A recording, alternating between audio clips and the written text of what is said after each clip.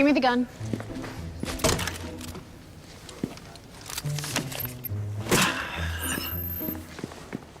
Hold on.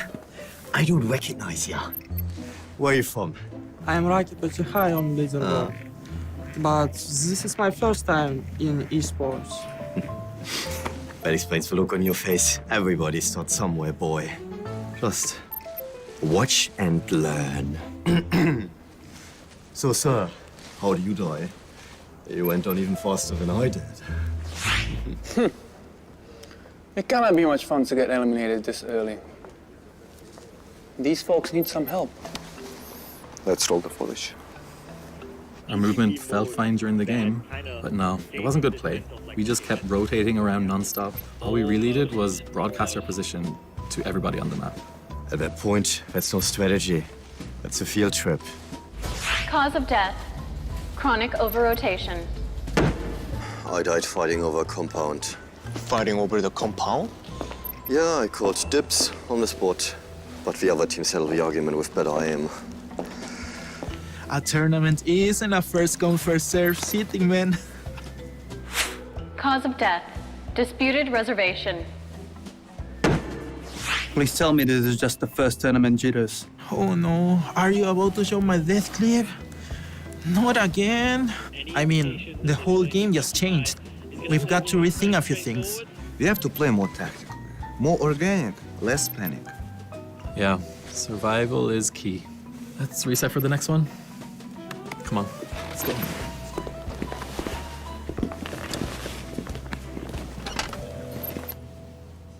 All right, we take the lesson and we move on.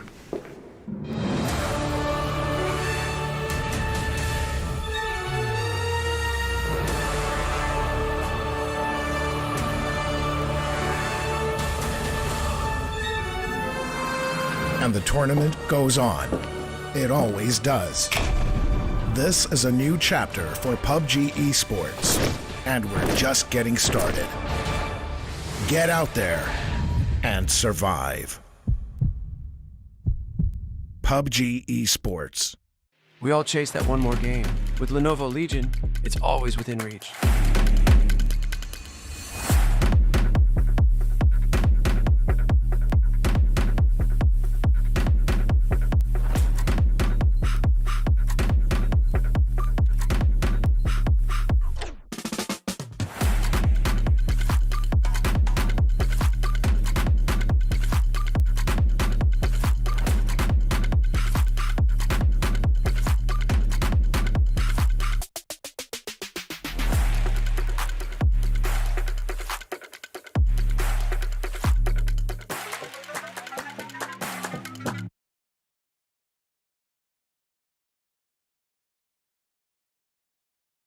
When everyone strive to reach the peak, Zoe is here, participating in every frame, perfecting the view for every battle. From Seoul to the world, Zoe strives for perfection, knowing that every frame is crucial to victory. As the tournament rages on, Zoe stands with you. Battle. Every frame. Every frame. Every frame. Every frame. Every frame.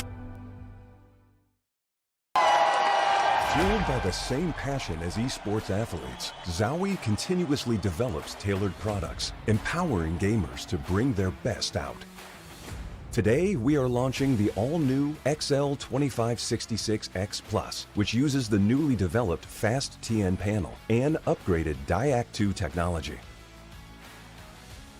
New Fast TN panels with Diac technology provide clearer and sharper images, helping you focus and avoid the distraction of unwanted after images caused by rapid motion. This new TN panel differs from the previous generation in its faster electrical conductivity. The increased liquid crystal responsiveness reduces overshoots. Moreover, it enhances color performance for more vibrant colors and better enemy identification. The latest Diac2 technology provides players with clearer visuals in dynamic aiming and spray control, while also being more friendly on the eyes. Players can download and apply various FPS game color settings developed by Zowie through our software, XL Setting to Share. Also, you can import settings from pro players to see what they see. Furthermore, you can utilize the new Auto Game Mode feature, which automatically applies different color settings based on a player's usage scenarios. This monitor has inherited the XLX monitor stand design. It has incorporated industrial-grade bearings into the height adjustment mechanism, allowing easier and smoother adjustment to the exact desired height. The new monitor series continue to evolve, refining details to ensure players can perform their best consistently in games. This is a brief introduction to the new XL2566X Plus monitor. Feel free to DM us if you have any questions.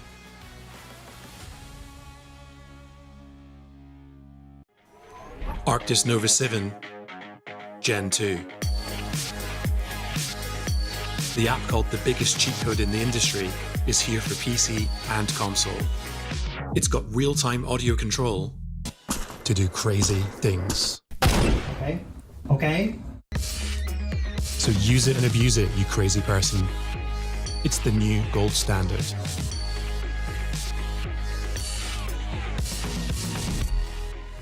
For the first time ever, you get next-gen power in gaming earbuds, giving you flawless wireless. That's plug and play. Now you've got 100+ audio presets at your fingertips. So you can hear bad guys better, hear whatever you want better. That's a giant leap for earbuds and a new way to play for glory. We got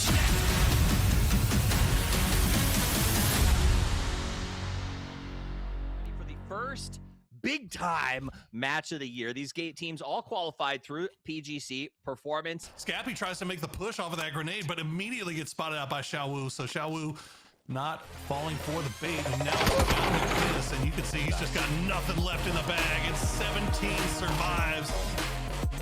Finds Suze too. They got the rest onto December 12th. Now stun grenades are starting to get lobbed in. One stun, two Throw the stuns. nades! Throw the nades! Oh No! man, Snade!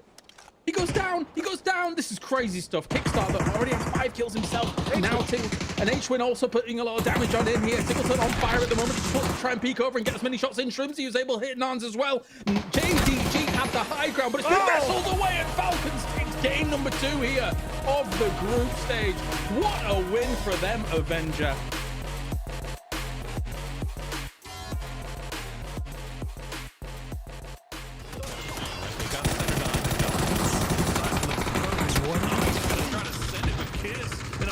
Position, but Ferris will trade it back. So 1 down for Myth, but 3 down for Navi. Ferris, the last player left alive, and Myth.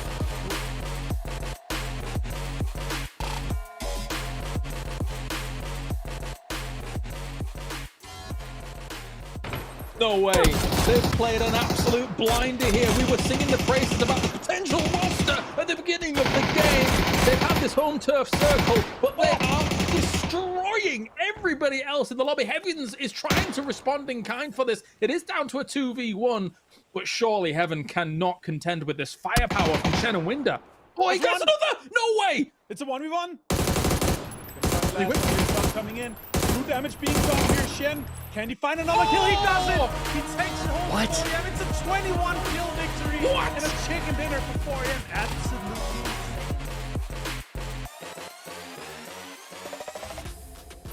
This is tough. Destroy. I don't know that he's not in a great position to win this 2v1.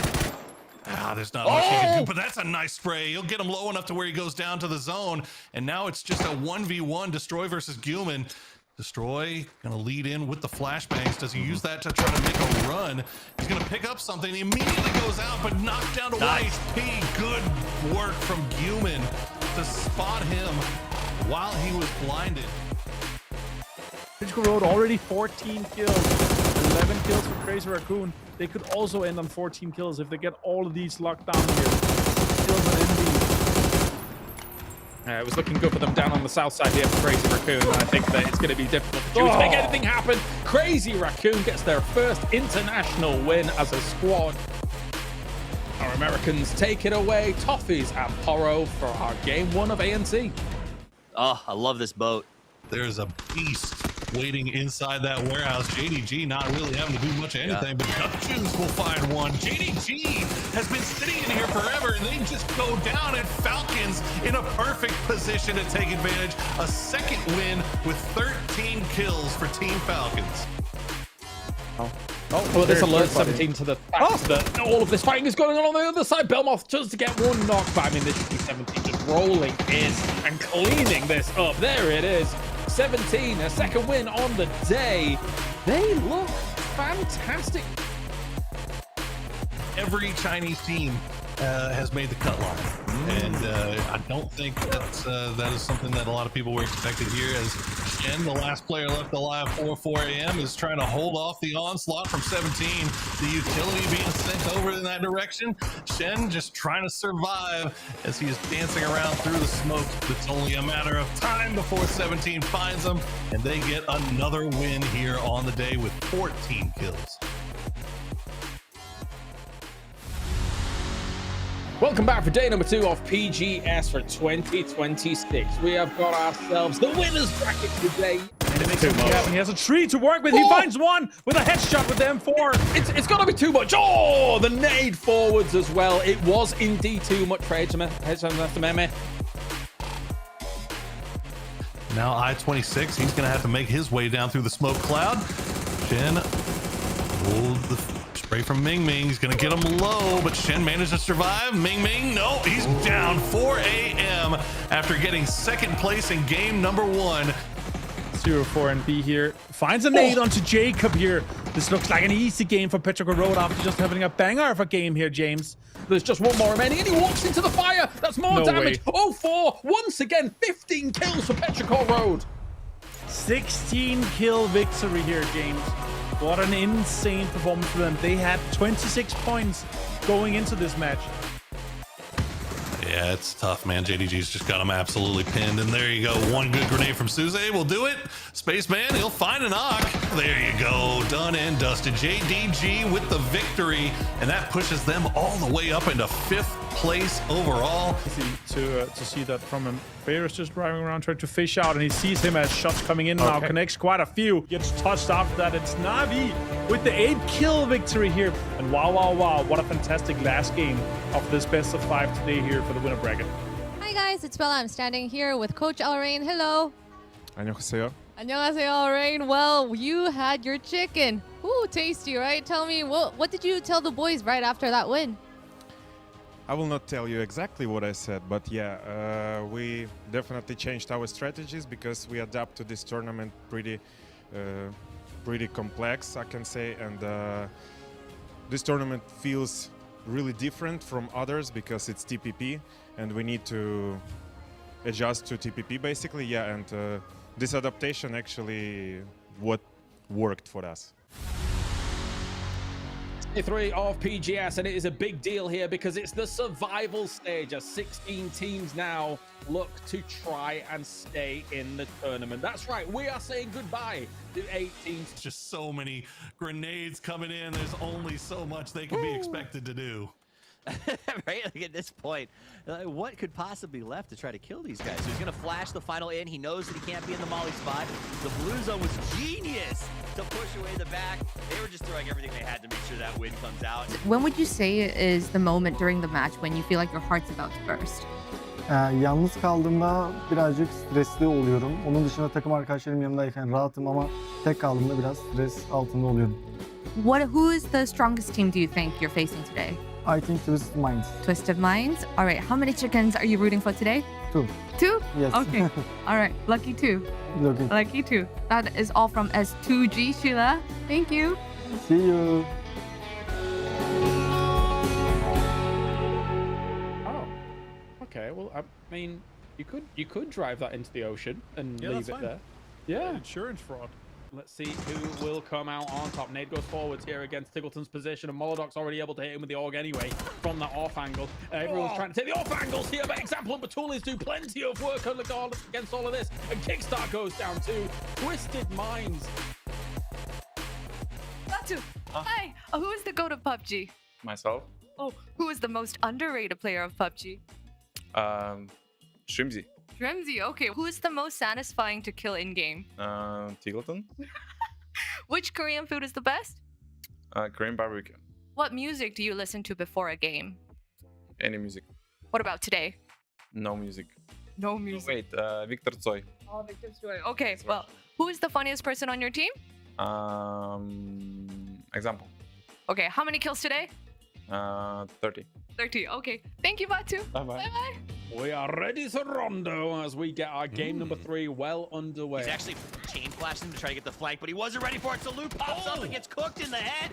D is out there trying to make the play. It's a 2v2. He lays down. D goes for the spray. Down to 1. Anyone's legend walks away with the win. Winner, winner, chicken dinner. Means the Falcons has a 2 versus 1. It could happen. They could lock this one down here. Could they do it once again? Could they get another win? That's a great name. What a game from Falcons. But it's a 1v1 for the win here. Duck Juice with the high ground versus Draft King on the low side. Oh, it's a peak battle, and yeah, he's gonna lose that one every time. The Expendables. That does it for the survival stage. Tomorrow we are back for our final stage. 10 games will decide who is going to be able to take the crown here for this first week. We'll see you tomorrow for more PUBG action. Welcome, ladies and gentlemen. A first chance here for 2026 to see an international final. We've got 16 of the very best squads from around the world to figure out who is going to be able to take the lion's share of the prize pool here over across the next 2 days. As looks like Cerberus would, no way. He actually held your trigger discipline on that for all things intents and purposes. Thanadol gets 1. Oh no! What? What? Tenbin blew himself up and flushed it. Oh, that's crazy. Well, it is basically done here for JDG. What's Nan's going to be able to do against all of this? I don't think too much. Goes for transfer and spray. Actually, Rex does go down here. That opens up a little bit of a lifeline, but it's not going to be enough. DN Super. It's a DN Super classic. Bringers Miramar here for game 2 of the final. Yeah, the Panzer. Good luck. Baseman with the push off the back of the flash. JDG is out, but here comes Twisted Minds and everyone else. All 3 teams stuffed onto the end of Kintara. That is exactly what Twisted Minds needed, but unfortunately for them, anyone's legend, they hear the dinner bell ringing, and they have hit onto their high ground. They will push down, and they will get their victory. Game number 3 of our final stage, it will be Tago. They're smoking up and making a car fort on the bridge. I am bedazzled. What is going on? That is crazy, especially considering where the circle is. This is not a play for the win. That's a play for survival right there. And now EA is going to, try to backfill it. Pons finds a double knock onto Tanvu and Duck Juice. A great opening with a blue zone to end it on 2. Clarice, there's no way he's going to survive this. It's going to come more util in 2. He's going to have to back-to-back these first aids to survive this one. Surely it's going to be enough. It's just in time here. Spiro. Another nade comes in and finishes off. What a great nade from Opons. Yep, for sure. Good nade for sure. Oh, it rolled off. It didn't do too much damage. Oh, he's going aggressive. He flicked in just the last second, but Hagatori did get cut by here. I get why Quepa makes a very, very bold move there. It's going to be hard to make anything work from there regardless, and that's Na'Vi here. The boys in yellow and black. Now let's get ready to break this one out. Shilla's in the air, so all he can do is seat swap, but that is enough as rains from the sky will take down Tigger. Shilla will try to find one. He does get the flush at least. No, he's going to reload. He goes for the flush. There it is. He gets at least 1 more point, but still in the end, Petrichor Road will get the 5-kill victory. As we go back to Erangel. Is that the camera or has the camera frozen? No, that's the actual camera. Both of them are trying to move into a position where they can actually push, but the blue is pushing as well. He's got to move. They've got to try and do something about it. Duck Juice goes for the peak on the right-hand side. Goes for the drop shot. He takes it. Does it take higher? He gets it. Oh my god, no. Takes Expendables. Currently, it's looking very like 4AM's going to be able to have a stranglehold on that #1 spot. But the question is, will anybody topple them towards the very end tomorrow? We'll see you then for more PUBG action. 5 matches remain. Who will walk away with the glory and the trophy? The final day of PGS 1 finals begins now. That is a big knock. 0-4-MB gonna get spotted out, but Chewy with the peak, with the big boy gun. We'll find one, we'll find two, give them all three. Why not? There's one left alive for E-Arena, and that's gonna be Norins, who tried to wrap around the other side. He's got the smokes keeping him alive for the time being, but Chewy going nuclear for Petrichor Road here in game number 1. M249, accuracy through volume. The fight over there on the side, Nurens gets the knock, but they hit him with overwhelming force, and he is eliminated, giving the win to Petrichor Road, the team that won the opening series of our winners division, came in with a 10-point bonus, and felt like they were squandering it. Well, squander no more. You are so close to the trophy. Well, coming into this PGS, did you guys expect your own team to do so well? Well, we didn't expect that we would be thriving. I mean, my other teammates, this is their first global series, but hey, I'll take it. I'll take a good game. I'll take a win any day.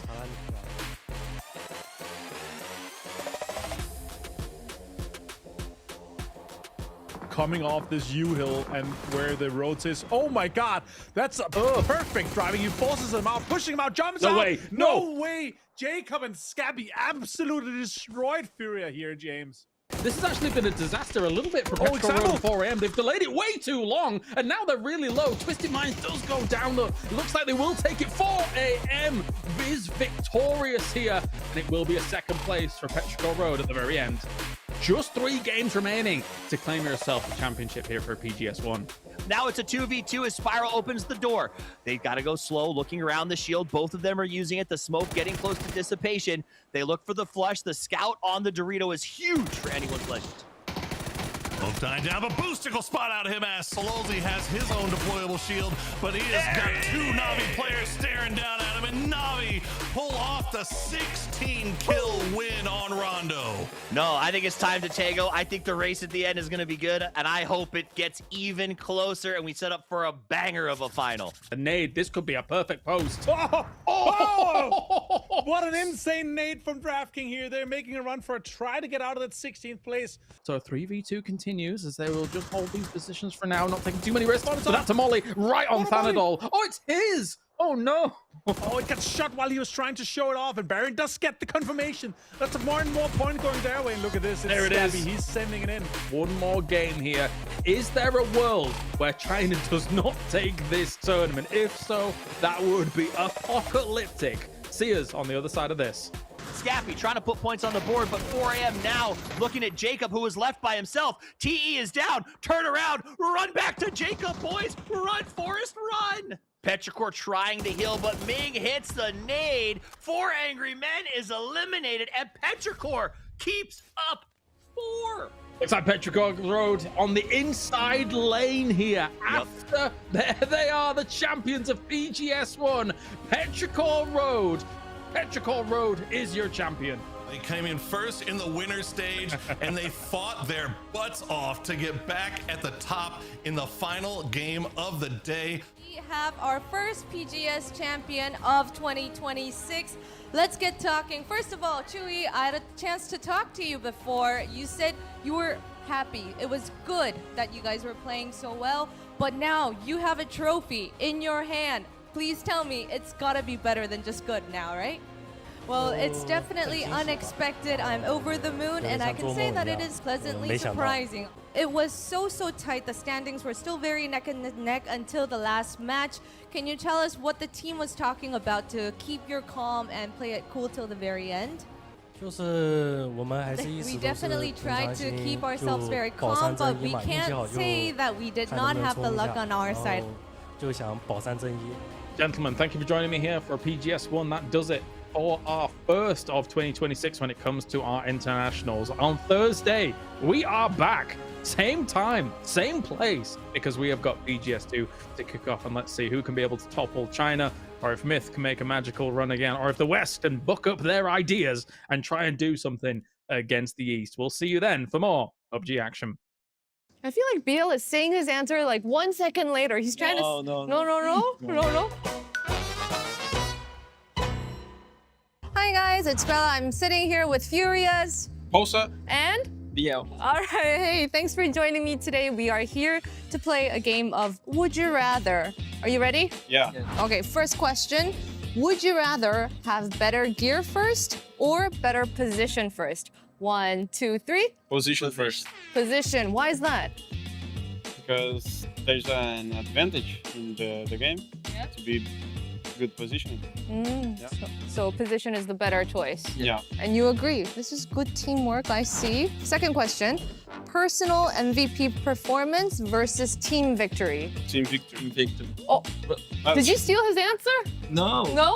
Why? Why do you think team victory first? I don't speak English. Fala pra ela aí.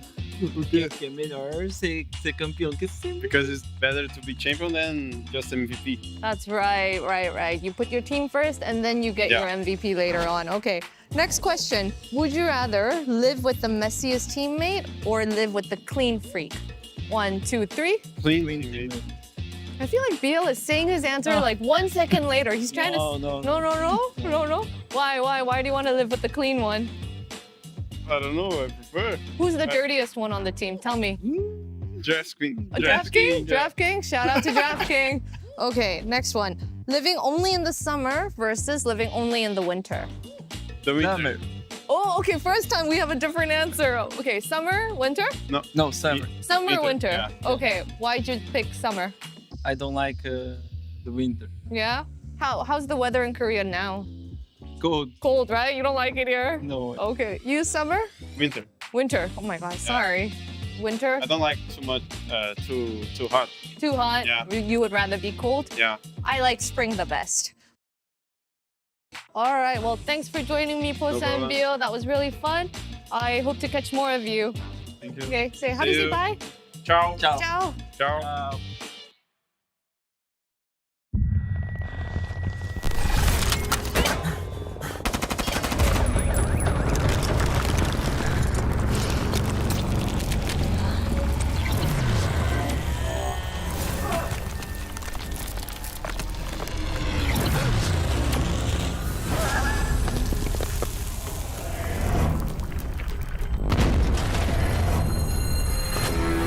Something big is coming. We all chase that one more game. With Lenovo Legion, it's always within reach.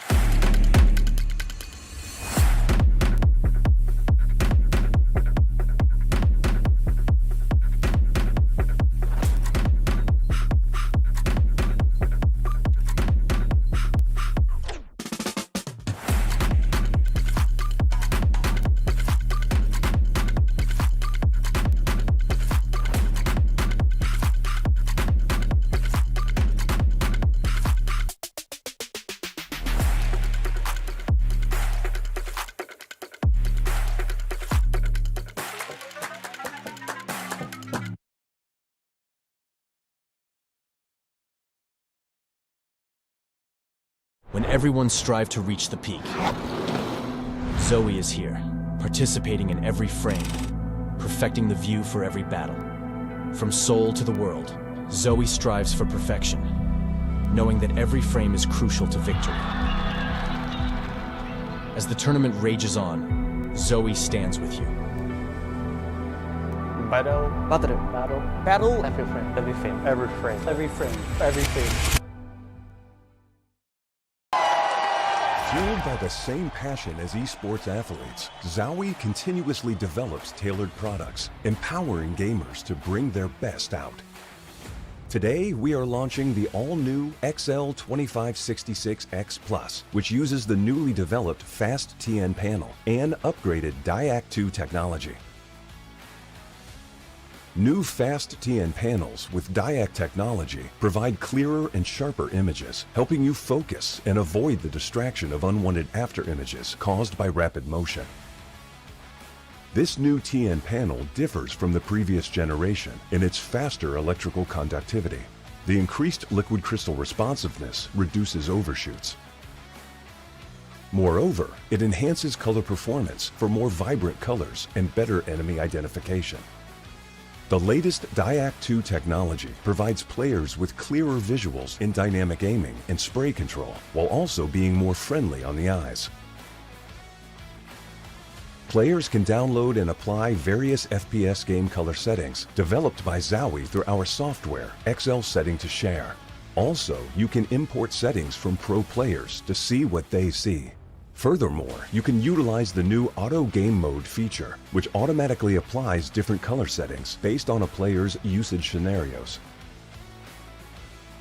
This monitor has inherited the XLX monitor stand design. It has incorporated industrial-grade bearings into the height adjustment mechanism, allowing easier and smoother adjustment to the exact design.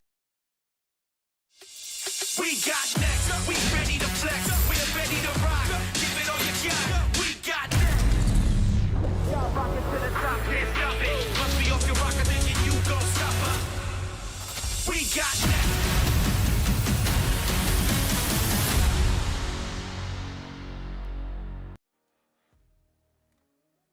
Hello there, ladies and gentlemen, and welcome to PGS 2. We have got ourselves yet another week of excellent PUBG Esports action to figure out who is going to become another champion once again and join the likes of, in 2026, Petrichor Road, who was able to win #1. Joining me, Avenger, Toffees, and a new face, although not really not that new. We've got Matrim joining us here. Matrim, how are you doing, and what were your impressions for PGS 1? Because China looked amazing at #1.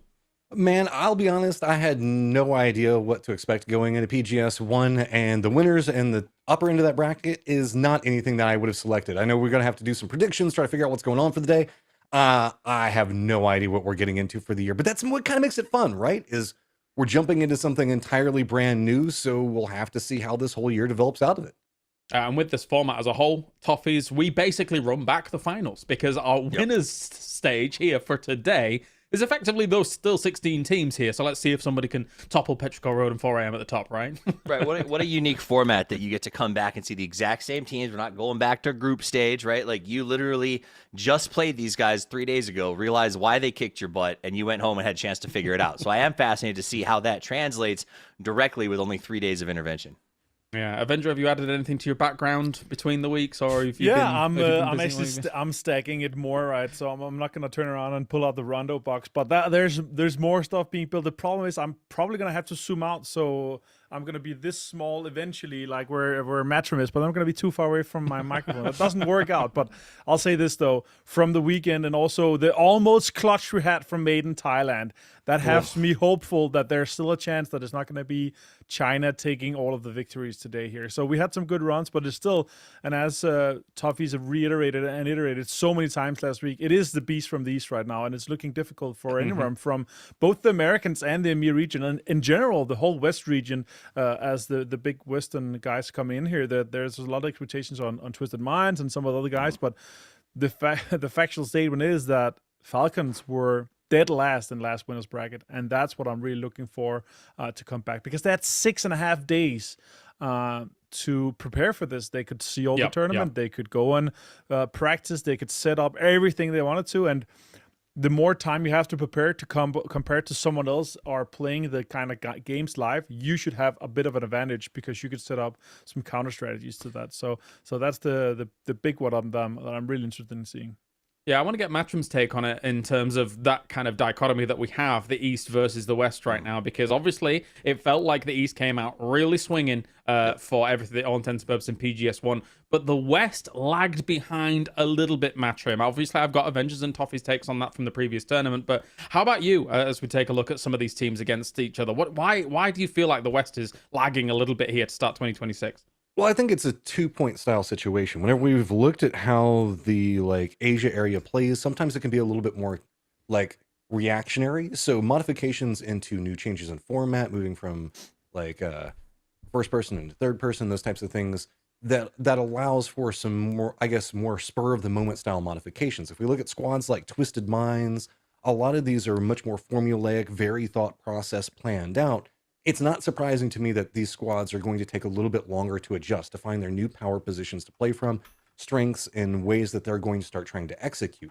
Whereas the squads that would be playing in more of the Asian area can tend to kind of jump in and dive in. Hackatory is still being Hackatory, but also on the other side of that, whenever we look at it, I do feel like whenever we were looking at Asia, they were trying to prep a little bit more, getting a lot more scrim time in TPP last year. So I think that is a small benefit as well. Yeah, of course, as we take a look at Petrichor Road here versus Na'Vi, Martin, and it does feel a little, well, this comparison feels a little disingenuous because Chewy's not normally the flashy guy of Petrichor Road compared to like a Hakatori who somehow doubles his damage but only gets the 13 kills. So he's a farmer for sure.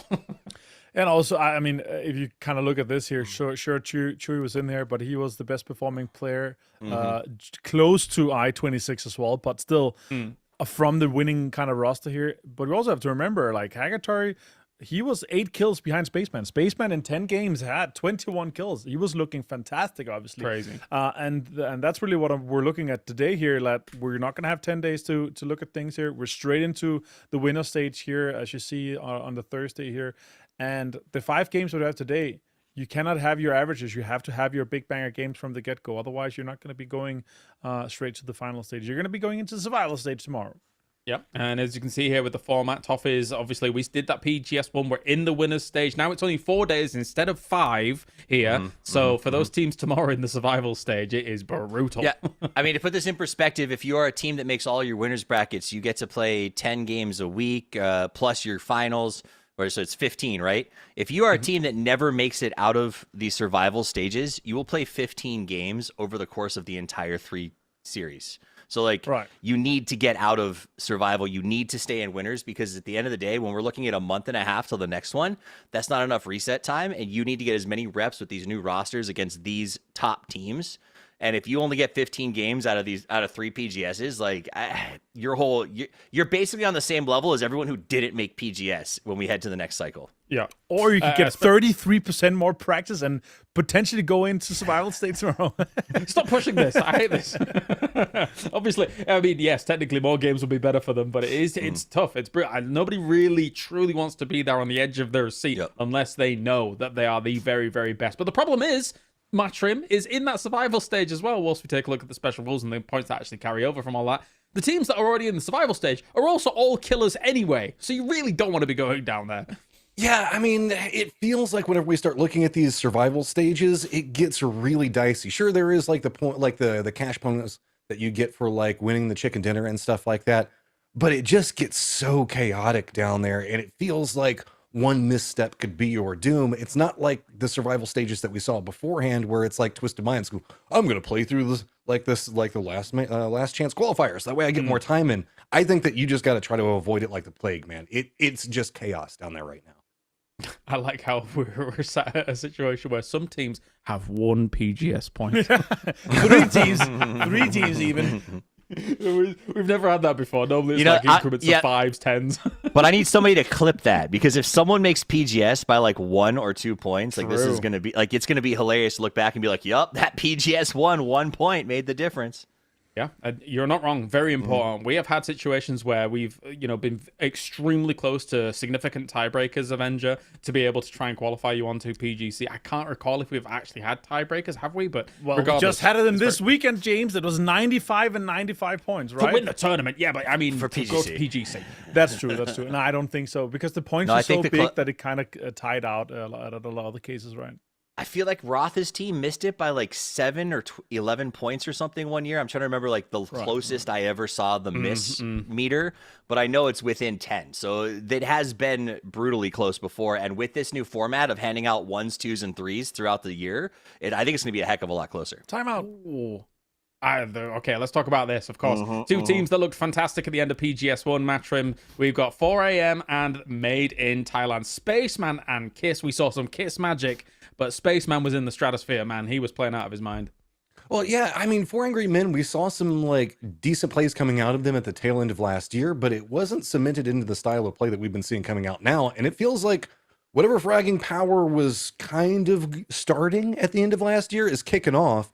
And I mean, dude, made in Thailand. This is just a squad we've been eyeing as they were Forest Gaming, everything else like that. Kiss is just an amazing player in and of himself, and the rest of the squad just feels like they're so mobile and so efficient.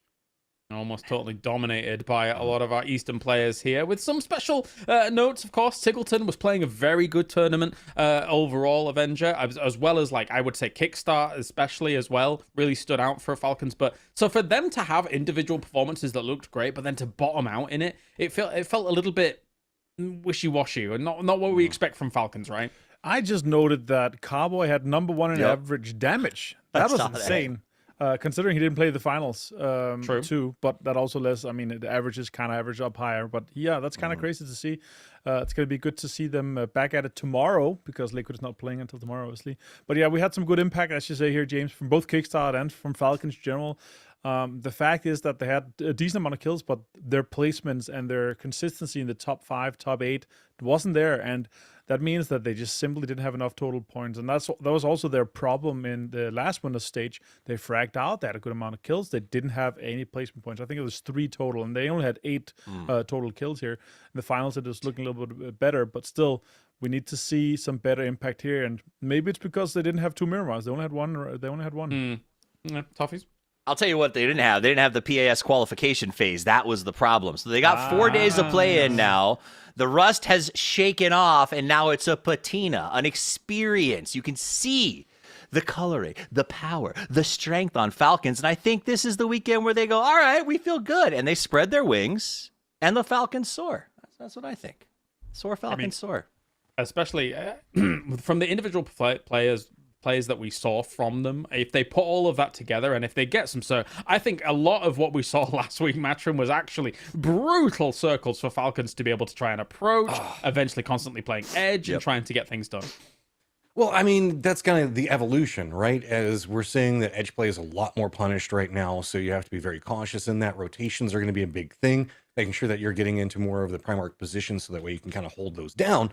But the other side of it, too, is we've kind of seen Falcons stumble with this section no matter whenever we've looked at the year, whenever we looked at it, is the rotations coming into, I would say, about circle 4 or 5 have always been a handicap for them. If they can manage to polish that off, get into a good spot, and actually get into an area where they can use these damage numbers, it'll be so much better. All right, thank you very much, boys. It is time to get PGS2 well underway. Let's head down to the ground for Seoul, South Korea, as we start the tournament right now.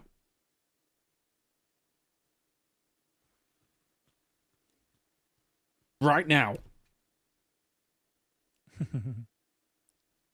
Not right now. I've been told to continue.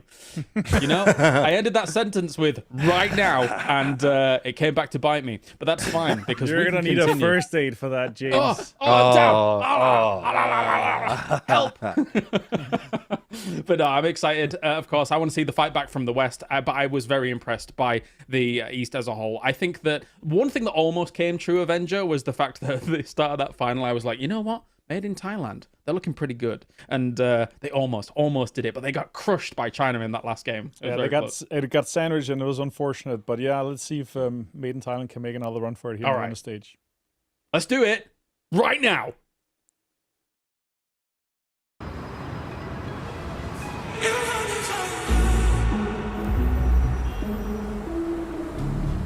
很多压力吧，外界的压力也有，然后对自己的怀疑也有。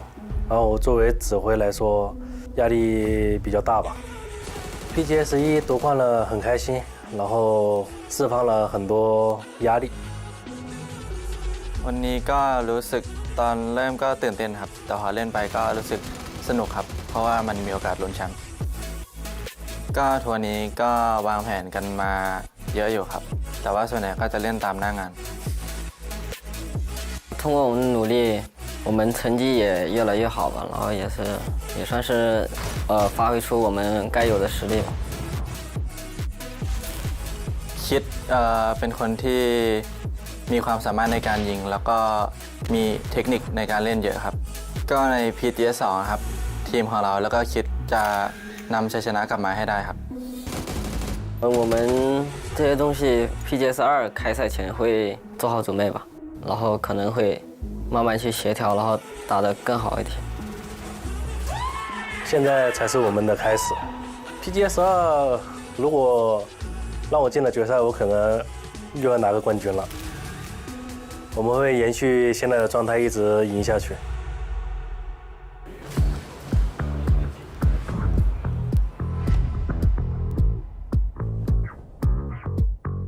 I think the games were fine. We played poorly, but I mean, that's just PUBG. Sometimes you do good, sometimes you do bad, and if we played better, we could have done better, but we did not. We will play together better next week. 저희 4명이 약속된 플레이를 잘 해내야 된다 생각하고 있고요. 열심히 노력했기 때문에 다음 PGS는 더 좋은 모습 보여드릴 수 있을 것 같습니다. 감사합니다. Після кожного турніру ми робимо висновки, і це покращує нашу гру і результати. Зазвичай в мене одна і та сама ціль на турнірі – це показати найкращу свою гру, найкращу форму. Yani buraya kadar geldikten sonra bunu da kanıtlamalıyız. PGS'te yeni bir rüzgar estirmeye geliyoruz. 항상 힘들게 올라가야 성적이 좋았던 것 같아요. 경험이 많은 선수들로 모여있는 팀이기 때문에 다시 한번 기대해 주셔도 좋을 것 같습니다. Chỉ cần cố gắng thôi thì kết quả sẽ có thể đạt được. Tại PGS lần này thì team bọn mình muốn mọi người biết đến team bọn mình là nhà vô địch của PGS.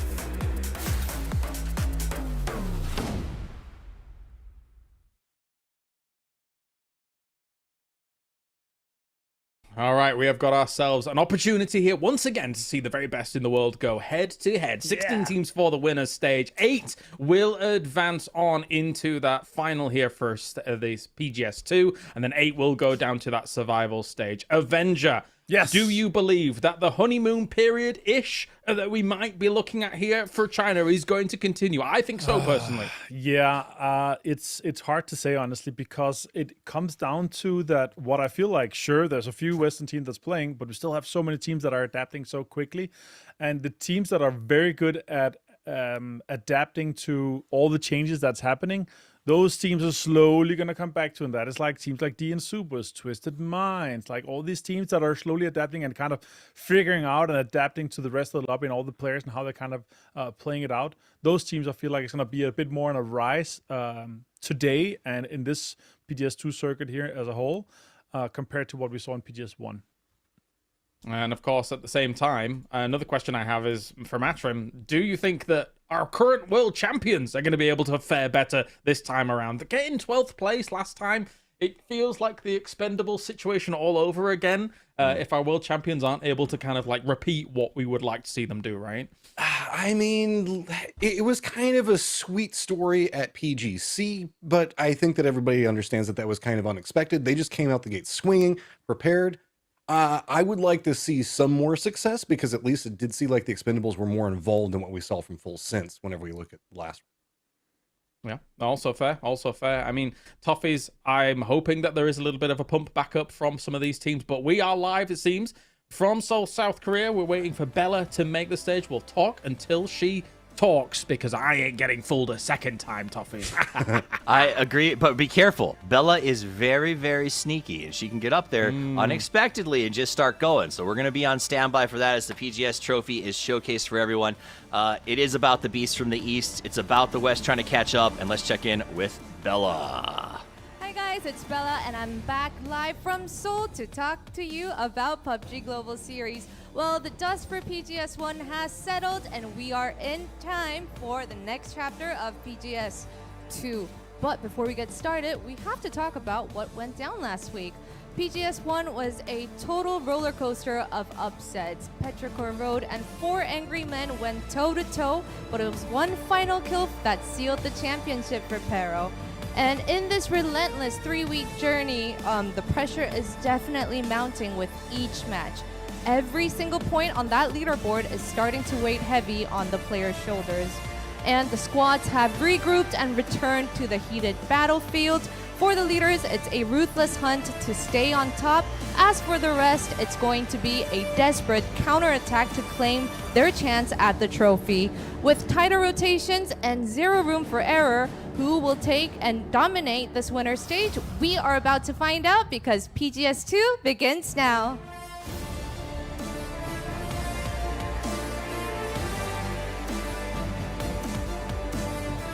Now, that's right, PGS2 begins right now, and Toffees would look fantastic in anything he wears, I think is fair to say. But let's talk about these teams, Toffees, because we've got China looking like a powerhouse. JDG was also in that final as well, who kind of fell a little bit by the wayside. And of course, 17 didn't even make it to actually this final. So there's a big difference in what China's presenting right now, but they are a big threat at the top.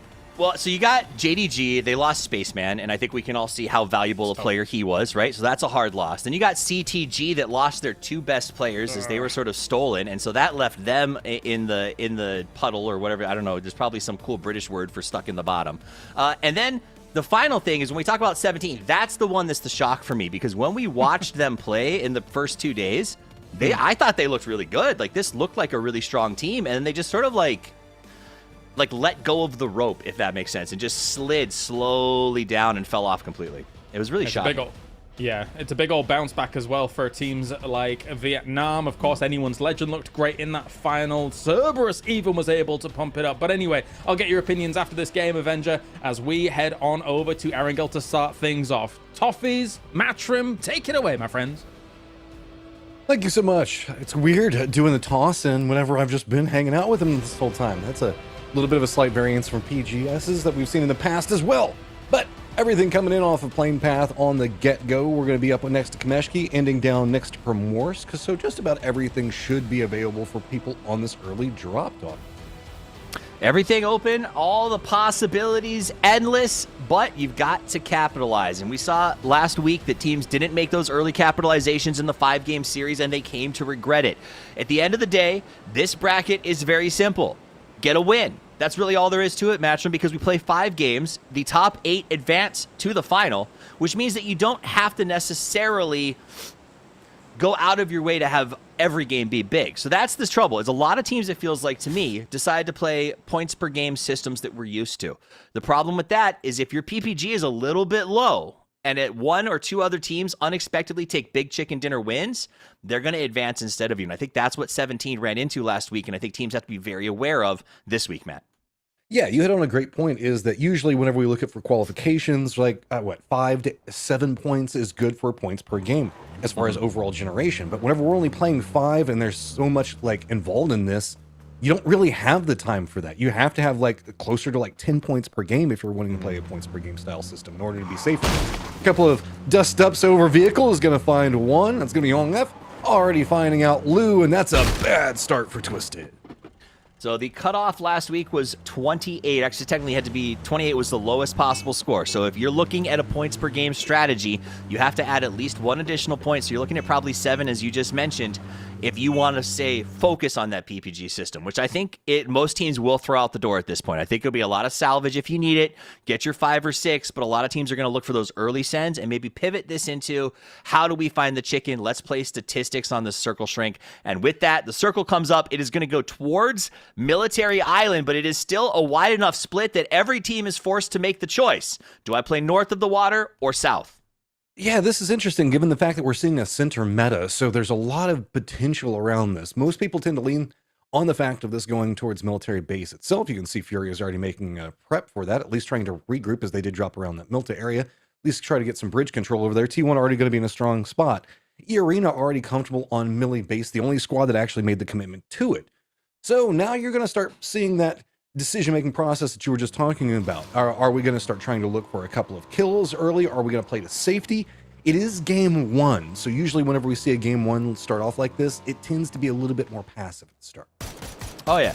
And I think that's what we saw last week, is especially in the sort of early rounds, tons of passiveness, no one knowing what to do. A lot of teams had massive shakeups on their roster. We only had 3 teams, I think, in the entire series who didn't make any changes, and a bunch of teams who made 1, and at least a quarter of them who've made 2+. So that means that not only is each team learning how to manage these new rosters, Matchroom, they're also, every other team has to learn how to deal with these guys. You want to talk about Petrichor with these 2 new numbered players. These guys are absolutely insane, and nobody expected that, right? So now you have to adjust and account for not only a new team and how they play it, but also how good they are with these new up-and-coming players. So it is a very volatile time, and I think the pros, because we've got a whole new group coming in when we talk about EWC and the qualifications for that. So they have these 6 PGSs to solidify their position as the best in the world and set themselves up for PGC. But see, there's this thing that happens whenever you start to see passive playstyle come in, that a little bit more aggression can be highly favorable. If you can find this early squad wipe, or if you can find a couple of kills to secure more position, you can really start to cement your position and those points per game that you want to establish in a game 1. And it looks like Navi is going to be playing this a little bit closer on the outside, and Boostic is going to go down. It's going to be BL that spots him and flush. Nothing they can do, so they tried to do the spread. They left 3 guys over at the port. They sent Boostic over to see if he could scout this spot and secure it. He was trying to chase away Furia. That way, if the circle shifted south, they would have an easy transitional compound.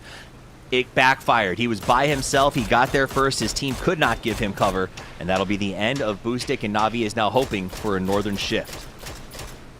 Couple of rotates coming out. Boat getting a little bit of attention here is not probably the worst approach. Dodge out on some of the ferry conundrums that could be happening over there. Falcons have also kind of moved down to the peninsula that's going to be to the southeast of Milta. Could get some vision on the boat here in just a little while, but I think that they're more caught up in their own rotation. Firm cements coming in from Anyone's Legend on the northern part of the eastern bridge. T1 still holding down that western bridge as everybody is going to have to go aquatic to get around it all. And you have to make that decision. A lot of teams know it's a lot harder to go north than it is to go south, and they're going to come over early and just try to lock up a spot. A lot of migration in that direction, but it is only phase 1. Crazy things can happen, and that's why you see Navi locked into their position, getting a box to go along with it. Like the Falcons just sort of posturing, it sounds like. Or no, they're spotting out the boat. It's rotating next to him. Nice. It's going to be a boat. Oh, come on, guys. Have a boat war. This would be awesome. It's a naval battle, Matchroom. No real options. I mean, this is just a timing style of event as Falcons were doing their prep right as the boat comes up alongside of them. Just going to see who can hit the shots best.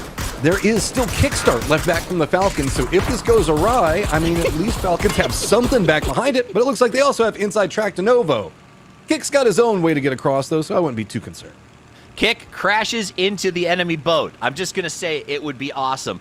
Great shot by Froz and the team there to show that fun little side shot of H-Win and Shrimsy doing as much cover fire as they can. But the lads have landed. They take the military island access points first. They're going to force S2G to go the long way around. Got to get back into fortifications at this point, and being a little bit out in the open. Falcons getting punished for the harassment, but this is just to try to force somebody a little bit further away. They want to make sure that they have landfall in Novo to secure because they don't know how deadly this could be coming into it. So, should be fine. We also do have an emergency pickup that was called by JDG that could end up around the same area. JDG. So they are committing. They're going to head in this way. They're looking to see where that next circle popped. It is... nothing's happening yet, so JDG has to try to figure out... taking an E-pickup to the island right now seems crazy to me. You know it's going to be stuffed. There's still a chance that it goes north. Why not save the E-pickup for later? Maybe they have a second one. They've got to have a second. I mean, mathematically, you're making the assumption that this is probably going to go south. I'm not too mad about it, but that means that you just have to do a tail-end jump, right? You have to go all the way to the end of the emergency pickup. You have to jump, and you have to kind of lean coastline. But that's where we're already seeing this whole Falcons dust up at. So JDG is going to be landing pretty hot and probably don't even know it. They are 100% going to be landing hot at this point. Na'Vi still locked into this little shack. Petrichor closing in on them, has them essentially surrounded. They're scouting it. They have not seen Na'Vi. I think Na'Vi's got their cars hidden last I checked out. So Petrichor may walk into this. But look at that. This is it's like a quad wrap. They have to know they're in there. Oh, yeah. I mean, this is just Na'Vi playing full defense after they tried to touch the coastline and were punished for it. So instead, they'll just be happy with the northern coastline and play that math that you're hoping that will go this direction. It's just going to be really weird for it to happen. I mean, what, maybe a bridge game is what Na'Vi is praying for at this point. I mean, the problem is there's a lot of real estate right now, but all of it is suspect. And so the players are essentially playing the same game we are, which is a waiting game. We talk about the format, we're talking about the future, because at the end of the day, there's not a ton of fights right now. You've got S2G, who does see JDG's E pickup to the opposite side of the map. They're going to go ahead and land at the crater area. I don't think they're going to be too contested here as the Falcons shoot up into the sky. And as long as they can get to the floor, this is just going to be a shared space. There you go. They easily got it. S2G doesn't seem like they have much in the way of loot, so they can't really stop anything going on with JDG. JDG gets that Badlands just to the south and the radio tower itself, so this is a great steal for JDG, just being aggressive and praying that it works out, and boy, did it. But since okay, yes, it did. You are right, and I'm glad for them. But since the departure of Spaceman, it feels like a lot of their strategy is exactly what you just said. Let's hope it works. And to me, that is not a strategy to build your entire year on. So hopefully JDG gets a little bit tighter because, again, while that was a cool move, we have to all admit that was deeply risky to go ahead and drop 2 people directly onto what is probably going to be a high prio compound with no scouting whatsoever on an E-pickup. Oh, yeah. I mean, was it fortune favors the bold sometimes, but it doesn't always favor the bold. And so I agree with what you're saying. It can be a bit of a crapshoot whenever that happens. Fortune favors the bold, but lead finds it just as quickly. So you have to really be careful when you stick your head out unprotected. Now, we got Patulin up in the rocks doing a bit of scouting, a team that has been adapting to the new format changes quickly, a little slower than I think they would have liked in the first series, but they looked good in the grand final. So expect Twisted Minds to continue their grind up. Example hasn't lost a step, and for a team who is playing with a substitute to continuously do as well as they do, I think is pretty gosh darn impressive. For everybody who's watching and isn't following super closely, Maladoct is not their player. He is being borrowed because we could not get a visa for Perfectix. We got that bridge game, so it is going to be leaning over into the east. Anyone's Legend looks like they're trying to do a regroup. 4 Angry Men coming at the same time. Myth on the opposing side of it. FCE coming in right back behind Petrichor Road. Navi is inside the circle. JDG still got that compound that they were looking at from the high ground, and it's going to be E Arena, FS, T1 all having to make wraps. The Expendables far over into the west. So now we're going to be looking at a far more dynamic circle as everything is just sending into the north. We've got the full-on dust up around gas station. Anyone's Legend just kind of squeaks right by Myth. So again, we're at a 50-50 split. The rush to get back over is on. The gas station is already filling up. Everyone knows this bridge becomes mad prio. You want to control the 2 sides. Firefights are about to break out. The problem is you still don't know if it's going north or south, Match'em. It's phase 2. We still have a double clock, and we don't know. Phase 3 should tell us predictively which side it's going to go to, but the players have a really small amount of real estate, and they have to fight for these compounds in case they catch that shift. And that's why you're going to see a lot of weird transitions right now, probably losing 1 or 2 players in those processes. It's just time. You've just got to fight for what you can get. You're just playing the numbers game, getting some kills, getting the terrain that you can manage to control, and that's led to a massive pileup over here in the north. You can see Petrichor Road does manage to kind of squeak in somewhere, but it's just going to be like, what, smokes and a dip to be playing from. On the other side of it, it is going to be the supers that does have a bit of oversight onto them. Looks like they were trying to split up, get control over the farm. Petrichor Road is going for the regroup on the southern section of farm, and that should be fine. Twisted is also regrouped around Navi. Looks like it's just going to be coastline control in the north. Meanwhile, everything's kind of calming down into the south, and that's just due to the way that the arena is set up over there. It's all going to be on these northern rotates and kind of brew into its own action. You know who's JDG praying that the circle shifts south. Remember, they E-pick up there, so they don't have any cars except for Cold 119, I think may have found one down at the junction. Everybody else sort of locked in here. I think the bridge becomes uncrossable at this point. All of these teams just have to hope that they're lucky enough to get the north and south. If the shift goes the opposite way, look for a fight to break out where everyone's looking to farm points on the offside of the circle. Kickstart Falcons, still scouting. He's preparing the team to make their way back. He's probably going to check out this south of Milta Point to see if that's where they can jump back in the boats and just head over there and start from scratch. Because that's literally where they started in the last round. Well, remember, they were under duress, so I think that they actually just hard crashed the boats. So I don't know if there's any more of them available over here, given how everything was picked. This is going to be kind of intriguing, as Falcons do actually control a lot of this circle right now. If we look at it, most of it is water, of course, but they've got Novo all the way into Crossroads to the west that they can kind of roam around and use for whatever they want. So, interestingly enough, in one of the strongest rotate option potentials out of any squad right now. So Tiggleton on defense. He can't see what we can see, but I think he'll be all right, Tig. As he makes sure nobody backstabs them. There's nobody around them right now, but I love that they are being this careful. They have to make sure that none of those other teams try to rotate back into Novo. He thought maybe someone would come to try to find a boat or something. Once he got his team to the next stepstone, he moves on. So a little great communication by the Falcons as they try to work their way towards this circle that is about to pop. North or south, Matt? This is a big deal.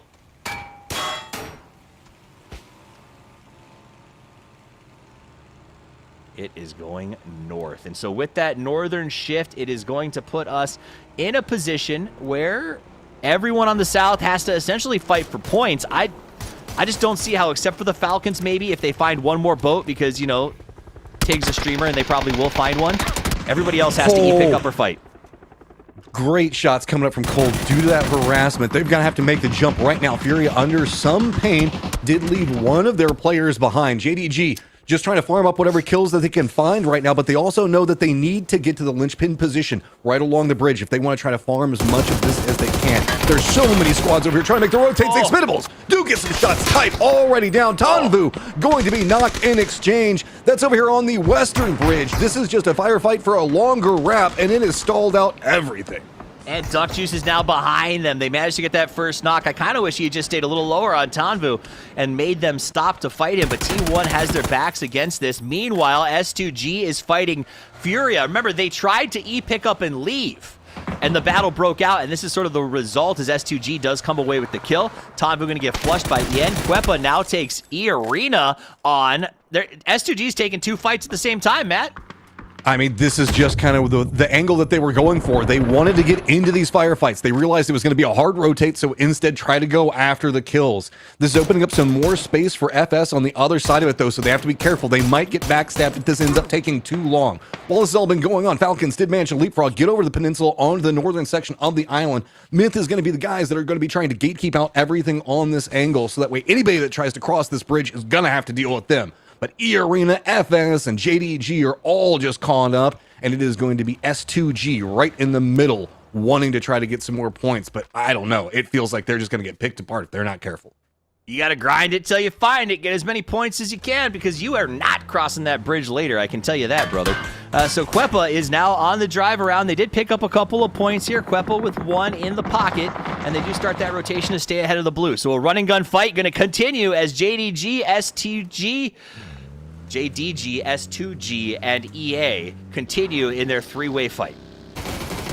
Furia making a bit more of a push in, but it's going to go back over here to S2G is they're going to have to now be in the blue, and it's just going to be bold. Do you go further in? JDG, who's trying to gatekeep out. They can't move any further north as Cold is entirely trapped. FS has usurped the position to try to get control right next to the bridge. They want to try to farm as many of these kills as they can, and everybody's going to be coming into it damage. Long range nades just going out in the middle, but Cold doing his best to survive is absolutely ruining these other rotates. Nobody can move forward. Finally connecting with some damage. He's going to go down, and that means that there is a new opponent that's going to be able to step into FS's angle, earring on one side of it into the west. So that fight will continue on the south of the bridge while Myth waits across it to play cleanup on whoever does manage to survive this thing. On the opposite side, T1 was able to make the cross. They got out ahead with all 4 players up, and Expendables backfilling them, now down to 3. 4 angry men right in the middle of all of this pretty decent position that they're going to be playing from. Falcons trying to reinforce to the north. Rap's going to be coming in. T1 does manage to survive over in that western style situation, so they're going to be coming in right back behind the Falcons. Falcons just going to have to regroup. They don't want to go for the split position for too much longer. Myth under duress, man. Everything's getting sent right at them. And it's going to be anyone's legend that's just absolutely demolishing the angles over here. This is very well played, as now Myth has to surrender the bridge control to regroup. I don't know, man. They left the gas station to find a more centralized position, but in doing so, they essentially got themselves like kind of backstopped against anyone's legend and missed out on the chance to pull points off of the 3 teams rotating over the bridge right now. In that situation, it feels like maybe sticking around and getting 3 or 4 or 5 points off of the bridge crossers might have been the play. In fact, Twisted Minds decides they saw them leave. That's our backfill. We can pick up some points and then still maybe play for victory, but we're going to cause a lot of trouble for the bridge teams. I do like playing closer to the tanks, keep the vehicles as safe as possible. You know that you're going to have a lot of eyes on you, play these upper walls.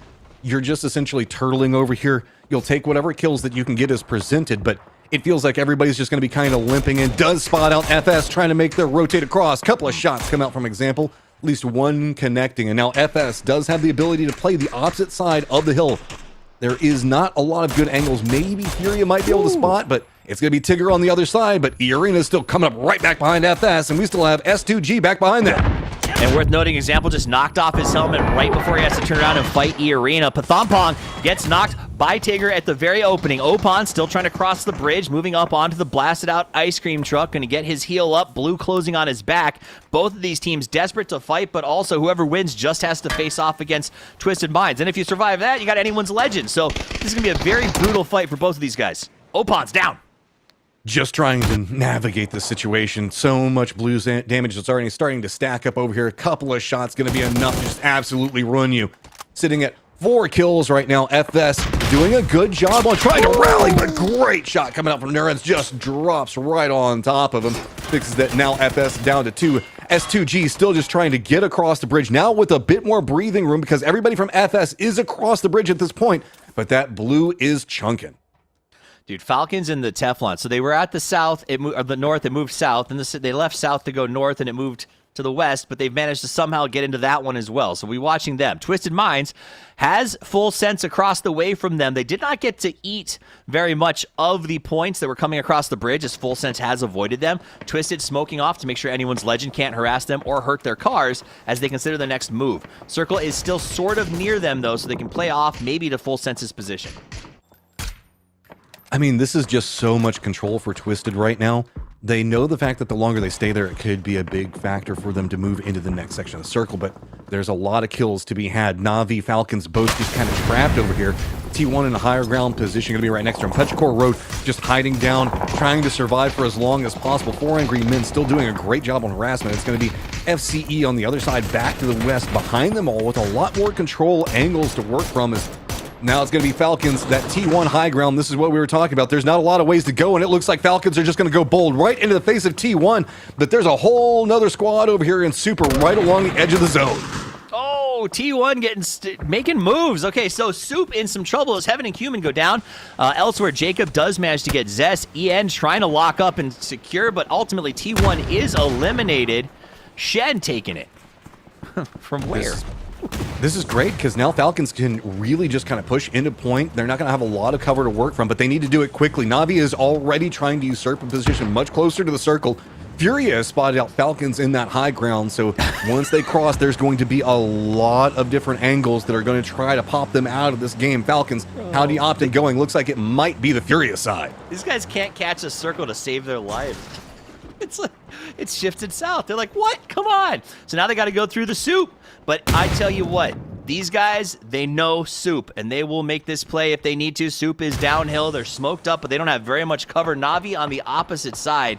The problem is, even if you fight through Soup, then you've got Furia and Na'Vi working crossfires on you from the other side. Grenade's going to come out, cover going to get blown, and it looks like Soup just trying their best to hold their spot. A couple of extra Doritos coming down. Falcons knows this is where they get their points and then secure a position to possibly play in afterwards.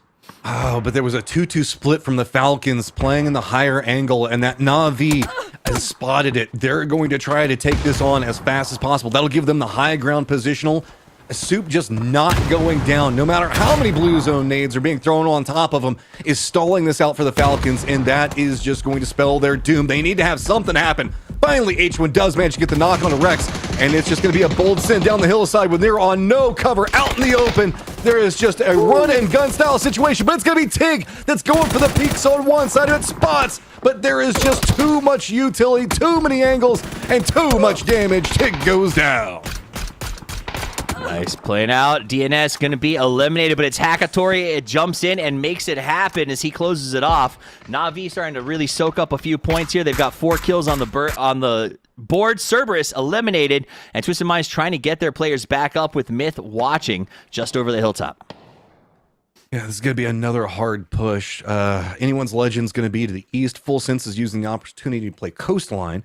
So Twisted just needs to try to jump into a defended Myth position. No big deal. No problem at all. And let's point out the fact that that Myth compound isn't even inside the circle, so you still got to keep going after that. Anyone's Legend getting so much control to the south, but it feels like Furia on these points playing outside of Milta has so much vision. Shrimsy going to go ahead and just do a little heal spam here. He's got bandages left. And Death, he decided not to go ahead and give that point to Na'Vi, very smartly so, because when you're talking about the top 8, that difference could be pretty gosh darn close. I think it was 4 or 5 points when we talk about who didn't make it last week. So we do start to see denials in the early games, which is a little shocking, Matt. I'm not used to it, but seeing players choose Death to Blue in game 1 has become a common occurrence. I mean, whenever it just takes a couple of points to qualify you, that's not a dumb decision at all. Try to deny whatever you can in this style of tournament. Here comes Twisted, seeing if they can hit anything with utility. I think, if anything, they just want to try to get somebody away from these angles so that way they can just start trying to move in. Blue zone's going to be right back behind them. Timing's just going to be terrible, and they know that they've got to go, and there's just no clear path. They've got a road clear just completely clear of cover in front of them. They need something to hit, but Myth is just not giving them the peaks that they want. They just needed to clear the top floor. So that was where they knew the overlook would be coming from in third person. So they throw the grenades, they clear off the third person peak just long enough to make the swerve. They use the smoking car to get in, immediately pre-fire that stairway. They know they're being watched, so what they're doing is opening the pre-fire because they know the counter peak is coming. Molotov gets burned and drops down. Kiss sends up a nice flash explosion to get that done. Example, throwing grenades into the high. Again, they have to keep them away from those windows. He's going to go for the reds on Molotov. Big pickup here, still 3 strong. Wraparound coming on the left side. The only benefit to it is the fact that there's no real firefight coming in from the north, so they have some cover position to play on the western side of this blue zone, still creeping it back behind them. They've got to make this happen fast. Shotty on the other side do connect. It's actually going to be just enough coming up from Molotov, but the quest going to continue. They still have to get into the circle. Oh, Toppies, you can't breach a compound in third person. Watch these boys do it. Twisted Minds was on the outside with a distinct disadvantage, used utility and pressure with a solid 3-man stack to push that building, take it over, and teach us how to bust Myth. That was hot. Navi, other side of this one, caught up with Petrichor Road. 4 Angry Men still going to be pretty centered up right now. Navi has plenty of space to play from around that blue zone nade. Petrichor Road, last player up, just trying to see if he can connect something up. He's trying to use this Dorito, but it's not going to be enough. Spyro's going to take him down. That's going to get at least a good foothold inside this circle from them to be able to peek from. Example will fall to the blue. Molotov gets knocked by anyone's legend. So they've managed to get themselves 3 points. They weren't able to get as much of the flush as they would have wanted off of taking out Myth, but they're going to keep grinding their way forward. Batulin in the lead and not a lot of options. How do you cross that road to Sololzi? I don't know. A lot of smokes. That's the only thing that you can really do at this point. I mean, if they actually do time it fast, you might be able to cross quick enough that Twisted doesn't want too much out of it. My eye, though, is on Hakatori over there in the west. Eyes down onto 4 Angry Men who have been feasting on this compound for a while. Furia also now going to have to go into the circle. Not a lot to work with, but I mean, they've got some vehicles. They can find something. 4 Angry Men is definitely the... they have to keep their head on a swivel. They've got too many squads. They're wanting to take this position away from them. And Navi in no rush. Look at that. Hakatori just gets a drop on a Sololzi. And that's going to be enough to open up a new angle and maybe let the Tulans be sneaky and backstab this. Oh, beautiful. Navi playing like nightmares for everybody else, but a dream if you're a viewer, as they've already got 6 points on the board. They are starting this in style, and if they can unseat 4AM, which is going to be a very difficult task, this is a win scenario. Right now, 4AM is in winning position, right? So this is a huge play for Navi if they can get in there. And if everybody sees this fight break out, I mean, honestly, if I'm Furia, I would crash it the second a knock happens, because that's a really important compound. I feel like that's also what Navi is waiting for right now, being like, come on, somebody take the bait, go for the crash on 4 Angry Men so that way we can rush it a lot more aggressively. Defense from 4 Angry Men, very solid on this line. Should start to hear the footsteps coming in now. Here's Furia on the other side of it. This is exactly what everybody was expecting to go down. Furia one side of approach, Navi on the other. 4 Angry Men getting caught through the thick of it all, but it's going to be FS doing ton of work and gets the drop on Oposa. Yeah, that's going to actually slow them down. Furia can't be in this fight. So now it is Navi and 4AM, but the shooting did open the door for Navi to get inside of the facility. They're using the third person. Nicely done over the top of that door. They dodge the grenade when it comes out. They have a nice shield in case of a push. Furia is going to be comfortable in that building, but it means that 4AM can no longer play the back for the wraparound. So they have to fight out of the compound in this very strange urban fight. Good day comes up from Hakatori. HS down. The more knocks they get, the more this feels like this could be their game. If they can take control over this compound, they can have the angles to work with. Spyro peeks it around. Hakatori puts in the work. Winda now down. 4AM is getting 4AM slashed, man, as Hakatori came in hot. They got one more man to find. He's got a double barrel shotgun. They're going as a stack, though. Cover your friend, baby, as Shen gets taken down. Ferris has been on fire. Hakator with another kill in the pocket. Winda flushed. And now the compound is Navi's. They do have some 4AM to deal with still, but it's a different building. So Navi can lick their wounds, get fixed up, and they didn't lose anybody pushing a 4-man with a 3-man and not in the building. That's crazy. I mean, Spaceman's still alive. We saw him have some big plays. So now everything focuses on the compound. FS went down while that firefight was going on, so that's going to give anyone's legend a little bit more space to move over into the east. Spaceman down below all of this, and It's just going to be Na'Vi and Furia so close right now, trying to stab at each other. It is a 4v3. No, sorry, it's a 3v2 v2 v1. It was like Hackatory went, oh, boost extend. I'm now in my comfortable place. You guys support me. And then just killed everybody. Na'Vi looks out of their minds right now. BL sees him on the high ground, opens the spray, but can't get the knock. And he is up against 3 very angry Na'Vi players and decides maybe this is not where I want to be. I'm going to go around the other side. Gotta be careful if you're Furia. Whenever we see anyone's Legends taking that wider angle around, Sololzy could spell their doom. Blue Zone's going to be hitting Hackatory hard. Does manage to get in front of it, but it's going to be right up against the wall. It means that Furia should be able to hear this and know exactly where they're going to be from this point forward. Everything's stacking over. Spaceman now finds a reprieve and some space to play for. Spaceman got that grenade on Fairest. Hackatory coming in, trying to make a play. Spaceman, the only man left for 4 AM, but he is the man you want in this situation. They're going to buy the time to heal. They should be able to get this. Oh, he got blocked by the motorcycle. He just enough on that door block. That is pretty crazy. Na'Vi, 10 kills, late stages. Now it's just starting to stack, and BL's going to go down. Zakrak in the last one up. Sololzy and Destroy on the outside of this, just supervising. They've got a crossfire set up that's going to be beautiful. If the firefight breaks out between these 3 squads, all trying to get to the center dot, that means that anyone's Legend is going to be set up for success. Can the numbers advantage come up, or can Spaceman come up big? He does. Destroy goes down and opens up a lot for everyone.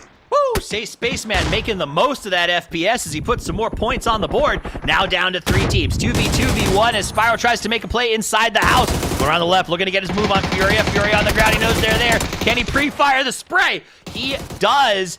Gets a little help from Spyro, goes down, but they get 2 points. This is a 1v1. Sololzy, other side of this, got the Doritos to work for. He's already got himself a decent control over center. He knows where the firefight's gonna be at. He's just throwing whatever he can get, making sure to secure it, and he kills, but he has to be careful. That's going to give information over. Now, with that flush out, Na'Vi knows the opposing side where Sololzy's going to be playing from. How does Spyro opt into playing this? Still using the wall for cover. Looks like he's trying to creep around. Sololzy already has a read on it, but the bush being just enough to deny out Sololzy. Still playing along the tree, using it for cover right now. Spyro's dropped down, trying to be sneaky. But oh, look at that. Trap's already set. Waiting. Peeks back behind. Tree on both sides. So much damage. Oh! Anyone's Legend takes game 1. He turned it back around. I thought Na'Vi was going to pull that off. Anyone's Legend got the spray. They take the win. But for me, matchup, the win was all about the points Na'Vi put on the board. They got a massive kill count. Both of these teams going to be very, very confident going forward to the next round, and that is terrifying for everyone else because you have 2 teams now that feel like they're on qualification trap, which only leaves 6 left to go to the grand final. Let's pull the lads back in here. I know James and Martin, Kylaris and Avenger, if you will, are on standby to join us. I'm Toffees. This is Match'em. That was game number 1. James, that was wild. The circle shifts alone made that a crazy game. The laddie lads are back, yes, and I have to completely agree. As soon as that circle 2 pops, center of the bridge, I'm losing my mind in the back. I'm like, oh my days, what are the chances of this actually occurring? But yeah, looking at how this game went down, Martin, in anyone's Legend being able to salvage that towards the end after what I thought was going to be relatively easy for 4A as a whole, was anything but in this game. Yeah, that's, again, a compound that's so crashable, it's so open, and so many kind of chances you can get at it. But yeah, this game, man, circle 2, circle 3, that had the edge of my seat here. That it was just center on the south of the gas station. I was like, it can go both ways. And yeah, it ended up going north, obviously, and 4AM, they were sitting there since circle 1. They couldn't hold it out. It's a very difficult compound to lock down, but they were actually alone for quite a while until mayhem occurred. You had Furia coming in, and obviously, and Na'Vi, but the anyone's Legend coming in for the south. This is exactly the clutch potential that Sololzy has, and also what we saw, you know, PNC last year on Team Vietnam. That's the clutch potential we see from him, and he's done it before. And yeah, doing it again here in this game, beautiful to see. Who kicked the Na'Vi B nest, Match'em? Because, I mean, of course, in PGS 1, they were really the Western hope, really trying to fight back. Obviously, 6th place there, being able to qualify through into the winners, fire the winners. But, man, they have come out well, like they're on fire for this one. I mean, just the control. It's like, we know that Hackatory is good. We've been seeing that for quite a while now, but This is just more comfort whenever we look at this stage. They were coming in late, allowed for pushes. They timed it well whenever they just kind of mirrored what was going on with Furia, allowed them to find good positions just to really continue to exploit Akatori's firing lines. And it just, I feel like this is going to be the theme of the day if this is how it starts. Toffees? They were monsters, but also let's keep in mind, they made that clear on 4AM look easy. They were coming from an outside position. 4AM won second place in qualifies, in winners, and they won second place in the finals. Like 4AM is not a pushover right now. They are on fire, and they looked like they were just burning when Na'Vi pushed them. So that to me was really the most impressive part, is Na'Vi, if that motorcycle hadn't been there, they might have won the game. Like losing that one player really set them back. Unfortunate hijinks, but hey, that's why you park your bike in front of a door, I guess. Yeah, Martin, what do you make about that kind of breach on 4? Was Na'Vi being able to dislodge 4AM? Does it come down to the fact that 4AM just wasn't hot in this game whilst Na'Vi was going through the trenches, or what do you make of it? As you see here of them, of course, them with the 12 kills, they were gonna to have the most points in this match here, but Anyone's Legend did still win it. But in terms of how they kind of approached it, I was surprised with us this late, right? Because sure, we can see kind of where the circle kind of evolved, but no matter what, even in 1 or 2 circles prior to that, you can see that the 2 twin buildings on the northern side were actually very good. The garage is always very good here. I was surprised we didn't see anyone crash them prior to that, but I guess they wanted to be sure that, first of all, they wanted to be sure that Hakatori took number 1 in both kills, damage dealt, and knockouts, but they wanted to be sure that this was an engagement that they can kind of open and have an advantage in, and they ended up, of course, having a huge advantage in it, with the 7 kills coming in from Hakatori.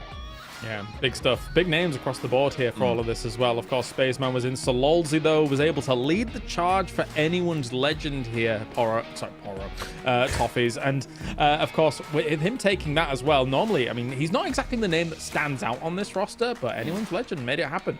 Happy to be plugged in as the burly American for the day. Hakatori looking very, very good. Anyone's Legend did pull that off, and they pulled it off with like 15 points, I think, if I counted that correctly, which means that their averages are really good for advancing today with that chicken dinner. They look great. Hakatori by himself hit the targeted averages for his entire team, plus the second place. So Navi's qualified.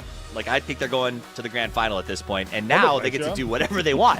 And that's scary, because they're already playing like psychopaths. So you let them cut free, this is going to be absolutely insane. Yeah, they're definitely a team that has channeled that energy into PEC in the past with the previous roster, of course, but now the changes that have come in. And Matchroom, just in general, when it comes to Na'Vi, when it comes to Anyone's Legend, what do you think about the changes? Obviously, Delwyn being added to Anyone's Legend, and of course, Boosty Conspiro for Na'Vi. I mean, whenever we look at the roster, specifically Anyone's Legend is trying to live up to that name, because that's a door of just legends that keep cycling through. It struck me as very interesting, given the fact that Anyone's Legend was playing kind of along that bridge defense, kind of to the north of the eastern bridge to start with, and had a couple of knocks, managed to rally it back together, and really managed to hold down that eastern area in the corridor that we were looking at. So it's very intriguing to see how that flowed through. The Na'Vi show still, though, for me, is just Hakatori. I mean, whenever we look at the swaps, there are some changes that you can make that can influence it one way or the other. But whenever you're playing alongside Hakatori, it feels like you get a lot more options to kind of play however you would like to as well. Play it a little bit more aggressive, or just play a support role. Either way. I think what's been very impressive by Na'Vi, not just even the roster of 4 players, 4 names Avenger, but it's like the dedication to the scene, and to be able to kind of like roll from like newer players to try and bring in prodigies, to bring in veterans, constantly trying to innovate, constantly trying to change to find success for Na'Vi. They've already technically been a world champion with a very different roster, of course, back in the day, but they're keen to try and find that formula again. That's what I respect the most out of a coach like Alvin and the organization Na'Vi, is that, okay, we've done it, we've won the whole thing with a veteran roster, because those guys were veterans with the scene. We already knew them at like majority of Tornado Energy. These guys were insane. You bring in Uber and you pull everything together, and examples just popping off, right? And for me to then, rebuild, which is what effectively what it did with guys that are 18, 19, 20 years old, that were already, they were proven online, but they were not proven on land, and then build it to what is now, I would say Hakatori is probably the top 3 name in a star player. Like, you put him up there with examples, you put him up there with Himas's, you put him up there with all the other star name players, and And just if you look by the last 3 years of our fantasy teams, I don't think there's a single event at fantasy where one of us didn't have Hagator once. Like, that's just how good he was and how good he is. He's always top, if not the most number one in damage dealing. He's always fragging out, and to put it together here with boosting, I'm going along on this, sorry about that, to put it together with boosting and to take a veteran like Spyro, I think that's exactly the recipe for success that you need, and that's why I have huge respect for Alren and the guys and Navi as a whole. Toffees, do you have a take before we wrap this topic up? I just want to hear from Navi personally, and hopefully we get to hear from them soon, because they are absolutely phenomenal. They're playing out of their minds, and yes, Alrain moneyballed this team. He had nothing left when his guys retired. He went out and found 4 players that people knew but didn't know they were going to be great, found the right cost of ratio, and made them awesome. All right, well, it looks like we are almost ready for our next game here, so... it's going to be an exciting one once again here. So far, so good for Anyone's Legend and Na'Vi, who have been able to set themselves up brilliantly for the start of the winners stage. And now we head on into our next game. Miramar is going to be on the cards. It's me and Martin for our designated one Miramar of a tournament, Martin. Yes, indeed. And we have to remember, we're swapping around this time around, James, so it's actually us that's the Miramar experts now, right? Oh, my days. Yeah. It's actually fantastic. I love Miramar. I love myself some Miramar. That's great. No, but overall, of course, these teams coming in here, a lot of them, we recently heard from the majority of the teams, they're like, yeah, actually, I love Erangel. It's my best. Miramar was also in there, but it wasn't as high as I actually expected. For me, Miramar has always been my baby. It is fantastic to play, and also how the terrain, how the dips, how everything is played around, especially even more for TBP and for this era of 2026. I think it's awesome. So it's only played once this today here. Maybe that's the reason why Falcons and Twisted Minds were down low in last winner's bracket. They only had 11 and 20 points. They were 16th and 12th in the last winner stage, James. But let's see if they can turn around for this one. Yep, it's a tough old one, of course, for Twisted Minds having like a sub in. Of course, it's not exactly the easiest situation, but for the West to start off strong for Na'Vi to be able to have themselves an all right spot and an all right good go of this. Like it a lot. Of course, Anyone's Legends over in Picardo, because we have no 17 in this lobby due to the fact that they did not make winner in the final stage in PGS 1. So that means, of course, Anyone's Legends got Picardo. And Na'Vi, the rich get richer. Wait a minute. Martin. Service update. Congrats, Na'Vi, to making it to the finals.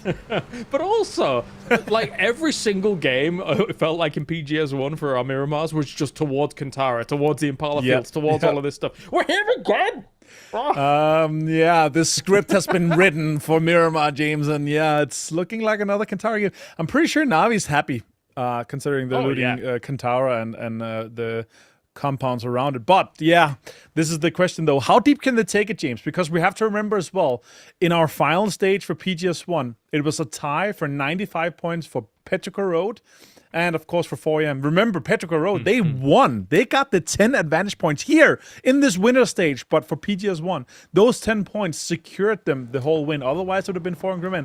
Also, the six points that we got extra from 4 Angry Men, that was also in part to secure them second place. So these advantage points they have a huge impact, James, and that is really, really the big one. Yes, they do. And right now, if all things stay as they are, Na'Vi would be taking those 10 points into the final stage. But we had an interview earlier with Na'Vi about how things are going, so let's hear from them before we really get into the nitty-gritty of this game. Hi guys, it's Belle. I'm standing with Navi's Alrain. Hello Alrain, good to see you. Well, starting off PGS 2, right? Almost so close to that chicken. What was the talk like with the boys? Are they satisfied with how today's going? Yeah, we planned to play aggressively, and we did. Unlucky that we didn't secure the win, but we are pretty happy with the start, I mean, so many kills to start off the day, right? So, like, I'm guessing, what is your takeaway from PGS 1 going into the second week here, then? Our takeaway is that positions matter in TPP, and we need to be smarter, faster than other teams and secure those spots from which we can get points, basically, Looks like it's already working. And remember, Alrain, we're going to do it together on this time. All right? That is all from us, so we're going to say bye. That wasn't really a double wave, was it, Martin? No. We tried. He was even practiced with it last week, James, where Yes. we saw him with Bella trying to force a double wave, but yeah, it didn't come in here. As we see, Falcons is inside San Martin, my named brother town here, although I don't like to loot it too much personally, James, but it's a good city. You got a lot of loot, and also it's extremely central on the map. Here you have a pretty good priority to get into the next one here, but with how far kind of southeast we're already at, they're not going to have any. It's going to be like a 8th or 9th position prior to get into the circle here. So Falcons probably try to get even more looted, get all the big scopes, get everything on. As you see the highlight from the last game here, southeast. Difficult first game to start things off with here on a wrangle, but it's a different circle, and I enjoy that.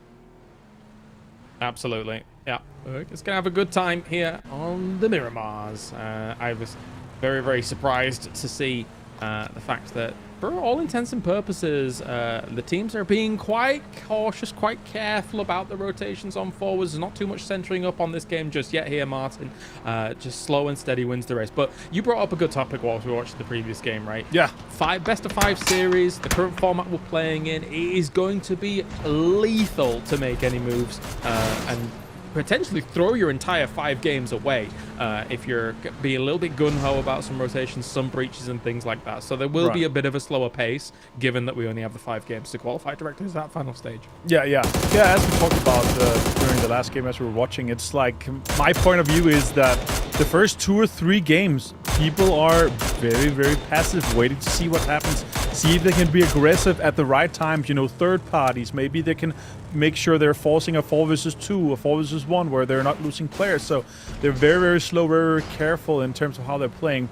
And then we see in the last, 2-3 games, it's way more smash mouth. We have way more aggro. We have way more styles where people pull up a little bit, but it's mostly as soon as people are getting enough points here. Now, for example, this game here, we're going to see Na'Vi, we're going to see Inwards Legend, we're going to see them, aggressively pull up. We're going to see them third party. We're going to see all this because they can afford it. They already have 18 points. Our cutoff last winner stage in last week was 28 points for 8th place and 24 points. There's a 4-point gap down to 9th place. So anywhere, 10 more points for Na'Vi and 10 more points for anyone Legend, they should be in already, right? So they can afford to be aggressive. And that's definitely what we're going to be seeing throughout here. Once we see more teams getting into the close to the 20 points, they're going to start playing more aggressive and kind of take more chances.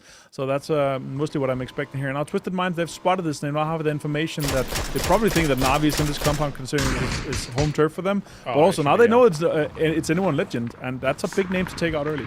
It's funny because obviously we saw, while some knocks and kills do go down in the kill feed at the moment, we saw as Supers last week was in this compound, but also in the compound west of it as well. And actually, I would much rather everybody hunker down on these warehouses and not have that 2-2 split, because it did cause some casualties here and there, and then some lackadaisical rotations a little later on. Yes, you kind of want to control huge amounts of space. Of course, that's a given in this kind of lobby and stuff, and they actually have now detached themselves a little bit over across it. So they are going to go for a bit more of a split, understanding that I guess that they want that bigger foothold on it, but you've got to be careful about those crashes that could potentially come in, like I was mentioning. Exactly. Meanwhile, here with Falcons rotating, they're actually somewhat disengaging from where they are now and waiting a little bit more for the circle here. So they're effectively, I would say, 13th or 14th in terms of prior to the next big spots here. So they're going to be rotating a little bit out and disengaging just a little bit and kind of figuring out, okay, what are we going to do instead? They could also be doing an E-pick-up to try to make a drop for it to get in a little bit more of a better spot here now. Twisted Minds on screen, getting close. Example and Batulans here, 2 big names, 2 legendary names in the PUBG Esports scene, getting up close here to destroy. And yeah, I wanted to get you take a little bit on what we saw from anyone. Obviously, sure. 4th in last finals here. What's your kind of take on it? We were talking a little bit about Destroy being, a guy that we could see someone being swapped out of if it was, a star-studded roster. Considering Destroy is the kind of 4th man out from that PNC legendary roster we saw last year with Tanwu being in his shoes in terms of the Vietnam All-Star lineup.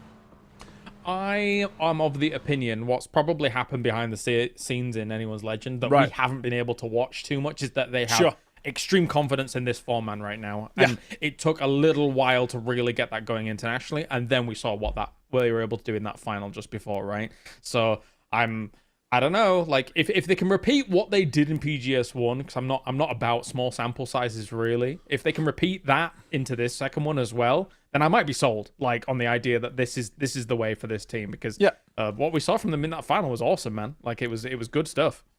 Yeah, it was crazy. And also considering that, you know, Himaz and Destroy, they were the guys up there. Destroy had 12 kills, Himaz had 15. Like, they were up there. They were close in the top. Delvin's also close, but we know him obviously as a fragging IGL from his old roster. But here with his old roster on screen, James Hongwef also was very, very impressive, actually, to me. I was happy to see him. He had 17 kills. He was amongst the top fraggers. He was tied for third with Baron, Scappy, Chewy, Shen, I-26, and himself Hongwef. It's a big tie for the third place there. But very impressed with how he was able to kind of slot into this. But yeah, it's, for me, when you take out from a PGC winning roster, something has happened. You need to have better synergy. You need to have a big guy coming in. Right now, it looks like Hongwef can start it up big now. You know, I think actually Hwang F was kind of a brilliant name to bring onto this roster whilst we see him on a little bit of a standstill at the moment. Do you remember him and TDT when we were in where was it? Oh, okay, the Baron's taking him out. Sorry, mate. We're talking about you. We're singing your praises at least. Also, you go down. But he was mental. Yep. On that LAN. And I think that fits in with the Expendables really well, because they are just all guns blazing, and he was really that, but in real life. That's real character. That was missing on TDT, was like he didn't have the backup. As you see another circle here go up towards Kantara, it's not so big surprise. A lot of minutes in place too, but on TDT he didn't have that kind of backup that he has right now, and I feel like that's what slots in very well for Expendables. Even though it's still, I would argue when you have a roster that you know, you're spreading out the talent a little too thin, in my opinion. Then you're not making your superstar lineups. But still, it could be they could prove me wrong. But when you have a PNC roster that wins with more than 60 kill or 60 points more than second place in PNC, even though it's not, you know, it's not your usual organizations and stuff that are playing together, that's still such a dominant force that if you put that team together on an organization, that should be a PGC winning lineup, in my opinion. I have a question, which is, of course, whilst we listen in to Batulins and Twisted Minds, obviously we can't really know what they're talking about, but we'll kind of infer what's going on from pings, etc., and things like that. Is there something wrong with the circles? We are right back here again for another Miramar. There is an this is like 4 or 5 in a row we've had in this area. What on earth? I don't want to talk about James. I like Kantara, but I don't like them 3 or 4 times in a row. But you know what I like from it, James? What I can take from it is that it's the same teams, right? And they're, again, playing this one again, and the same teams playing the same circles. I want to see improvements from game to game.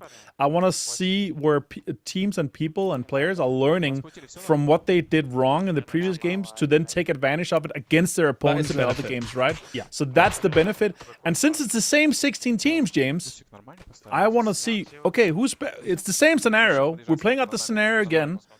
Who's going to do well in the same scenario, right? And that's really what I want to say. Okay, these teams are now, sure, the circles might be the same, but they're all starting in the same plane path, James. They're all starting, they can make their decisions from the get-go. So who comes out on top when it's the same scenario? That's really where I feel where we have really impressive and stand-up performances. And sure, it might be the same circles, it might not be as fun, but that's really my take and my kind of point of view, because the algorithm is the algorithm. We can't change any of that. And right now, there's no unplayable inside that's having, well, Kantara has no unplayable that has a big impact. So it's really what I'm taking away from it. Okay, well, as we're on board with the Expendables, who are down south of this circle, so want to be moving pretty soon. They do have T-Win moving alongside them, but the reinforcements from T-Win are actually turning back to make sure that they can try and cover some of their team. Also see near Graveyard as well. Cerberus still just lurking around on this west side. They're going to have to try and leapfrog eventually ahead of Twisted Minds, though, who's ahead of them to their east side. If we get back towards Kantara, I mean, regardless of, you know, if the circles are being weird or not, we are becoming very intimately knowledgeable about the kind of the ways in which Kantara works. And the east side of Kantara Crater works much more cover-wise than that west side. But anyway, a big fight going down on the rotate here, Martin. Yeah, it's full sense taking a fight with the arena here. Belmont and Tigger got it down. Got the confirmation here. Arena's falling apart at this point here. Pathampang and Lyrics, last two players. We did go north, James. So it's not a Cantera proper. It's more of a Minas ending here. And there's actually a little bit of unplayable with the two rocks above Minas. So it should shift south. It should shift south after this here. But we're having a lot of pre-drives with what everything's going on here. But yeah, let's see how many teams end up going into Minas, because that's a little bit of a trap in my opinion here. Going into Minas is a Hail Mary and a backup plan more so than it's a winning strategy. Spiro finds Lyrics. Very well done. It's interesting, right? Because Twisted Minds was pre-driving all the way into Minas and was there almost instantly as soon as the circle ends up popping. So very, very impressive stuff if they believe that the circle can come their way. We'll see, though, as 4AM is now breaching on forwards against Supers, who is trying to position themselves in a way that they can get some of this utility thrown on through the longhouse and see what they can do. Molly goes forward, though, from Spaceman. Obviously, the MVP of the previous one. Boostic finishes up Lyrics in the distance. So it's all going to start kicking off now, as all of these teams in the south had to make the migration north to this circle. Spaceman, obviously our top fragger from PGS 1 finals with 21 kills, now trying to take on Supers, James, and with a 3 Vest in hand and an AUG in hand with an EMAG on it, I have big expectations to this man. Let's see if they can get it to a little bit of a trade in terms of the utility. Shen is also in here, also star-studded performance from him. We had a series where he had 9 kills in a single game. Very, very impressive with how they're able to. That's Meme, though, gets taken down by DL. Now it's making it a 3 versus 4. Good nade here coming in, forcing Spaceman. Oh, actually nading him down. Evan finds Spaceman here, and it's making it a 4 versus 2. And it looks like a disengage completely here with 4AM. Shen goes outside, tries to get the more nades, and more utilities coming on. He's down to 30 HP. He's getting hit by Hackatari from the side. He's getting knocked by Rex now. Shen is down, and it's falling completely apart for 4AM. So on the new boy, Winder to try and do something, but I don't know. I think that at this point, you just kind of got to lay low and try and see if you can get any salvage, whatever. I don't know if being aggressive is going to be the play, because you can't even get over to that building if other teams are actually looking at this position as well. So Supers has destroyed 4 Angry Men there on that push on through. Because, I mean, again, like if you can't even get in the building yourself and you're being shot from the side, you're just being delayed constantly. Tough times for 4 Angry Men. No, indeed. With the rest, even with the 2 versus 2 or 2 versus 4 coming off here, this compound is still strong. They could just say, you know what, let's just disengage and try to hold the house to ourselves, and then the other guys can just kind of lock it down. This might end up them getting a very late game circle where they could get placement points, and I think that's the best case scenario. Always looking at it when you're down to 1 or 2 or even 3 guys. Let's try to salvage as much as we can. But Human is getting closer. He's trying to get some nades off. The question is it worth spending the rest of your effective lethal util on trying to get the 2-man clear? It could be. But this circle, James, as I said, the northern part of Minas Gerais has the unplayable in, so it's going to push it a little bit south here. That compound is still, I would say, the best hard cover that is currently inside the circle. About that Cantera ending, Martin. Yes. I knew you were going to say something, but I didn't want to say it. There's somehow this Cantera ending, James. It's a big crater, and I think there's something that is now making all the metals in that crater into a magnet. What do you think? Yeah, some kind of like, what if there's like a UFO experiment going on down there, right? Yeah. Okay, it seems like a bit of a hidden army base maybe down there, but anyway, we will see some of those players, and I mean, Navi had to pick the litter in terms of the positions, and they did pick Cantera. Now they're on the very south side of this, and T1 is lurking alongside them. They did actually have reinforcements coming down. Typers did get rezzed up. It's Full Sense at the moment, who is also down on the south side and trying to pitch up alongside Cantera Crater, which is totally okay spot to be there for the moment, but it's very likely that they will have a shift away from them. But it's been a good start for Full Sense these game and a half. It's really kind of, again, small sample size, but a good start from them nonetheless. Yeah, I mean, they had 9 points total last game, 4 in this one here, and they're full 4-man strong together coming in from the southeast side here, 13 points total for them. They're just half or so shy of what is going to be the cutoff point for them, so they could look to take it deeper and maybe get even a bigger stack of the advantage point that's coming in. Now, Boostic shots from the side, AK in hand here. Denadol is third-partying this fight that we see with T1 that's evolving here. Hackatari does find Raining. Boostic finds Type here. It's a huge advantage for Navi. massive opening against them. They knew exactly which routes they were going to take into these warehouses, and they've been able to exploit that fully here. Boostic going to be cooking up another nade once again. Unless that bounces off the backside of that onto them, it will not really do too much damage. But coming around the corner here with the Panzerfaust, I'm going to get done against this. End gets caught up against Car here. Spirit with the M249 consistently doing more damage here against the End. He is gone now. And for the rest of T1, this has been an absolute disaster. No way to be able to defeat this. Absolutely not. And meanwhile, Heather's also getting shot. He's down to like 10, 15 HP or so. He's going to try to get the type res off. And now with the guys being healed back up, now they're trying to completely converge. There's one more lethal in hand. This could be directly on Heather. This can confirm multiple kills. With nade is a little bit too far. They have a lot of cover here with the container and the broken cards that's actually in. With the smoke that's also covering them completely here. The nades are going to be too far, as you said, James, here. But with the reses here, they need to end this up now. They don't want to get the reses in. Multiple stuns being thrown. That's a great stun. Heather gets boosted, though, and gets Spirit down to 4 HP. They need to converge on this quickly here with the rest of the guys to shut this one down, James. Yeah, they're being a little bit slow on the uptake of going around the corner here to try and shut it completely down. Heather gets Spirit active with a nade. Hakatori comes around the corner, takes down Raining, but Heather finishing off Boostic now. Na'Vi probably could have finished this quicker and cleaner, but it's not clean at all. Time takes down Hakatori. It's only on Ferris now to do something. They had such an upper hand against T1, but they were so concerned about the off angles from other teams watching them that it slowed them down completely, and now they're taking casualties. Oh! Ferris! Yeah, oh my god, that's a third party on it, and Ferris and Hakatori manages to get this one down here. Hakatori might be resible, but Tigger and Full Sense, they could be sending this one in. Circle starting to move slowly and soon here. The compound that we talked about earlier is now dead center almost in this next circle here, James. Huge benefits for D and Supers, and it looks like Supers has lost a little bit of a knock here to Winter, and they have to kind of reinforce, but yeah, Anyone Legends, they're making a huge mess of this. They found JDD, and now Falcons need to get out of the northern side of Alcantara, taking on S2G. It's a tough one. Jeez Louise. JDG has only just gone down, and that was the 15th team out. 20 minutes deep into this game. Crazy. There's been a lot of fighting during all of this as well. So people are holding on by the skin of their teeth in this game here, understanding that, again, a best-of-5 scenario is not easy. You've got to try and claw and tooth for every single point you can. And Belmoth with a Lynx in the kill feed means that they're going to be clawing and toothing at a lot of these teams very violently if they get an opportunity from that south side. Yeah, for sure. Let's see here what I-26 V6 can do.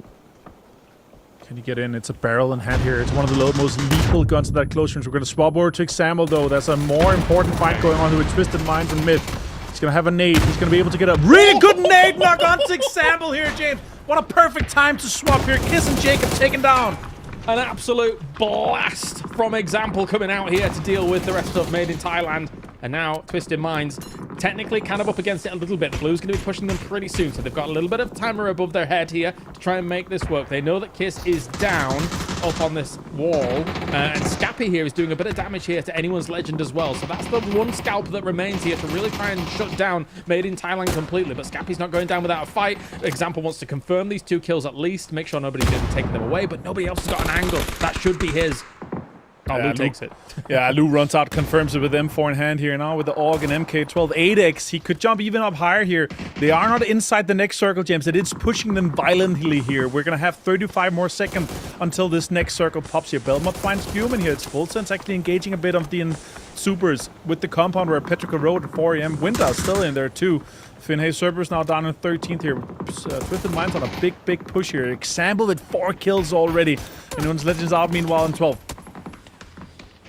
A little bit of a push through constantly. Example, yeah, with those 4, as you mentioned. Are we going from Hakatori doing MVP to maybe an Example MVP? If you can make something happen on this north side, would be fantastic to watch. Belmoth did find Ferris, though, with that link eventually. Maybe he'll be taking the MVP, considering the gun he's got in hand, as Batulians and the boys now still wiggling through. They've got a difficult choice to make here about how they're going to approach this push, because surely the Expendables should be holding them if they want to push that directly towards the circle. But there's other teams lurking, like Furia, like Falcons, like E-Arena. I think Expendables is going to be saying, nope, we're just going to take our BDM and try to get even deeper here with this.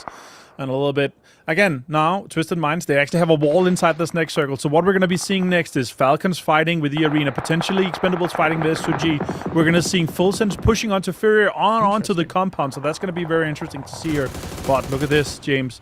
We're going to see a pull-up from the BRDM onto the shack. That's actually very, very central in this next circle here. Can we see Expendables getting a little bit deeper, getting a little bit more placement points in this circle here? There's 10 teams left alive. Once we're into the top 8, we have the first placement points being shared out, but Petroglyph Road locking this compound down here. Furia actually onto full sense now, though.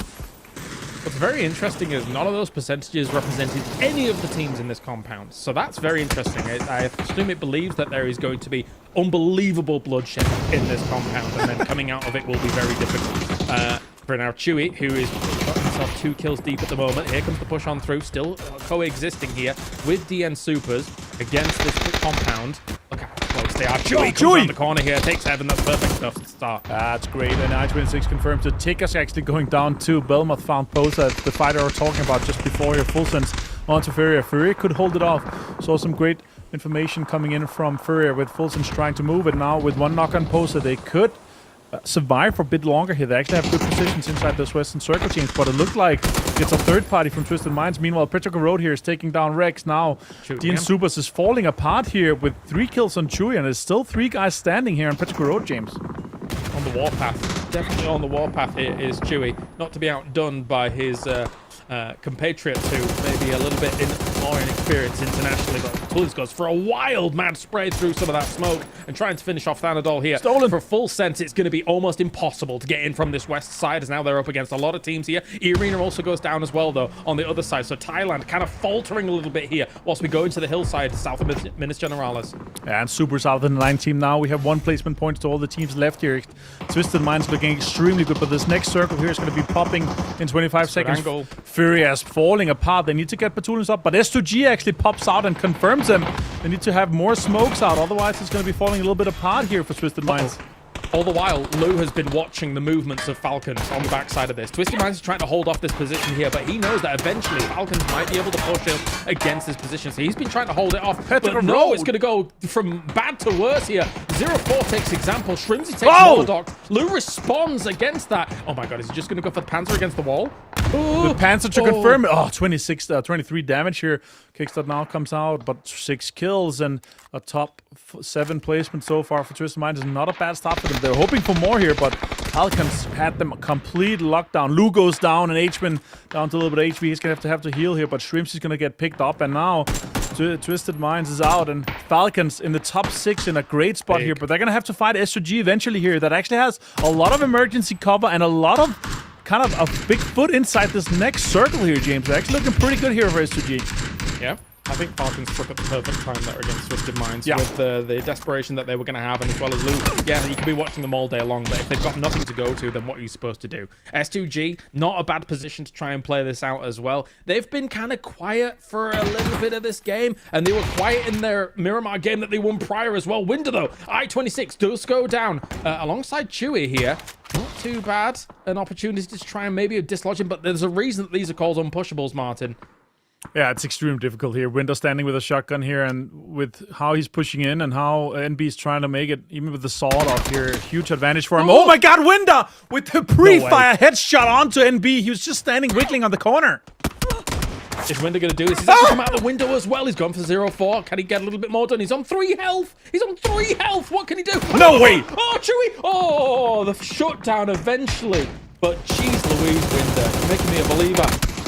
And Tanwu, meanwhile, finds I-26. Petroglyph Road is down as well. And you know what? The calculations on the percentages were right all along. Biel finds H-Man now, and it's a big fight here with Falcons. Falcons finding Fury here. That's huge for them. 6 kills and a top 3 confirmed for them now. Down to 2 from the Expendables and 4 guys from S2G that's had a really good position inside this circle here, James. It's a really good game for these guys. Falcons now on 12 total points here. S2G now confirmed onto 10 total points, but there's more points to be had here. Top 3. These 3 last teams here, they are getting 5 points each. There's 5 more placement points to be had, but also lots of kills. Let's hear, though, what we can see from Tiggleton right now and these guys and what they're going to be evolving into. It's safe to SUG there. Alright, go there. Go prone then. Go there. Okay, I'm going there. I'll hold compound from this angle. It's a giga. Me and Shrimp can see the S2G push. Okay. Yeah. Just let me know if they're pushing, man. I'm gonna look at compound the whole time, okay? Okay. Kind of in the open. Looks like they have all the information. They know there's people in the compound. You can also see in how they're setting up. Now it's going to be the corner of the compound. And Tiggleton and the guys are actually in on this rock here. So next is up. How is SG going to be moving in, James? Yeah, and you heard it from the man himself. This rock is Giga. Every time he uses this word, I'm just like, oh yeah, okay, yeah, all right, Zoomer. But we got ourselves a little opportunity here for Falcons to be able to work with more and more points for this, knowing exactly where S2G is, knowing that they're going to have to move a little bit before them. And S2G is trying to make a staging ground here to make this work. Look, got a little bit of a smoke launcher set up. Got a few more smokes to be able to try and slowly encroach on Falcons territory. The problem is that they're still not in, James. Even though they have terrain to work with, they're still not inside this next circle here. And as you see here in the terrain, they have really good terrain with Falcon's side to work with 10. 10 was down there. It's a split between Clarice and 10. 10 was in. Clarice is not, James. This is going to be difficult for Clarice to actually make it back. And Shrimps is continuing the pressure on S2G. They're trying to smoke a little bit ahead. They've got 2 cars to work with in terms of cover. Now the usual is coming out. That's actually really good nades here. Double nade coming out from CCI next to the guys. Now the pull-up is coming in. Third party's coming in from this one too. Shrimpsy finds multiple. I think I'll be able to finish them off. That's insane. I thought that was going to be perfect timing, and Quipper does finish it off alongside CCA next. But that said, though, the Expendables is now making their move as well. You can see on that far side at the moment, they're trying to move on up and backfill this position. Tanvu looking for it, and he does finish it. Oh, what a win from the Expendables here. As much as they have that Shaq and BRDM, I didn't really give them much hope as long as they were playing stoic and playing still, but they made the push at the perfect time, Martin. That was a perfect opening for SG, but they did not see that they're going to have a Shrimpsy on the side of things. Perfect takedown. We saw Tickleton have an impact as well, but then you just have 2 guys on the side of Expendables. It's Clarice, it's 10, with 2 of the best players coming out of Vietnam, 2 of the best players in the world, and they're just picking them apart with the DMRs. They stole some of the knocks. They actually finished it quite easily here. And yeah, what a game from them. S2G here, they're going to be feeling like they're on the losing side. That was the play, though. That is exactly how they should play it from S2G. They got opening knocks, James. They 100%. Got an easy pull-up with 2 cars, but Shrimpsy picked them apart when that drive-by happened. Well, we have got ourselves a bit of a fight back from the West, but the East is still putting up the wins in the end. Joining me, Toffees and Matchroom to talk about this one. Toffees, does Miramar ever disappoint? It's banger after banger after banger. It is, but like that's 2 in a row, right? Like Erangel was a banger with crazy circles. Yes. This one was exciting. The window hold was like awesome. And then you had that end game where it was like, you're right, S2G made the right call, but they had to contest with a Shrimsy, and that's just how Falcons do. So what an end game and what an exciting match. Yeah, the quality of players towards the end of this game, Matchroom, just wall-to-wall fantastic. And, of course, the Expendables clutching out moments when we were even talking about Hwang F at the beginning of the game, but they didn't even require guys like them. They've got their star makers being able to... It was just such a crazy play whenever we saw the setup for it. Whenever we were looking at the last 3 teams, the Expendables had set themselves up in such a strong position to try to catch whatever was going to happen inside of the firefight between the 2 stronger squads up the hillside. It was beautifully well read, and then S2G deciding to play that so aggressive just benefited them so heavily that they could just kind of sit on the outside and just feast. It's still edge play Toffees for Falcons once again. Another day, another edge play. Right. But I mean, they made quite a bit of it work here, getting themselves podium. They got their podium, they got their points. I also think it's hilarious that the highlight guys had Na'Vi and Twisted Minds interwoven in that section, almost like they were the same team. But they did frag incredibly strongly in that game. Both of those teams looked really good in the fights that they took. Hakatori, we know that he's a king. He played some really good moments. But on the other side, Twisted Minds, Matt and I were talking about in the green room, they only got 4 points in that last game. Big wake up on this one, a lot more, way more aggressive. I will say, they played that last push, remember, outside of the gas station into the compound against Anyone's Legend in Game 1 really well, but nothing really came of it. This time, they were able to capitalize a lot better and walk away with some good points. I have to ask, because obviously SUG was one of the teams that had a few more kind of questions around how they were going to perform internationally here, Martin. Right, I think in PGS 1, they got themselves, what, like top 8 or something from everything that was said and done. What do you think about S2G's campaign so far throughout the games as well as the previous tournament? Let's put it this way. For me, it's a team that I think has huge potential, but I think there's a bit of nerves. There's a lot of pressure on them. There's a lot of expectation from the S2G's, a huge Turkish roster, and I think it's a little bit too passive here. 3 kills in a game where you're 4 guys alive. I would like to see way more stealing, way more third-partying. But I think they were so focused and so set up. It's like, okay, everyone is falling apart or everyone is fighting. We're going to have plenty of points in this one here. And then everything fell apart when they were drive-buying. 13 points, though. They're in the top 8 right now. They're trying to hold on to it. I will say this, though. The biggest losers from this game in terms of what potentially could have been had was Na'Vi. There was 3 knocks and a standing guy from T1. That was 3 or 4 easy kills. And then they could have pushed Full Sense or Furia. That was actually their game to have a top 4, top 5 even in my perspective. I mean, just a slight mishap in knowing where their opponents were when they were knocking them, as we take a look at Belmoth with that links is already surprised. But Matrim, like, if Na'Vi had realized that their targets were much closer on T1, that could have been such an easy cleanup compared to what it was. Well, I mean, that was just kind of a nature of the beast of the chaos that was happening at the time. It felt like maybe they were trying to play for an expected third party, and that just opened up so much more efficient play coming up from the solo. But we did kind of see that happen in a lot of different regards whenever we look at kind of solos rounding up and finding interesting little plays with Winda having his moment in there. This was kind of one of those circles that allowed, I guess, weakened teams to really step in and start kind of usurping positions and having their big plays. Miramar is known for that one, but this circle felt like it was just a piece of family. Do you know what I've noticed, Toughies, whilst we've been watching all of these players go past? Everybody's not crossing their arms anymore. They've taken new little moves. Everyone's pointing at their logos. They're pointing at people. They're, doing this with their arms. Good stuff. I'm much happier to see that. Brilliant.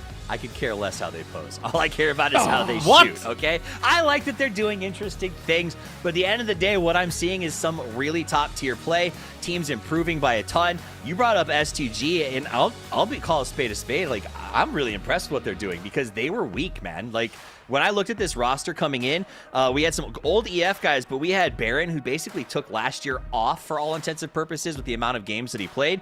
And the best showing in the last 2 years for CC was 18th at PEC. So these are teams that needed time to sort of get running. And the fact that they made winners the first week and looked pretty good and are confidently taking fights this week, I think that's a roster that has like sky potential over the course of the year if they're starting this strong.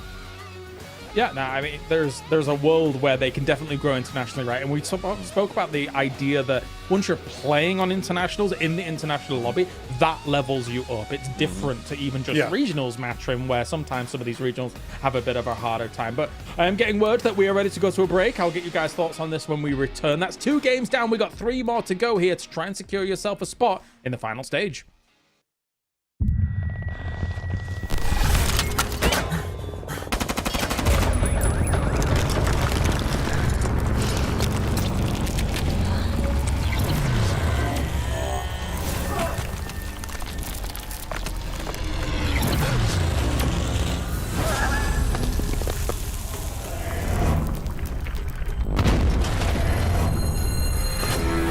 Something big is coming.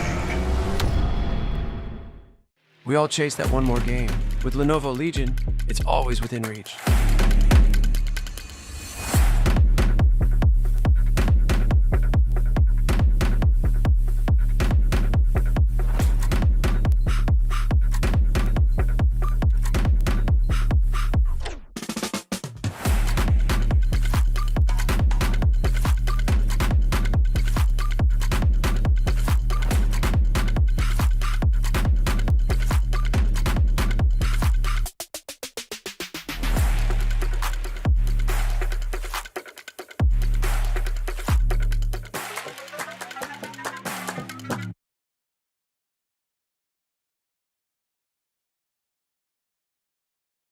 When everyone strive to reach the peak, Zoe is here, participating in every frame, perfecting the view for every battle. From Seoul to the world, Zoe strives for perfection, knowing that every frame is crucial to victory. As the tournament rages on, Zoe stands with you. Battle. Every frame. Fueled by the same passion as esports athletes, Zowie continuously develops tailored products, empowering gamers to bring their best out. Today, we are launching the all-new XL2566X Plus, which uses the newly developed Fast TN panel and upgraded Diac 2 technology. New Fast TN panels with Diac technology provide clearer and sharper images, helping you focus and avoid the distraction of unwanted after-images caused by rapid motion. This new TN panel differs from the previous generation in its faster electrical conductivity. The increased liquid crystal responsiveness reduces overshoots. Moreover, it enhances color performance for more vibrant colors and better enemy identification. The latest Diac 2 technology provides players with clearer visuals in dynamic aiming and spray control, while also being more friendly on the eyes. Players can download and apply various FPS game color settings developed by Zowie through our software, XL Setting to Share. Also, you can import settings from pro players to see what they see. Furthermore, you can utilize the new Auto Game Mode feature, which automatically applies different color settings based on a player. We got next, we ready to flex, we're ready to rock, give it all you got, we got next. Y'all rockin' to the top, can't stop it, must be off your rocker thinking you gon' stop us. We got next.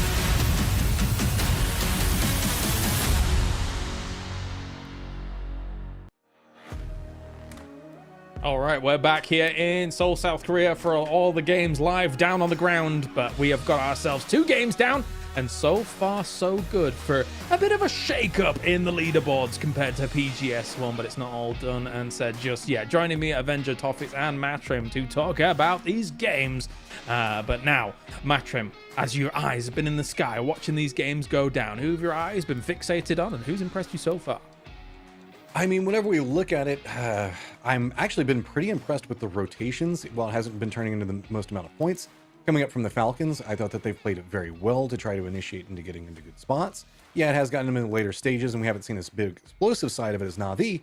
But on the other side of that, Twisted is still playing these rotations very cleanly. It's just they keep moving into corridors that have like 2 to 3 teams, and just keep getting picked apart by external factors. I'm curious to see if we see that tighten up whenever we see Twisted have a massive game. Yeah, I mean, I think they're still doing pretty darn well, considering that they've got a sub, and considering as well, Avenger, we were theorizing this idea of like, okay, are they hiding things? They're sandbagging. Still technically a rival regionally. It's a tough one to really decide, but I mean, of course, they're trying to make the most of their situation on the ground, right? Yeah, I personally, I don't think they're sandbagging. No. I mean, there's multiple cases where you could say he's just a sub and they're not going to hold anything back. But yeah, when you look at their performances, how they did last year, you could think that too. But it's a new era, it's a new year, so they have to adapt too. Ah, okay, all right. So we have got an interview with S2G to hear about what they thought about the previous game, as well as what's going on in PGS 2. Hi guys, it's Bella. Guess who I'm with? I'm with S2G Sheila. Hi Sheila. Well, almost close game just now. Tell me, can you walk us through what happened between the Falcons and Anyone's Legend? Orada ufak bir yanlış infolaşma oldu. İletişim hatası oldu. Falcons tek zannediyorduk. Bundan dolayı öyle bir kafa attık. Yanlış anlaşıldı. And that in English would be? Misinformation. Very short. All right, well, you look different. You look more confident in your gameplays. Can you tell me what the change was coming into PGS2? Aslında ilk PGS'e çok fazla hata yaptık. İkinci PCS'e buna göre hazırlandık ve bütün hatalarımızdan ders çıkardığımızı düşünüyoruz. Ona göre ilerleyeceğiz. And that would be? Nothing. You didn't change anything. But hey, confidence is taking you far places. Better luck next time. All right, thank you. See you, bye. Well, that was interesting. Nice. I've never quite seen an interview conducted quite like that, but you know what? We'll take it. What did you make of those answers, Avenger? I mean, Sheila's such a good guy. I love to see from him, but his English is actually very good. I would be confident that he's going to be able to answer. He understands everything, and you can talk with him. But obviously, to the Turkish fans out there, misinformation was the first part, guys. I agree. Maybe they didn't have full information on the Falcons, how many they lost, how many were there. Maybe the drive-by was different, right? But yeah, let's get into games, guys. Yes, thank you. All right, okay, as we have Matrim and Toffees bringing you Time to Take-O. Let's do it, game number 3. slay to stay or just stay inside of an interview for a grand total of, what, 10 seconds there, Toffees? That was very direct in his answers. In his defense, the plane was about to take to the air. Also, they're clearly only focused on this game. And I get the distinct impression that an interview is something that he has to do, not that he wants to. And I can't blame them. Yeah, right? But with only 5 games to qualify, though, like, I get it. We're going into game 3. We are, I guess, technically almost halfway. I don't know how you even do half. Like, at circle 4, we're halfway through the event. But that means that all those teams that are sitting down there below the cut line are actually pretty stressed out. And even if you are S2G, 4AM, and Falcons, who's above the cut line, nothing feels safe. Right now, the only team that can even feel marginally comfortable is Na'Vi and anyone's Legend. Everybody else could be usurped by one bad game. And that is, I think, what makes this bracket really, really intense. And if this is intense, tomorrow even more so, Matchroom, because right now, all that matters is top 8. Tomorrow, it becomes a lot more stressful because it's about surviving, and you don't want to get stuck with no games for the rest of the week. Yeah, and you can see Falcons catching their rotate. They're going to be making their way over towards the airport area, trying to get their loot better off. That's going to be about as far away from the circle as you can get, as it did go more southern in, I guess, pathing for this one. FS going to be pretty close to the center. E-Arena, anyone's a Legend, also going to be around there. Na'Vi, also pretty close to the center of the circle. But whenever we see the circle, it's got a lot of swamps that are going to be just on the outside of Hosan.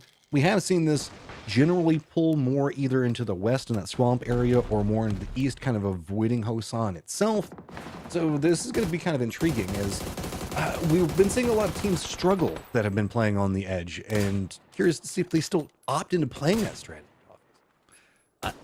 Not sure what they're going to go with. Oh, sorry. I said, like, you never get hit with one of those sneezes as you're about to talk and, like, everything just shuts down. Apologies. Bro, it's allergy season over here right now. I feel like it's so bad. Sorry. That was brutal. All right, so we're back to the docks. S2G, a team that we just talked about during the break because they have had to turn it up and make some moves, now has to figure out how do we move from the shipyard to the south. It is going to be a huge transition. Let's jump over to Petrichor as Chewy found Zakraken and will release him from this game.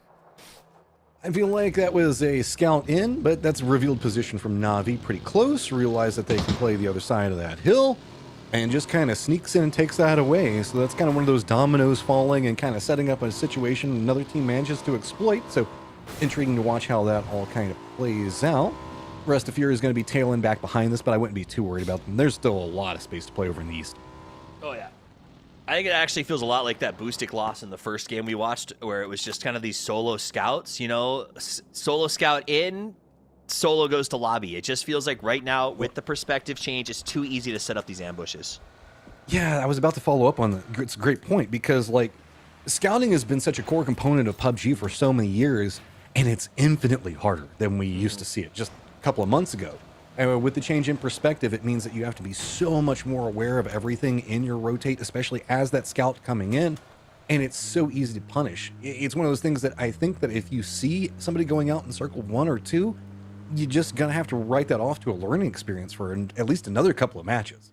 Yep. The problem is there's no time for learning. Matchroom, you made it here through your PGC performance. Crafton expects you to hit the ground running, and with 5 games to prove yourself, oh, they got vehicle camo netting. That's exciting. I still don't think I've seen that used strategically yet. Can you remember a time where we've seen the camo netting actually come into play? I hope it does. I mean, it has been used, but not like, I wouldn't say in a strategic fashion. It's more just kind of like thrown on there, like, sure, why not? Right. I haven't seen any like revolutionary, like, we're going to make a car fortification and we're going to throw like all these things. Nah, nothing like that. Like, at least you can deploy a boat in front of a doorway. You know what I mean? Like, there's creative ways to use things. I'm waiting. Someone's going to figure it out, and we're going to see a very cool camo car play, but now has not the time. Just check in with Twisted Minds as they start around, get themselves booted up. Not a ton of fights breaking out just yet. You get a little highlight reel of our man of the match, Belmoth, world champion Belmoth, within big plays in the last game as we wait for the action to start. I still can't figure out why grab the wrist. I don't know what he's hold trying himself to back. He's trying to hold himself back. He's a killer. Oh, well, here is a killer, and that's going to be Hakatori up on top. The Expendables in some trouble. Nade's going to roll down. Not going to get enough. Tanvu was pretty close to death, but here comes a third party back behind it. It's going to be FS. Tigger wanting to see if he can get involved. Tanvu taking some damage. Hakatori up on top of this one, just trying to hold the line for his squad and doing a great job of it so far.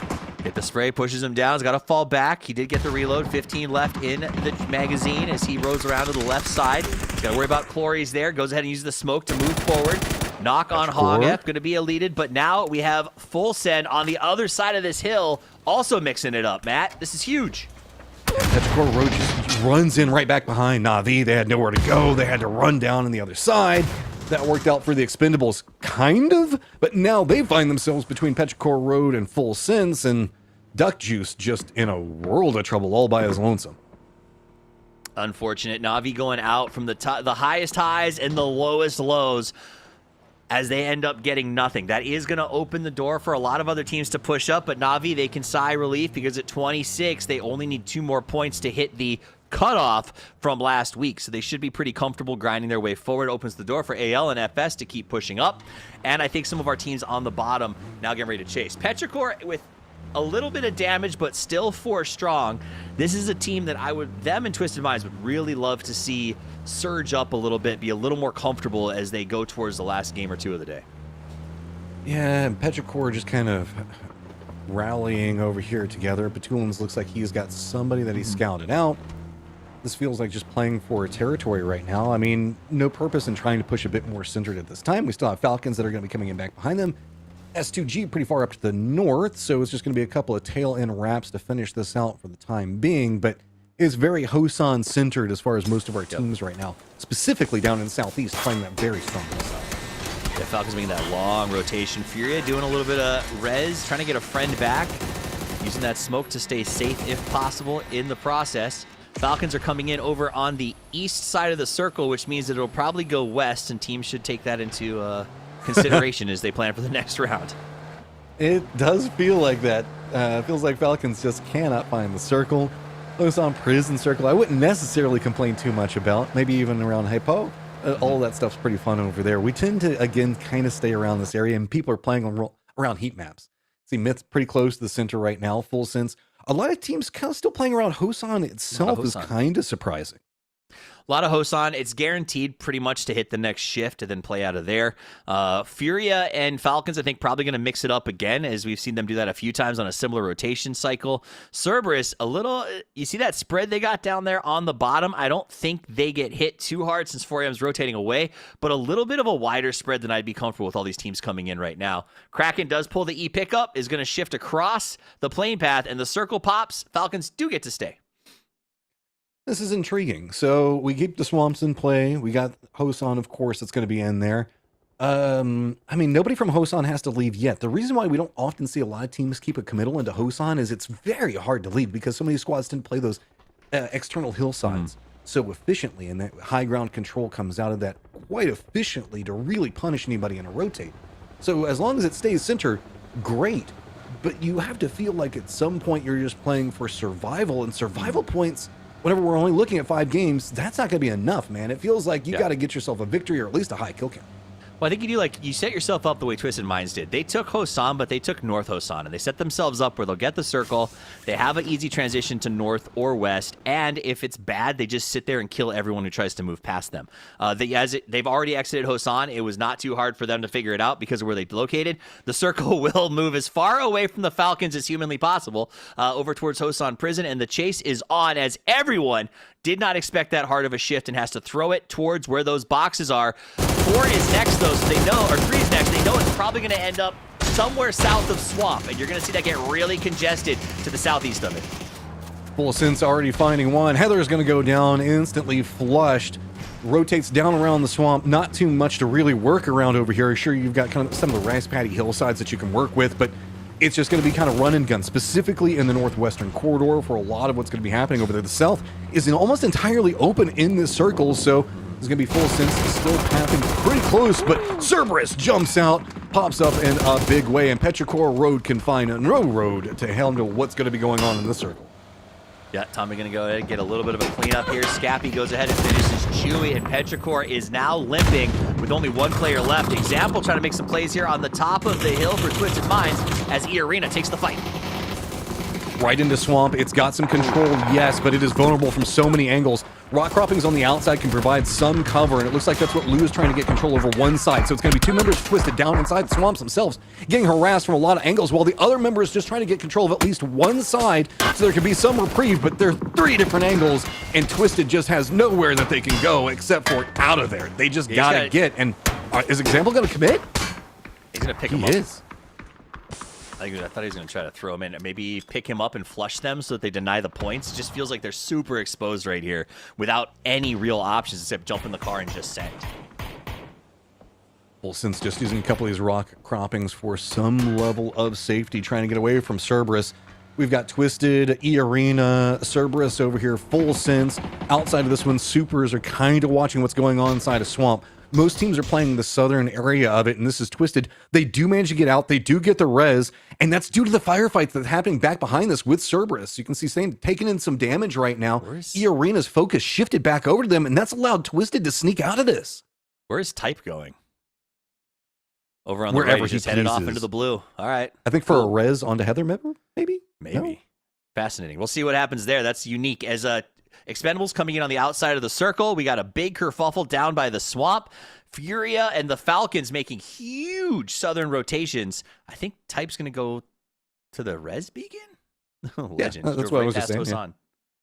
Yeah, that feels most logical for him to go for. Falcon's going to do a very southern wraparound, going to be rewarded with that one. Twisted also do find this little bit of a dip to play. It's not the best, not the worst thing in the world, but at least it is something. Given the way that the circles could pop, though, you have to feel like this one might be leaning a bit more southeastern inlay, which could put Twisted right on the edge of it, or maybe outside of it. Intriguing to see how this can play out. All right, Cerberus eliminated. Type does pop the res. He took the meds and left his team in the middle. So even if he doesn't make the transition back, they get a bonus player to return as well. Let's listen to the rotation by the Falcons. It's Big Tig. People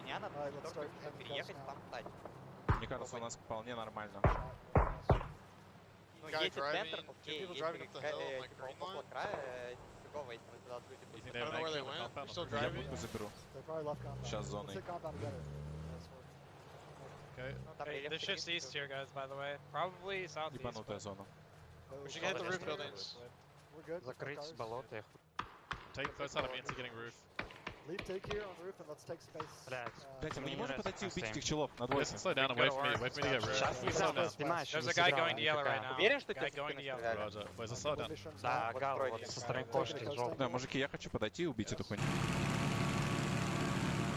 I really like that. Going for a much more southern wrap means that it's entirely open, and now maybe the Falcons have some breathing room instead of immediately having to get into edge-style firefighting. Coming into the circle pretty late is going to be S2G, and pathing in front of them is going to be, of course, Twisted, already in their defended position. I still am trying to figure out why they were... I don't know if one of the Falcons speaks Russian or if there was a bleed through on the comms, but that was a unique, interesting call. I don't know if you heard that. It was like I was like thinking to myself, man, I love how deviated their voices are. It's very easy to hear clear calls from each of them. This really works well. And then I heard Russian. I was like, oh, so they're picking up some players from Twisted Minds. I like that. I know that everybody's been trying to mimic Twisted's like comms and call style, but going full committal into Russian, that's next level. Yep. That is just, they're like disguising. They're like, but Tulin already knows our strategy, so it's okay if he watches this, but we don't want anybody else to know what we're doing. So that's deep thinking from Gunner and the boys. All right, let's jump over to S2G, who is high flying, as Shilla does a bit of scouting, got the Dragon off to scout up and take a few shots back, but I think it's probably time to land soon. I'm just going to go ahead and give you that recommendation based on that bar on the bottom. Yeah, I mean, maybe he could jump out, try to go for water if worst comes to worst, but he at least has scouted out the fact that the entirety of the coastline is open for his squad, and they are running in right next to it. This is going to give them a lot more breathing room to work with. Interestingly enough, it is going to be Furia and Falcons getting pretty close to each other yet again. I don't know. These guys all just seem to have the exact same strategy and how they want to come into the circle, and they are ruining each other due to it. Wouldn't be PUBG if they weren't. Sololzy opens big with that grenade, gets the gun knock, grenade double, and falls back right away as Full Sense is immediately clapped by anyone's legend. That is perfect for this rotate. Allows the rest of the team to come in back behind him. T1 looks like they're trying to regroup just on the other side of anyone's legend, so might be something they have to be pretty cautious about, but Type coming in is pretty late. Remember, he did kind of run all the way back out, try to get Heather back into it. Heather's coming in from the other side to defend. It's going to be T1 playing hillside, seeing if they can maybe cook the nades around the corner, but it's not going to connect the way they want. Type in some trouble. Any outside interference would be great right now, but it's not going to be happening. Raining's trying to position up, see if he can get something for it, but Delwyn, Himmas just come in, taken out. Caught him with grenade in hand. Heather trying to run backwards. Nades chasing him all the way there, down to 31 health. The fire line is on as anyone's legend actually has to duck under cover because EN does manage to provide Heather a little bit of escape potential. I don't know if it's going to be enough as they're just getting smoked and they're in the blue. Yeah, this is, I don't know, everything kind of went awry whenever they were coming through and that kind of self-knock situation happened over there. I don't know exactly what was going on with it, but here we go. We've got the rotate back up. Finally, circle pops away. Shocker, it's left Falcons, so that means that they are going to have to be chasing with it. Expendable is going to be on one side. Gets there just a little bit faster as Furia now going to be caught up on the outside of this by E-Arena. Worth noting, that beautiful nade triple knock that we got out of Sololzy, we didn't get any of the kills for that if I counted the thing correctly. It was all stolen by Full Sense and others. Example, now trying to find some area. We saw them come in earlier. They had a real bad luck on the push. They are here with 4 and now have to hold the ground as they open fire on JDG, but the red zone, the fake red zone, is about to be created on top of them. Oh, S2G back behind all of this, going to make it even worse. There's no real way to handle any of this. It's just kind of hunker down what you can get. Tigger could be a distraction on anyone's legend by something, but walks right into the wrong neighborhood. Heaven gets the knock onto Shilla, and S2G's got to be careful at range. It's going to be Super that's got a great crossfire onto this, and that's the whole reason why we saw Twisted have to run into this northern area. Yo, I mean, this is a wild fight. Twisted has to try to earn their way out of this, but even if they do, S2G, Twisted, JDG, Full Sense, anyone's legend, they're all in the swamp, and whoever wins this is still completely out of luck, I think, in the end game, unless they get really lucky. So this is a place where you salvage what you can. Tigger actually gets the 5 kills right now. Example getting blazed down as he hides behind the car. Getting the JDG flush, that's important. More points on the board. The 2-1's just seeing if he can get any kills out of this, realizing the fact that he's about to be dead. No real way to get in this. He's just going to be coming up right back behind JDG, so how much damage can he do? It's so on Suze, but not going to get the knocks that he wanted. Now he's revealed, blue zone on top of him. That's going to be S2G finishing him off. And that is the last time Batulin picks up the M249. That was, I really felt like he was going to hit more of those shots. If that was an M4, I think he hits them all. Falcons are regrouping right as Furia's rotating over. That's going to be terrible for Furia. They wrap into the wrong angle, and Tig is popping off in a big way. Furia is eliminated and kills for the Falcons. Oh, gosh. So I feel bad for Furia, but I feel good for Tiggleton. That double was beautiful on the cars. Hits the 2-shot kill on the first one, and then swings to the second. Yeah. So Lolzy's got a mission. And that mission is to end. Pops up, tries to get something. Already getting the worst end of this one right now. Not too much more he can do. Can he get the knock? Nope. Type's going to find him. Circle pops, moves to the south. Falcon's going to actually be right on the edge of this one, feeling pretty good. The Expendables on one side of him, E-Arena on the other. So that means that S2G and T1 to the north having to rotate.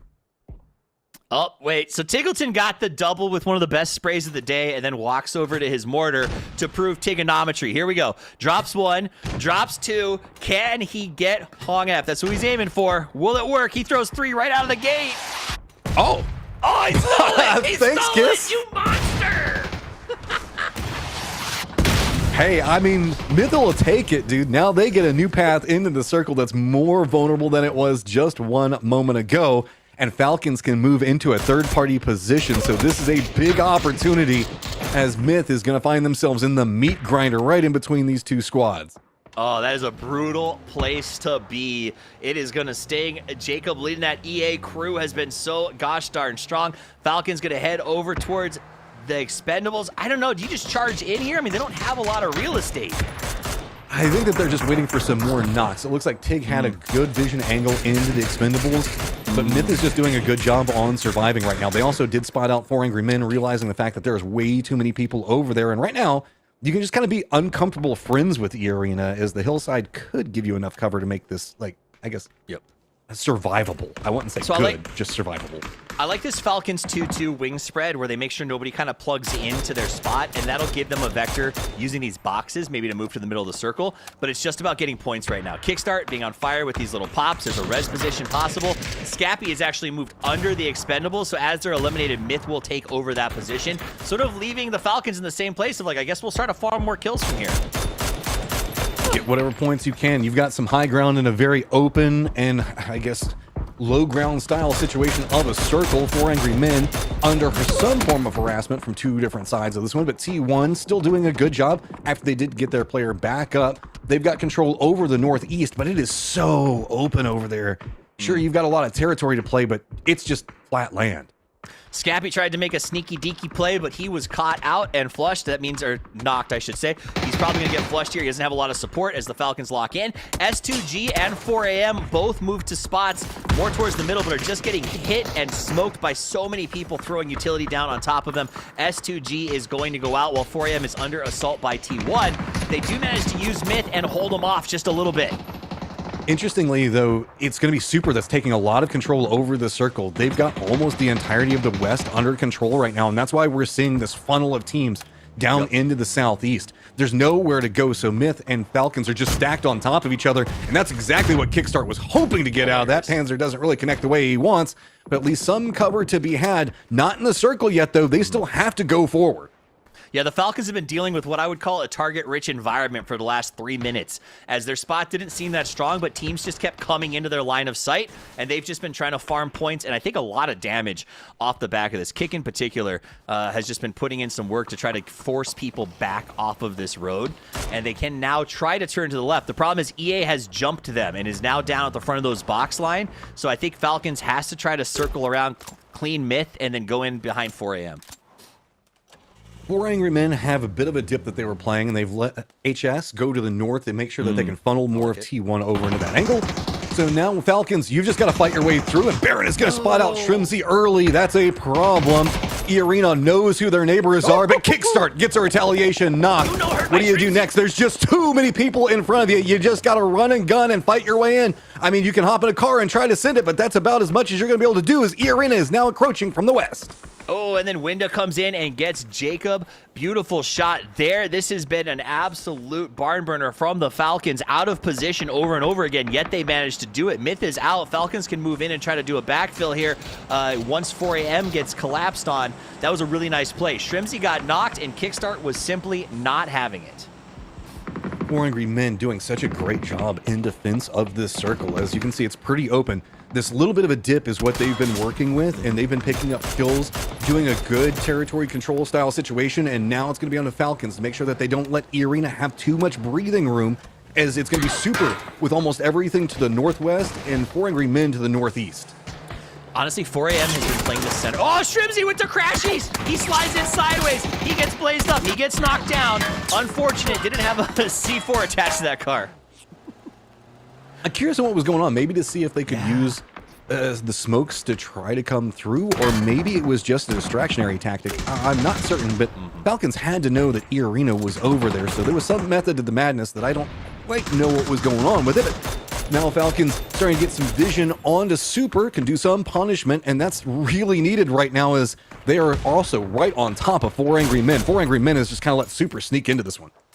Templeton gets Nurns. I still don't really understand why Shrimsy. I guess he was just scouting. You got to do what you got to do. But 10 kills for the Falcons puts them on a killing spree. On the other side, 4AM right next to them is at 9. The two of these teams have taken the lion's share of points off the lobby so far. Both are going to feel very good about that, as Heaven opens the spray on E-Arena, and they are eliminated. It's actually the points go the way of Super. Super has some really nice angles of control in this. 4 Angry Men entirely held down. Falcons already with a preparatory position to see if they can influence any movement coming out. The circle pops. It goes up to the north. Falcons going to have to be chasing again. Super already with a foothold in it. 4 Angry Men also having some position. And also just a ton of crates. I guess that's the cover for this game in this in-game circle. It's just going to be crates. Plus, it's like all P90s and crazy stuff. It's just going to be stupid inside of this final circle, which is awesome. I just feel bad. The Falcons have been chasing this circle so aggressively. They can't be a center team even if they wanted to be, the way the circles have treated them lately. So that's pretty hilarious. Whereas 4AM is really loving this center meta and doing it better than anybody else, probably because they're one of the few teams who's actually doing it at the moment. And obviously, it's working for them. Falcons with a very tall order, 4AM with a great defensive spot. Falcons look like they're trying to opt into the high side of the hill, try to get away from Super and their sight lines. It means that Super is going to probably be a bit more focused into 4 Angry Men.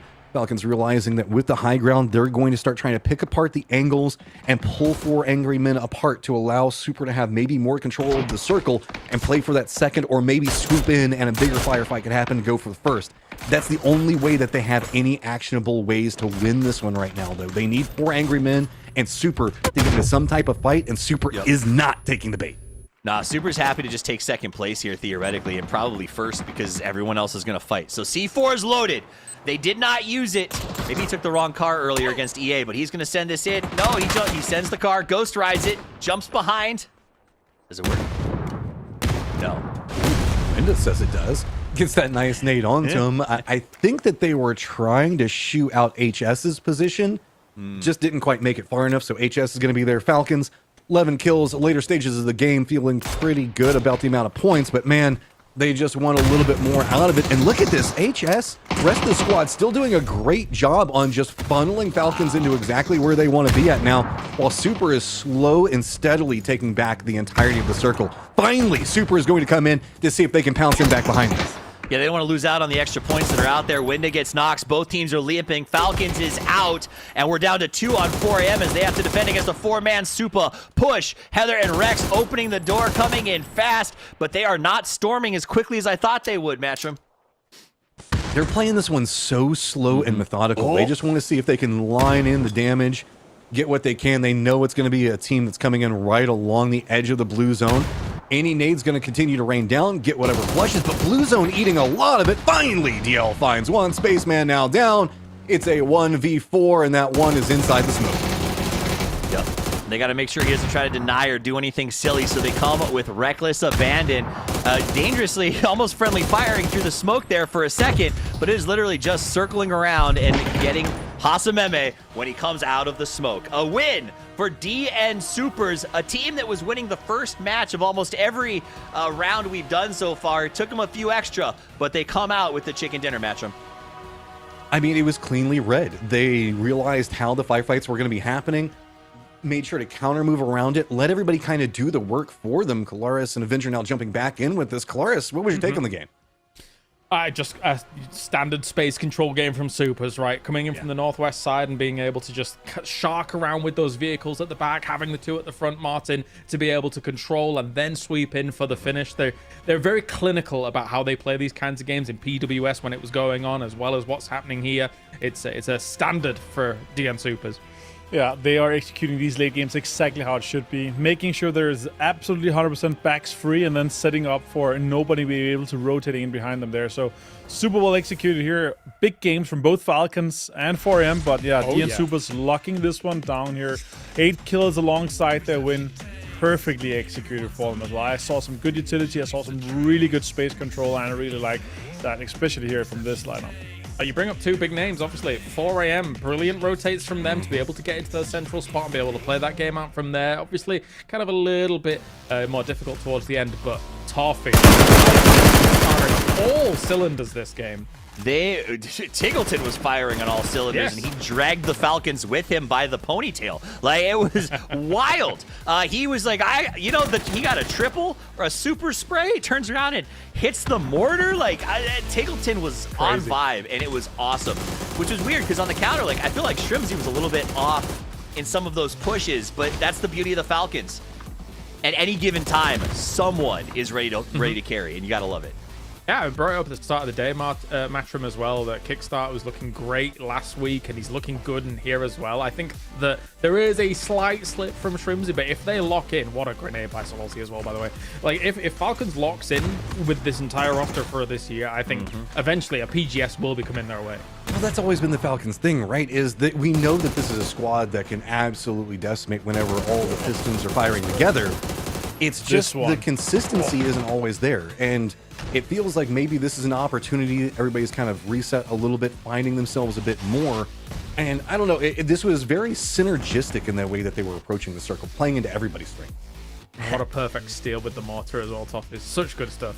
I'm just gonna go ahead and say this. I think the Falcons, if they avoid entanglements and stay focused on the game, this is their year to win PGC. Like, if they don't get distracted, which, you know, you've been playing for 9 years now at this point, right? It is very easy to sort of like lose track occasionally during the year or have things happen. If they stay locked in, Tig is playing like 3 years ago. Like, he's playing out of his mind again. He looks super sharp. He looks like he's focused on the game, and the rest of the team is really syncing with that. Kickstart feels like he's so comfortable with these guys. I think big things for the year.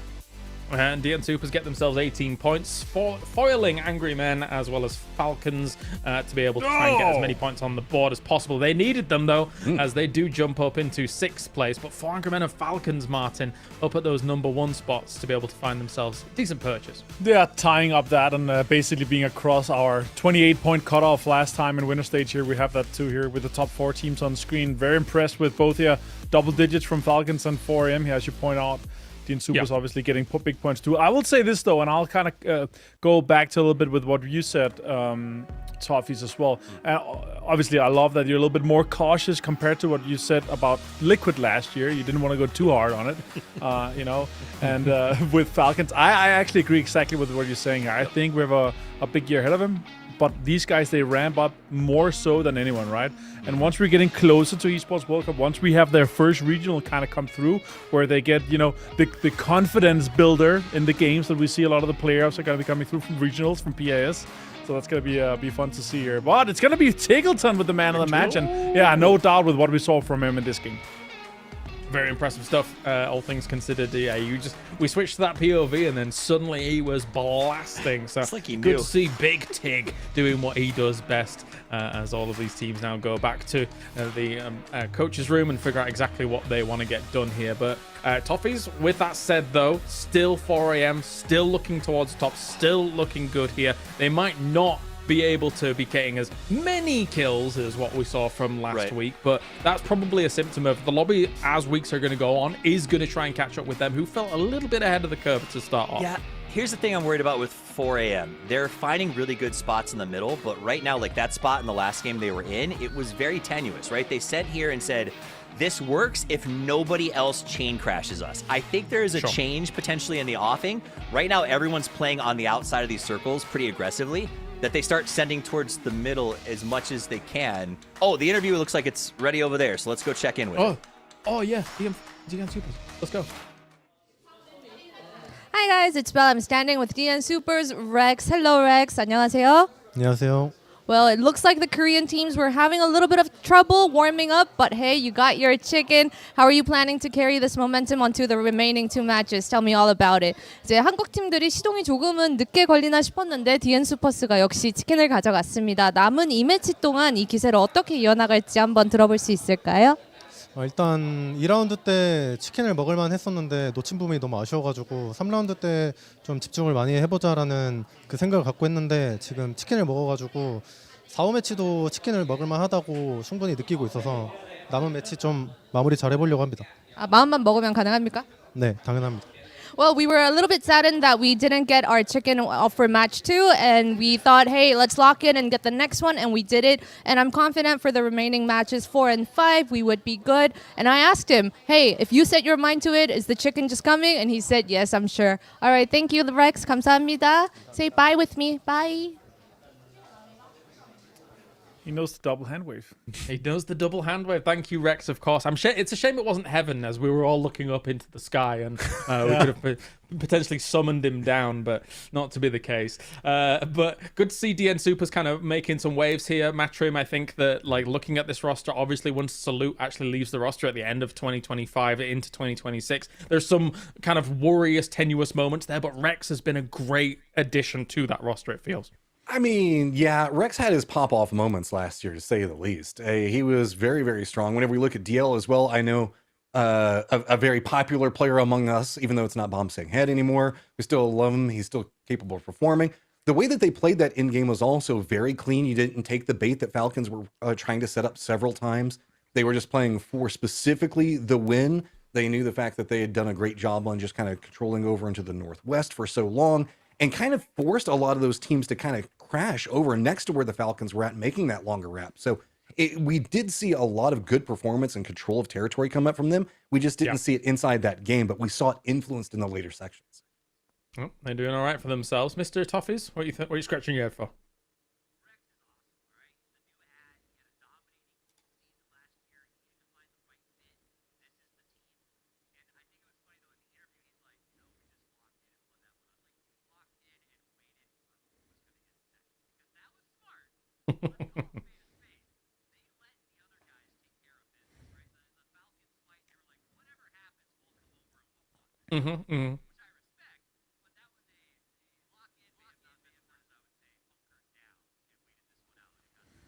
I think there's something that's very good about the way they play this, and again, especially in PWS, is that they are very okay with locking down these areas and almost like setting the bear trap, right, Avenger? Like, okay, what happens in PWS is that they do this, and then teams rotate into them, and they all die. There's no two ways about it. They all die. And they're doing that here, and less teams are rotating into them because they're just more well-versed, I think. Yeah, and I think once we're getting into the game here, I wanna talk a bit about more what you're saying. I think this is what locking in looks like, though. Oh yeah, yes. Put on the blinders. I only look at this monitor, nothing else. That exactly. That's a bigger conversation. I actually really like what you saw say there, Toffee. So once we're into the game, I'll deep dive a little bit into it, because there's actually a few good points. And also, good I'm gonna let you guys know before you go in, though. You should definitely dive into it, because I apparently was muted during my entire assessment. So if you just want to go back over that'd be dope. Yeah, no, it was good too. Oh. See you later. All right. Well, Toffees, thank you, Matrim, for joining us. It's time. We are ready to Rondo, as we have me and Avenger on the mic to get game number 4, the penultimate game, to figure out who's moving through into that final stage, Martin. Yeah, we're gonna get some Rondo action, guys. And yeah, I just wanna a little bit go into what Toffee said, because apparently he's muted. He said, he said that they were hunkering down, waiting for the two teams in 4AM and Falcons, waiting to kind of take care of each other. And I think that's a great point. And what I wanted to dive into a little bit, James, as you see everyone kind of jumping out, and before we get the fights and action going, I want to dive into that a little bit, is that there's always this kind of careful third partying. When you have two other teams, when there's 3 or 4 teams left, right, you always have this kind of careful third partying. If we engage too hard, we might be turned on, and someone else is going to, kill us. If we engage too late, we're not going to get enough points. And that's really the point that Tough is making, is like, they waited until 4AM was basically, full ready and full dead to take on the next fight here. But they also set up so that there's kind of the next part is you set up for holding out the third party. You're setting up for holding out and kind of just making sure you can nade them, lock them down, have the angles on them. And that's where the kind of extra points could have come in. But now we're going to have a 4AM Na'Vi hot drop here, James. I actually love that. Yep. And Hagator is going to throw that. Oh my God. A crowbar straight at it. But HMM found one here, and Spiro's going to try to lock this one down here with a Tommy. That was a cheeky little jump onto the light fixture there. But what I'm taking whilst we're getting this hot drop fully underway is what you're saying is that if you're playing PUBG, don't get turned on, right? No, exactly. Let's see what he can do here with this one. Jay is 9-hand, James. A bit of a turnaround. Just trying to listen if you could hear steps, and if they're close, they're basically on top of each other. Windows, okay, this is a really good over here. Windows on top, so he's actually left alone, but he can delay quite a bit here, James. Yes, he can. I'm a little bit, I was about to say I'm a little bit surprised that this hot drop's going on, but I'm not, considering the amount of points that these two teams have, right? I think that they knew that this was always going to be coming up potentially, so you want to be getting as many points on the board earlier so that you know you're qualified, so that you can have this just in case you're in that final stage and then you're going up against this team and try and kind of push them off, right? So it's important. No, exactly. All right, so big fights could be happening here with Favors and Shen on the other side, and then the three other guys are waiting for Winder making moves here. The wind in the trees above them could be taking moves and could be making moves here. There's a ace in hand for Shen and an MK on the hands of Ferris, and he's very disengaged from the other guys. They're very kind of connected and close on the southern side here, James. That's a tough one here for Winder. What are you going to be able to get done? The fact that you're on this roof, you're just going to have to stay there for quite a while. Wait just for any movement here from Na'Vi. And I think that for him, he should be okay. He should be safe for quite a bit. As long as like these off angles come in, unless Na'Vi makes a crazy mad dash to a roof. But those stairwells will always be watched by an opposing team. So coming in here, trying to connect. That's very bold. Yeah, it is. And I think he's just hoping for him to kind of come in. Oh, if that actually bounced, that could have been closer, but it didn't engage just yet. That could be better. Not an airburst nade, so actually blows too far away. So really nothing damage done, not too much, just too much so far. Yeah, too much, yeah. He's just sitting in the middle. If they're lucky with a bounce on one of it could be completely different here. Yeah, regardless though, that delays, that spends some of your util, all important util. Yes, you really want to get some on the board later on. What a loadout. A JS9 and a Panzerfaust. Somebody get this guy out of the lobby right now. This is disgusting. That's a close quarters combat fight if I've ever seen one coming up here with that setup. That's for sure. That's so a Neos Factory loadout immediately coming in. And he has no vest and no helmet here, so this is actually quite significant, James. He can shadow step all he wants, but there's no damage reduction. There's nothing else to be had here, so no 30 or 40 or even 55% damage reduction from helmets or from vests here, so it's very, very unfortunate with this coming in here. But everyone else is just hunkering down quite a lot here, James. Yeah. Semema is repositioning on the big roof, trying to get even more. He doesn't even have a helmet himself. Shen does have an MP5 and an ace and 3 vests and 2 helmets, so that's an easy victory to take down Fairest in this location here. If they actually turn around and it's Semema and Shen pushes him and tries to get the engagement on him, that would be easy. Yeah, these structures up on the roof that are on what is effectively the left-hand side of Winder at the moment are extremely important to make sure you can negate Fairest's line of sight, Fairest's angle, while still holding this roof. Because, I mean, if he even gets a whiff of the fact that he's looking this way or a little bit out of cover, he will be going down. As you said, no vest, no helmet. So, meanwhile, though, Twisted Minds has already moved on from Test Track. They were technically very close to this and decided, you know what? Doesn't matter. We don't care. We are just going to be securing more prio spots in the circle, trying to get some cover on our cars, loading up some Panzerfaust in trunks. Of course, a little while ago, that was increased in weight. Especially for the coupes, even, I should say, makes it a little bit harder to move on around. But I do see now, as you can see, with all these teams centered and good to go, Furia actually is center and also has a crate on them. So maybe they can make a good meal of this one. Yeah, they could indeed. Let's see what turns out with this one. I love this kind of central more-ish circle compared to the Jadina City we had. That was absolute mayhem. But for this one here, there's a lot of space and prior lockdowns that kind of comes in. But we don't know much until we have that third circle, because once we see the third circle, we have so much unplayable area on Rondo that is very impactful. So a lot of teams actually kind of prefer to play it somewhat slower on Rondo, because there's so much information you can kind of gather from that third circle pop compared to everything else. But with how kind of everything is set up already, we see a lot of 81's Legend set up inside Yulin. S2G here on screen west of it. We have Furia dead center.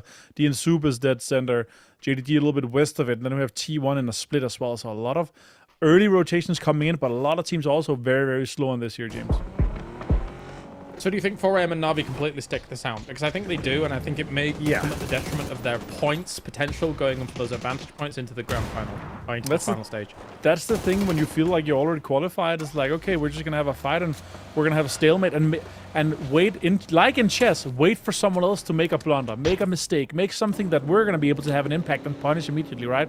So they might be trying to shadow step a little bit around. They also know they have a player on lockdown, so they could confirm and get a point, and that could kind of eke out some of the other players. So if you feel like you have a benefit or a man advantage, that's where the difference comes in. And that's where, especially here on a hot drop with two teams that's basically above the cutoff line already, that's the thing. Is the sad thing for me though, James, we saw how much of an impact the advantage points has here at the winner stage. Yeah. And with match 4, we're just, this game and one more game away from it. 10 points for the winner going into the final stage. 6 points for second. It's basically the same placement points as we have per game. That's also given as advantage points going into this one here. Tickleton, the last man of the match here. Very, very insane drive-by shots here. Really good shots. He's such a skilled, especially mechanically, player here.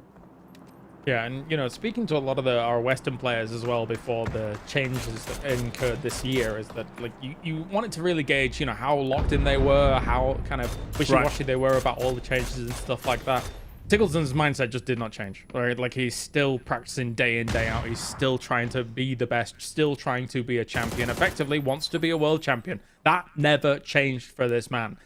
So as much as it's funny because, we went through 2025 and some people, you'd see it every so often. It's like, oh, Falcons, they're trying to go for the championship, but man, Tickleton's overrated. He's a streamer. It's like, he's anything but overrated. Like, he's a great, great player.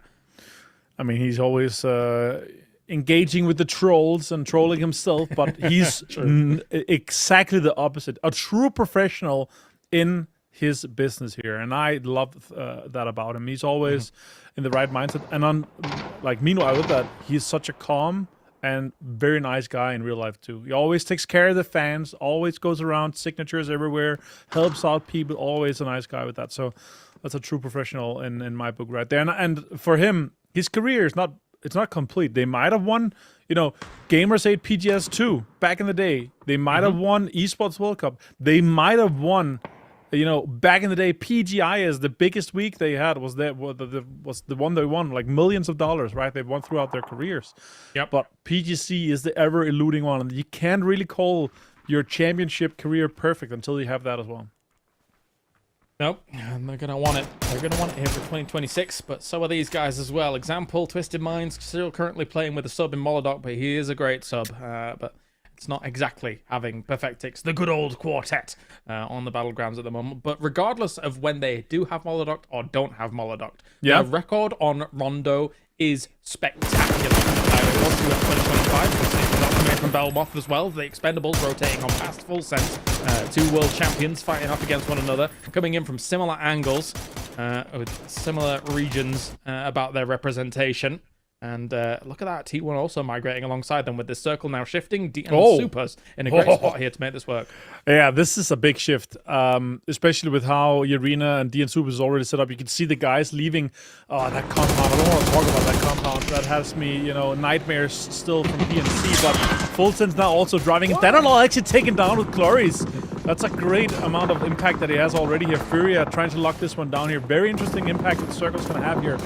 Doesn't make a pick is already. Myth is #1 pick team to get some damage in here too.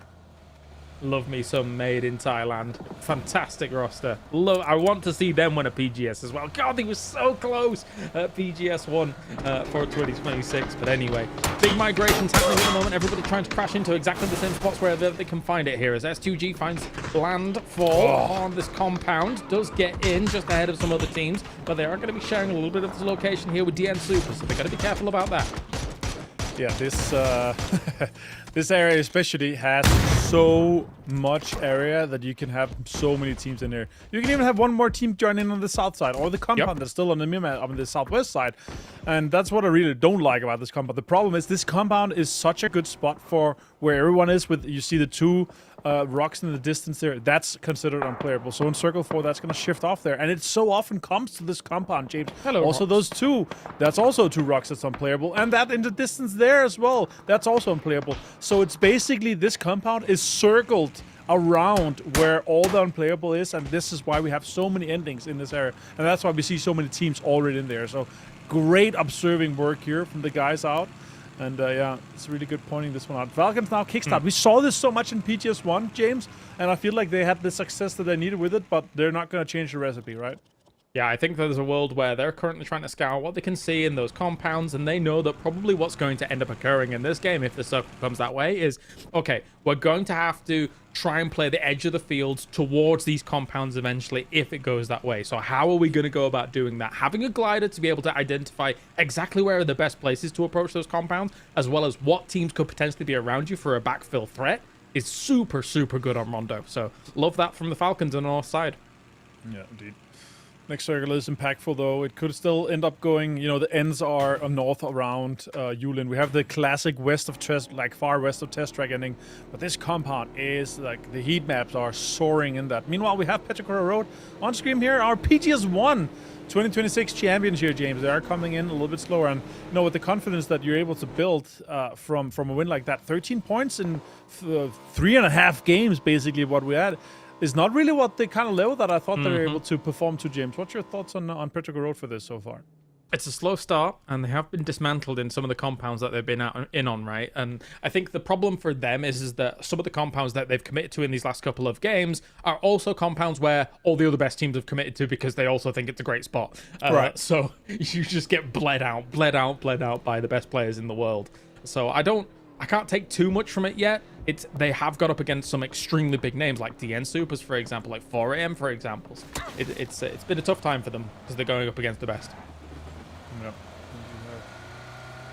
Yeah, we'll see what they're going to be able to do in this one here. The next circle, okay.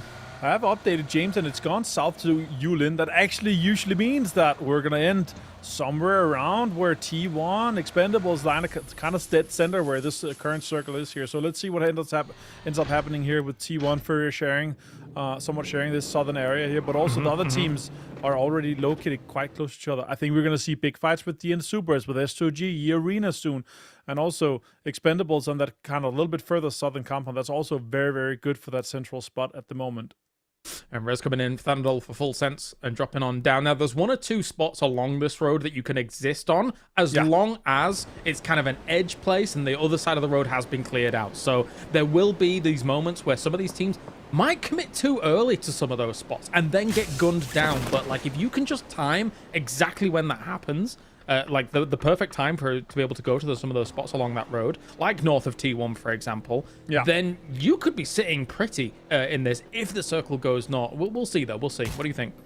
Yeah, it's there's many options still because actually the unplayable is on the edges of this current circle and there's a little bit other than that. So that's also why we don't see someone rushing for it straight now.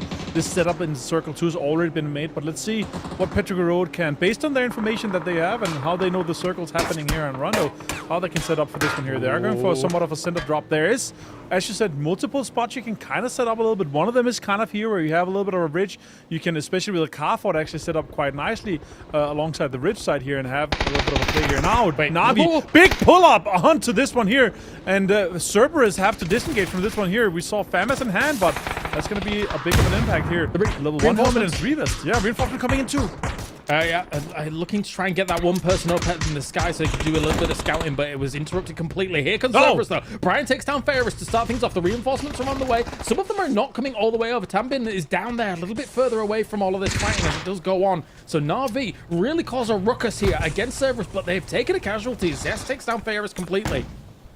It's an unfortunate flush here for him, already losing, and now they're locked into the same big building here for this one. Spirit lost a little bit of HP, Booster lost a little bit of HP. Still Booster coming in here. The Riches are coming. Oh, this is a perfect kind of counter breach back from the guys, helping out Brian. Tanbin out on the field, sure, but the other guys are close to the compound here, and Tanbin might be able to have a bit of an impact here. But Cest helping, sure. And yeah, with the circle moving now, James, it's phase 3. It's 1 damage per second. When 15 seconds, when the circle closes, it's 3 damage per second. Oh, look at that perfect smoke cover to get away from this one here. Yeah, Story moving through into the smokes as well. He Wow! knew it was covering angle. Zest is able to take down Hakatori. Damn, he is putting in so much work here. Brian once again like a spear of the life of Brian as a tale to be told. But oh my days here, as Boostic tried to recover as much as possible here, but Cerberus has done so much damage from a Na'Vi that was the one that was rocking up to this. Yeah, actually, really great counter knock. Brian gets knocked on the other side, Nurens, and now Boostic has seen this. He knows there's a point to be had here. One downstairs for this knock here. He got him himself, and then the other one, no, it got confirmed by Pathampong with SLR from distance, and Tanbin finds Boostic too. It's Na'Vi down in 16th, and this delay that they had from the start of the game, James, that has cost them dearly. Turns out Brian was not the Messiah. He was a very naughty boy and needed to be punished there for Cerberus. Unfortunate for that. Tiggleton, meanwhile, on the other side of this, is doing what Tiggleton does best, apparently. Just taking some damage against JDG, as they are finding themselves they're still on this west side, looking for an entry point wherever they may. Yeah, they have still inside the circle, a bit of an anchor point, but Kickstart, the glider still has half HP, James. The amount of information impact he can has, and especially here in JDG, take some shots out. He has to reload the mini, but he has the 6-6 on it. And you can actually get so much damage done even with this. E-Arena is sending it, and now 4AM is having a huge impact fight here with anyone's Legends. It's only down to Delvin. He's out. They're out 15th, James. And 4AM just firing on all cylinders as well. We talk about Tiggleton doing it, but 4AM is just non-stop. They're in first place once again. They were able to disengage away from the Neox factory situation. So was Na'Vi as well, but that was delaying everything. And now as Tiggleton continues to run a rampage here on this west side, knows that JDG is going to be moving on in here to try and shut this down. Cold is down, trying to find that finish off. Man, look at it. He is fragging right now. He is just getting so much done here. He's got to be the kill leader after this game here with the 3-1 coming in. Kickstart continues to basically hurt from this guy. Scabby, though, finds Tiggleton here. They're down to now 2 active players. Tiggleton's going to get flushed immediately here by Jacob. And now H-Win and Kickstart trying to survive for this one here. Kickstart just flying around, basically. He's going to be flying into his next vacation at this point here, but he's going to have time of giving the amount of information that's available to him from this guy, though, is insane. There's E-Arena in there. There's multiple teams holding this one down here. JDG2, Maiden Thailand, 4AM a little bit further in. Expendables 2, he's going to try to land on the high ground. It's not inside, James, but he could get some more kills from up here. Yeah, I think they've realized now it's time for salvage after losing to, what are you supposed to do, right? H-Win looking the way here of JDG. Shut them down here from this west side and then try and figure things out later on. 1 health! 1 health for H-Win. Gotta actually move off him from this. Oh, dear me. Oh, he's gone. Tanwu found him from the compound from the other side. Easy for him. Yeah, he did manage to drop a smoke. JDG's out now. Kickstart might be able to get down and get this res up, but it's phase 4. It's 3 damage per second. He might just be looting quickly here and actually leaving H-Win behind. He's inside this next circle, so never mind what I just said. He's going to have a car. He's going to be able to have some cover. H-Win's inside his own smoke. Smokes last for 40 to 50 seconds, so he's going to be able to have an impact and get a res off here. Won't be too bad. See what more you can get done here. The cover is okay, but there will potentially be some guns looking that way. Scappy was looking that way as well, though, but they're gone. Neurons finds him from down the way. Good stuff there from Neurons.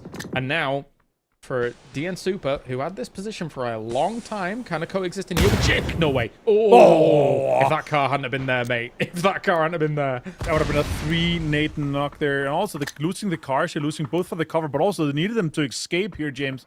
They are outside this next circle. Another. Okay, it's already disengaged. Baron already a little bit further out there with the AK in hand here. Heaven has really good angles from the peak advantage he has from this spot here. He's going to disengage. He's going to try to get down to Deal. Deal's actually inside this next circle here. That's where the next big fight is going to be converging on this spot here, James. Yeah, a slight disengage from that when you're only just 1 barrel looking that way. Not too bad there at all. Get back to your team. Make sure. I mean, you can't stem the tide of that aggression, so just give it up for a moment and live to fight another day. As the smokes did kind of negate any lines of sights that he would have had anyway from that movement forwards. Man, if those nades had connected earlier, then it would have been a disaster for S2G, but they live to fight themselves. Indeed, with this Richie and how they kind of have this engagement on the next one could be big. Meanwhile, E-Arena gets picked apart by multiple teams. T1, Expendables. Nurens is popping off this game here. Yeah, as just said here, nades and M4 in hand, just taking everyone. Got Chloris down, got Tanwu down, and almost left as well now. But S2G and DN Supers is this next big fight coming on here. S2G is trying to hold on to that 8th place spot, James.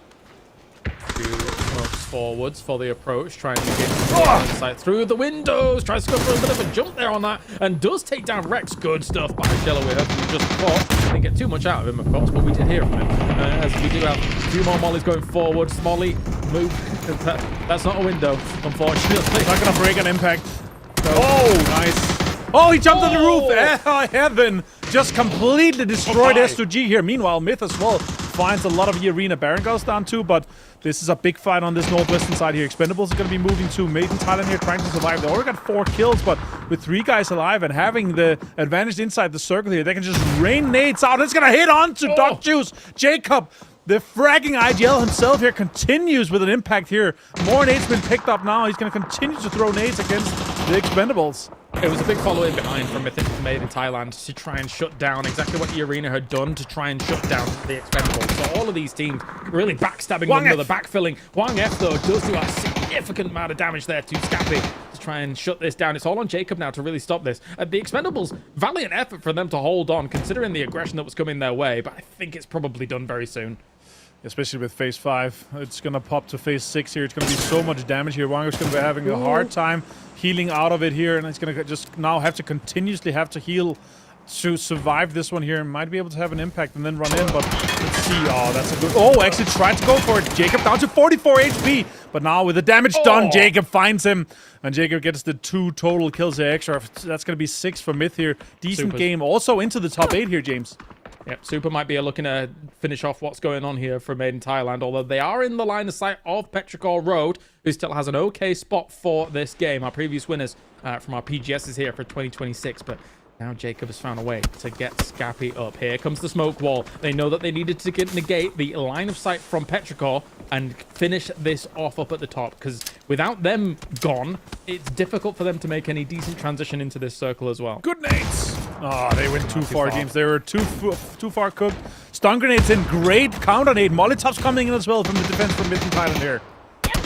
Start here. Guman, though, does take this. It's going to be all on Jacob to try and do something, but Guman finishes off both. Very well done here by them. At the same time, though, Petrichor, as well as Twisted Minds, does see from this angle exactly what's going on there. Big moves down in that bottom south side, though, as 4AM crashes into the position here against Full Sense to try and do something, but Tigger responds in kind. Look at everything that's gone on. It's absolute carnage down here.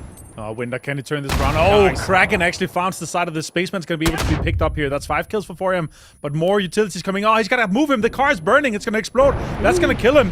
Oh, he just got moved out of distance. Just very, very close here. Some cover is now laid out, and they can set this up. Twisted Minds here now moving in, trying to get in close here to Petrichor Road. T1 down on the southern side. I was surprised that I've not seen anyone moving close to Furia here. They've had their apartment for themselves for so long here, having an impact for the entirety of the game. Now also impact onto Guman. Drafkin finds him with the big Dragonov headshot here. Molotov does find Chewy. This is a big impact for Twisted Minds. 0 kills so far though, James, in this game. They're being naded from both sides here at Petrichor Road. This could be disaster. And Twisted Minds knew as soon as they entered this location, they had to spread out slightly to subvert any damage that was going to be coming from Petrichor Road's nades going forward. So that's a good nade. Does quite a bit of damage. Blues as well. Oh, is he going to be in this? Zero. Oh, he goes down to everything. God. Twisted Minds is absolutely bombarding this position, and they know that DN Supers was also laying the boot in as well. So Twisted Minds will take this and know that there's another threat across that ridge line. Pushing this one in here. That's a great push from Molotov. Oh my god. He pushed out of the open and got the win over Ming Ming that had the car cover. So rare to see that too here, but the barrel in hand is too strong at that range here, James. They're all 4 alive. 3 kills now and has a huge advantage inside this next circle here. I mean, this is massive for Twisted Minds, right? We talked about how good their record is on Rondo prior. As we listen into Fury here, of course, we're not going to be able to know exactly what's going down in those comms, but we can listen to look at those pings and see what's going on. But for Twisted Minds, we talked about their Rondo performances in the past. Even with a sub, they are still masters of Rondo, and they're showing it here once again, Martin. Next circle pops here, and it still holds in T1. Still has a little bit of the compound for Furia here, James, and for Twisted Minds to have that vault inside. It's going to be difficult for 4M. It's going to be difficult for DN Supers, but DN Supers did have a big pickup here on 4M. That's 2 good confirmations on the car drive by here, but Twisted Minds and Furia try to absolutely pick them apart here. Lou tries to get confirmed, but runs out of bullet, has to quickly reload, and now finds it. DraftKings finds the confirm onto Heaven, and the point goes the way of Furia. I think Supers knew that there was not going to be any decent entry point for them. They really were hoping that they would be able to deal with Petrichor Road, and then Twisted Minds wouldn't move into that position.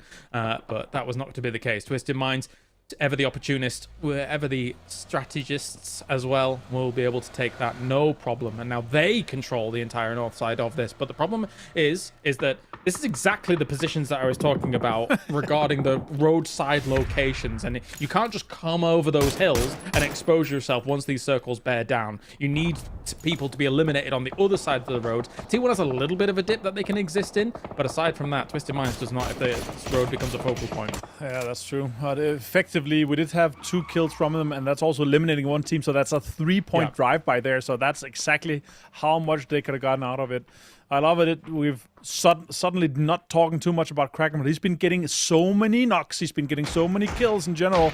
So he has been released indeed. It is 5 kills to go his way here, James. But they have the worst dealt hand in this last 3 teams here. They have to move out from the compound eventually. T1 has a great spot. They have 3 guys alive, Panzers in hands, plenty of utility still here. So it's going to be difficult for them. But also, Twisted Minds on the other side, they have the circle. They're inside still. And there's 4 guys staring at them, waiting for them to make a move because they know exactly that Fury is going to be having making a move just shortly next in this next circle coming here.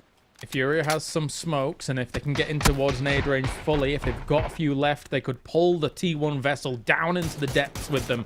Could Kraken, if he gets just a little bit of purchase on this spot, but it will be difficult. I think they probably have already expended a lot of their lethal utility. Yeah, you're looking at BL here. He doesn't have any available to him. So that will be a bit of a test here about how they're going to make this move. 5 smokes in hands here, Jim. And that's going to be enough for a decent smoke line down towards T1. But 3. Yeah. And a molly.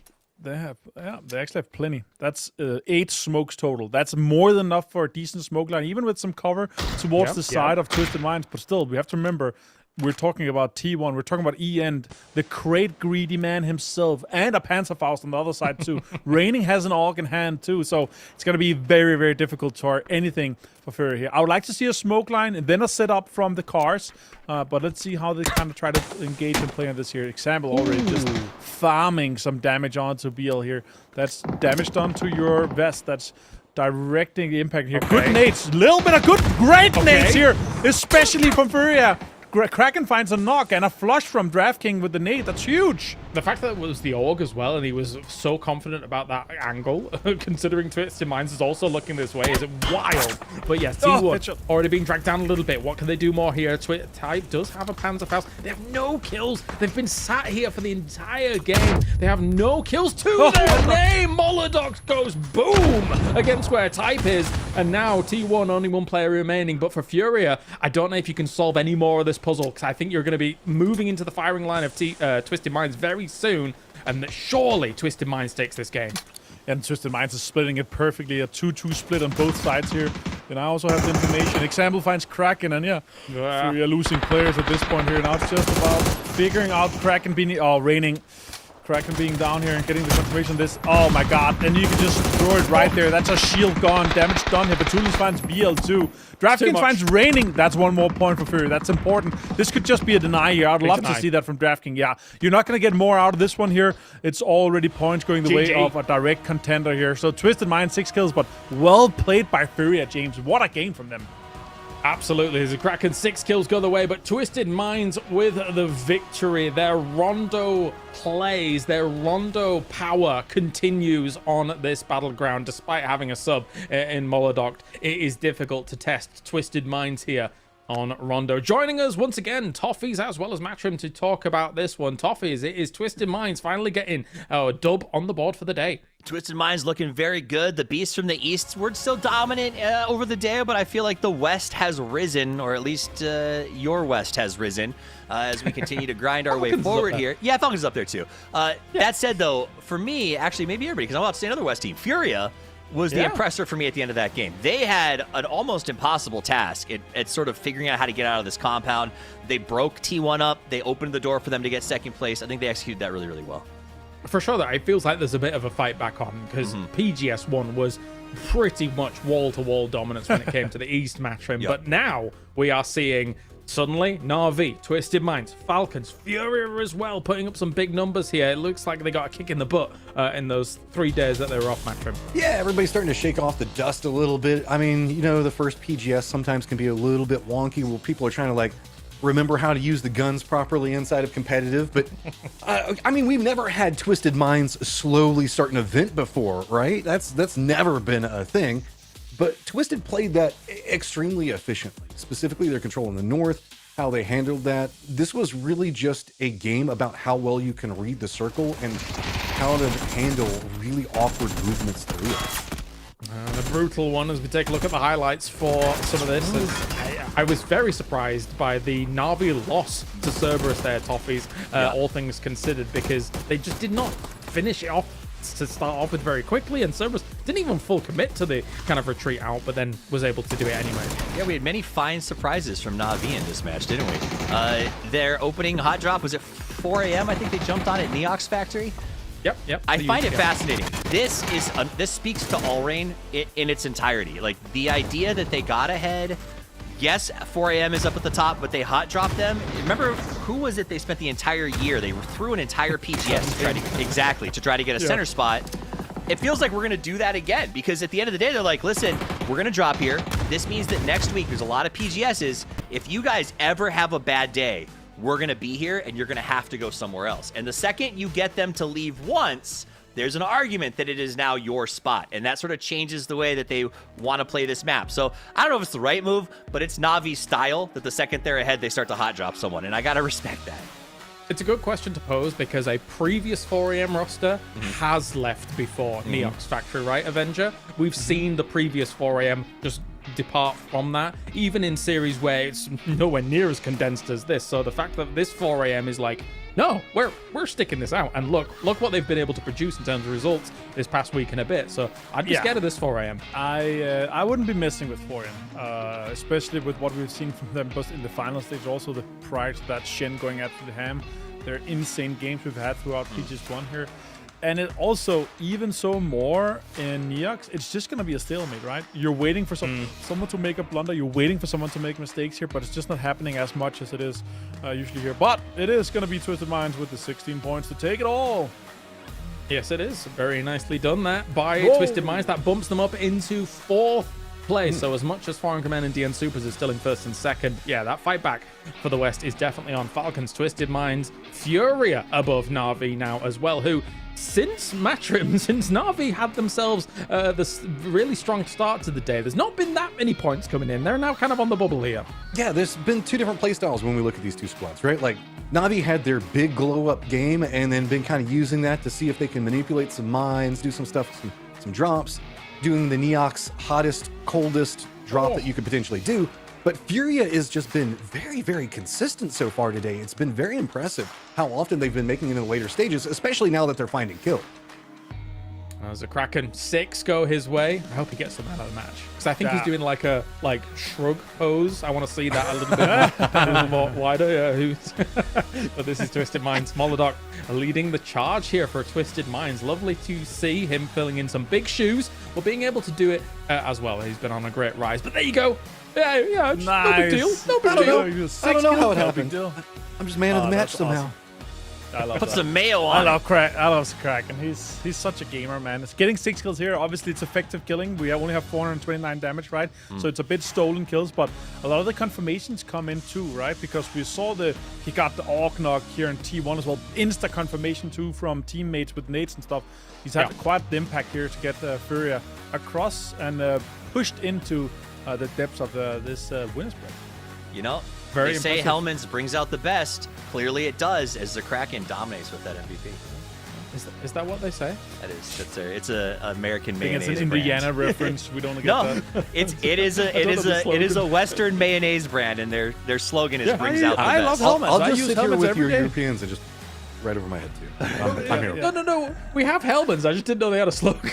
It's on every bottle. Fat guy knows mayonnaise. Isn't there something? Jesus. All right. He threw himself under the bus. I'm throwing the Hellmans out the window. It's time to go to a break, and when we return, we've got one more game here for the winners bracket. Join us right after this. We all chase that one more game. With Lenovo Legion, it's always within reach.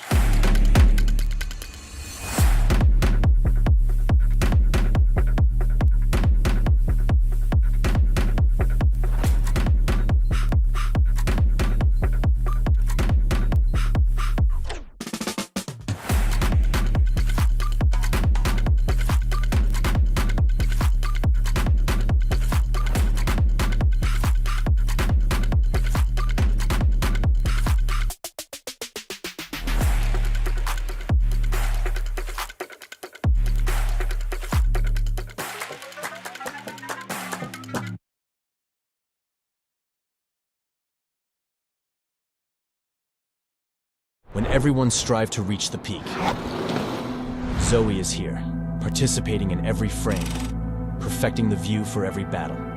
From Seoul to the world, Zoe strives for perfection, knowing that every frame is crucial to victory.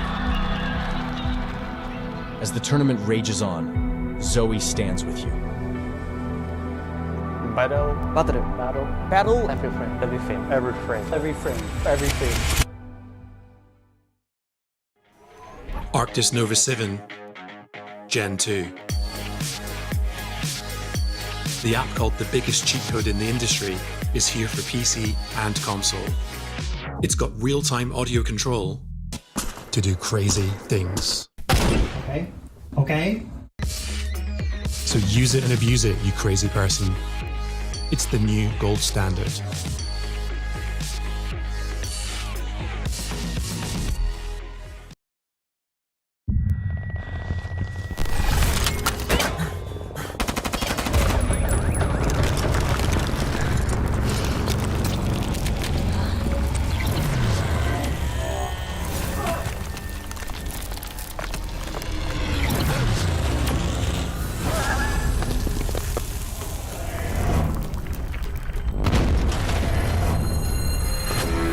Something big is coming. We all chase that one more game. With Lenovo Legion, it's always within reach.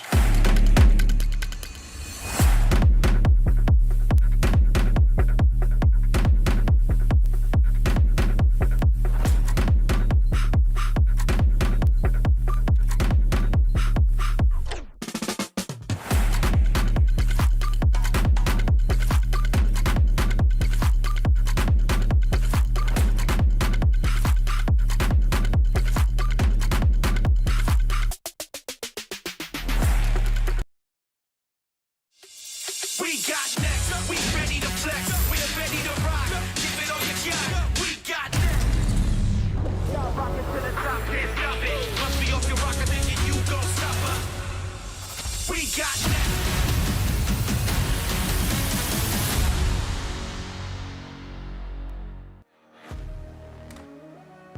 One more game, one more chance to be able to get yourself into that final stage here before you are sent down to survival, and then you will have to be the top 8 there to try and get yourself into the final stage. Of course, joining me, Avenger, Matrim, and Toffees to talk about everything that's going on. And Avenger, for this last game, if you finish in that top 8, you will be getting advance points into that final stage. Yeah, and those 10 advantage points, they had that huge impact, right? We had 10 points to go to winner, 6 points to go to placement points. And funnily enough, that's going to be second and first place in our final stage, right? So that's going to have the impact here. But the question is also, what's going to be a cutoff, right? Last week we had a 28-point cutoff, and ninth place was 24. And right now, the top 8, top 9 has already kind of cemented itself a little bit. Still, if you're like 10th or so now, you could still jump up in there. Sure. And kind of get it, but still, we need big games from the bottom 8 to jump into the top 8. Yeah, for sure. And one of those teams that is looking for some of those advance points is, of course, Twisted Minds, coming off the back of a win just now. Let's hear from them before we move into this last game. Hi guys, it's Bella. I'm standing with Twisted Minds Batulins. Hi Batu, good to see you. Say hi. Hi. Well, well, we see our original favorite teams slowly warming up and having their place on the leaderboard, the higher place that we're used to seeing. Well, the lobby, are you feeling adjusted to it now finally? No. Why not?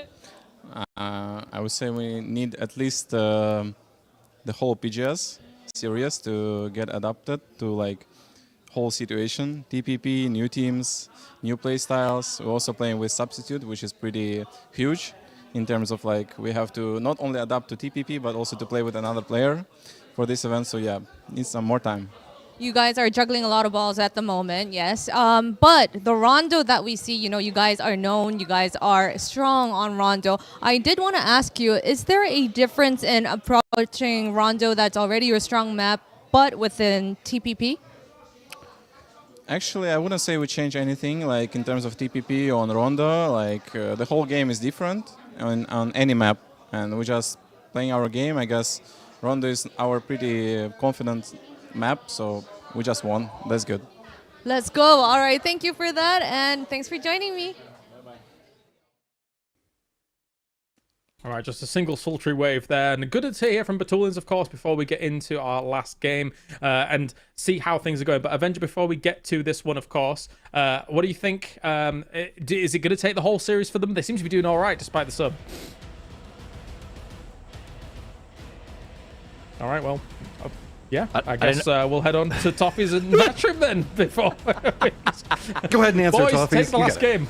I would say, we're online. You have to say our names, James. But I do think this is going to be interesting. They've got a substitution. At the end of the day, he is one of the best players in the world, though. So it is what it is. The fact that we're still going to the winner's bracket on regular with a sub is something that I never say about other teams, Matchup. How often do we see a team bring a sub in, and you're just like, that's okay. Also, they salvaged said this you have to say our event. names, and I'm Twisted pretty Mind's sure I going to said walk Avenger. away with, I think, a wealth of PGC points off of the back of this triple and do it with a sub. That speaks volumes to Batu's leadership and the pedigree of the team. I mean, yeah, when we talk about like minds that understand the game, Batu is often referenced as like one of the most prodigious whenever we're talking about it. Also, Moldoc isn't anything to sneeze at himself. Does a great job filling in for a very strong role whenever we look at Perfectix and the capabilities of Perfectix. And whoa, that is a northern circle I feel like we don't see much. We don't, but I'll tell you what, these circles for our games have been interesting, and we've been lucky to have some wild ones. It goes north. I used to call this the old Avangar circle because they dominated out of North Georgia Pole. Can E-Arena do the same? This is basically the same drop with the addition of new compound that Avangar used to play out of so often in the old days and would dominate this top section. JDG, though, look at that early rotation from Cold 119. He knows a prio spot is in the offing. He'll just go loot there. Intriguing to see how people prioritize around this, given the fact that you have to assume it's going to go north of the river. But the way math has been going with the way that the bridge circles went in that earlier game, you can't make any firm assumptions, but you have to start making some plays around it. Most of our teams are also playing more on the eastern side of the map, just due to how the plane path kind of came through off of this one. So that means that it's going to be predominantly eastern wraps around. And the way that the circle follows right along the river, leading into the lake, coming out of Yasnaya, into the like outskirts of Stolber itself, means that there is going to be a very contained set of paths that you can use to come through that. There is the potential for smaller bridge camps or potential gatekeeps, but in a Circle 1 and a Circle 2, that just hasn't been the name of the beast yet. It's been much more about get center and get there fast. Little shooting off. JDG doing a good job of harassing E-Arena, saying, all right, we want to make sure that this is going to be our northern position. They're fighting out of containers here and just kind of keeping EA tucked into North Georgia Pool so they can make their rotations across, because that is what EA would love to do, is take a couple of picks off of this bridge when JDG collapses. Meanwhile, we got Supers with a nice early move as well as they head towards where JDG is. So they might actually be surprised if they push all the way through and don't stop here at this first compound. Looking at long rotates, it's going to be S2G all the way down on Millie. Long path in front of them, Falcons and Furia both. Anyone's Legend, Navi, and T1. You see them kind of getting blown up in the bottom right as we get the previous match and what's all been going on over there. Navi's pathing into this is going to be pretty interesting because they have to assume that there's going to be a lot of people already in fortifications over into the east. Maybe they go for a little bit longer of a wrap to the west, but the way that they're lining in, they're already prepped. They're going to be cutting east, potentially right into Furia, Falcons, and Anyone's Legend at all. Absolutely. Furia, gosh. Name a team that gets stuck in these rotation traps more often than Furia. Like, they have a decent little spot here, but like they are going to get theoretically crushed if they try to go straight into circle. This is one of those, they're going to be tempted to make a long northern wraparound, which I think is smart. The problem is, so is Falcons. They'll do that. Full Sense is actually in a position to stop northern wraparounds, and I think that this could be trouble for a lot of these teams who have built out a system of wrapping north when it looks like there might actually be plenty of space in the south of the circle for our late arrivers. Yeah, playing around Everest is the potential of what you can do there, but I wouldn't be surprised. I entirely agree. A long wrap through Stolber, that's at least going to be on the recipe for maybe two of our teams, maybe more. Anyone's Legend being right in the middle of these couple of squads is what's intriguing to me, because they're a squad that can rotate in a lot of different ways depending on kind of the way that their mood sets them. Sometimes they just try to brute force, send it through. Other times they do set up traps, try to catch people beforehand. And these are all also a lot of squads that are not necessarily too keen on Circle 1 in general. so not necessarily afraid to come into the later stages. Myth is going to take emergency pickup from Novo, but I'm intrigued to see the timings on these squads, because not really too caught up in moving as Na'Vi finally bumps into Furia, and it's been about, what, 30, 40 seconds we've been talking about this rotate was due to happen anytime now. Yep. So Na'Vi is moving on past. They do turn back around. DraftKings grabs a cover position as they tag Na'Vi up a couple of times. BL trying to hit that car shot as best he can. I don't know if he knows about this bad guy over the hill, though. They could catch him. Well, the Kraken should be able to spot. Yep, they're going to be driving down, get a couple of shots. Now, Na'Vi has got themselves into a bit of an awkward spot. They thought that this wrap would be way easier because they were trying to slow roll this one, hoping that Fury would go ahead. But Fury can't really leave because anyone's legend hasn't gone anywhere yet. Yeah, it's a kerfuffle on the bottom. These teams looking to get some points. You got a spray opening, buys a Kraken. Long range, tags him a few times, but it's not enough as Fairef did get Poza, and I'm not sure they can get him back. Na'Vi, though, likely to lose. I'm not sure who that knock is up close, but I think that he is going to be unsavable. This is going to be intriguing to see the commitment that comes out from Na'Vi and Furia both. Furia has been playing on a consistent basis, and Na'Vi has been going for more explosive big games. Na'Vi more prone to take a firefight at this stage, believing that their momentum and their firefighting capabilities is going to be big, but I don't think either one of these squads is firmly committed into understanding that the third party is coming up back behind him. Highmass, back behind already. BL's going to go down. Delwyn's going to spot him. Na'Vi gets an opportunity to just try to skip through all of this, and Furia is in tatters. Yeah, this is really tough news for both of these teams. 30 and 28. Don't be fooled by the fact that Furia is in 6 because they could fall down very, very quickly. Ooh. Furia is actually eliminated on a great play by Boostic and Fairest. So the cutoff last week was 28. The problem here is it's 29, 30, 30, 31, 31. All of those teams on a bad game could fall into 8th place, and the Expendables or S2G off the back of a big game could win and take that 8th spot. Remember, this is our final game of the day. After this, we determine which 8 teams go to the Survivor Series tomorrow. So you have to make those moves, and Furia gonna actually be stressed out because they went out so quickly with only 1 kill. And to lose that kill of their own, like one of their players going down over to anyone's legend that's going to be right back behind them and getting caught up in the firefight with Na'Vi is got to be infuriating. So Furia now just chilling, watching. Falcons does look like they went for that far eastern wrap and might be going all the way up to the north. Everybody else pretty much chilling around the circle right now. S2G is going to be rotating in from the due south.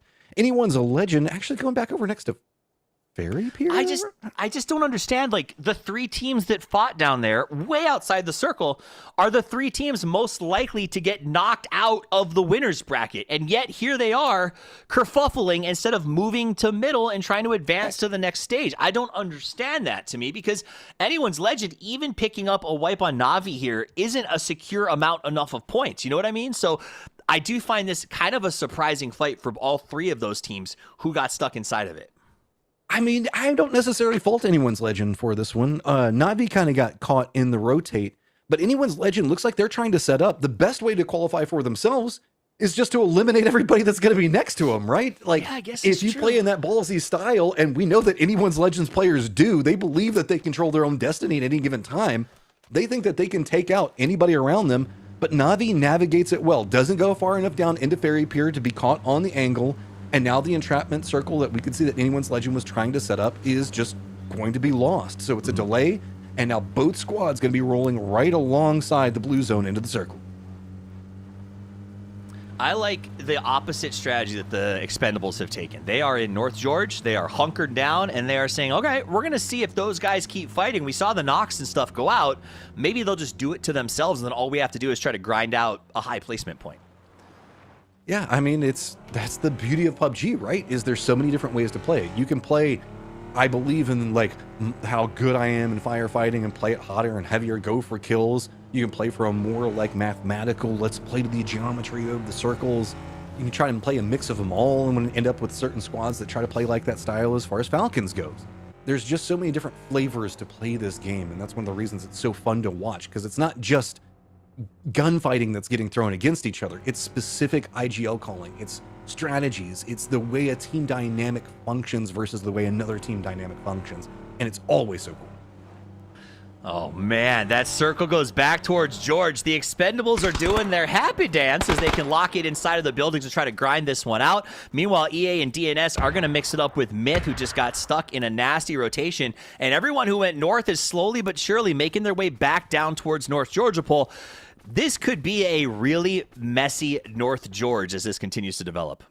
I mean, we still have Everest entirely open right now that maybe Na'Vi or anyone's Legend can go for. South George, other than S2G, is almost entirely open over there. Full Sense in some trouble, spotting out Cerberus. At least has managed to get the knock on a one flush. Then a dull flash, last runs up as Bell Moth.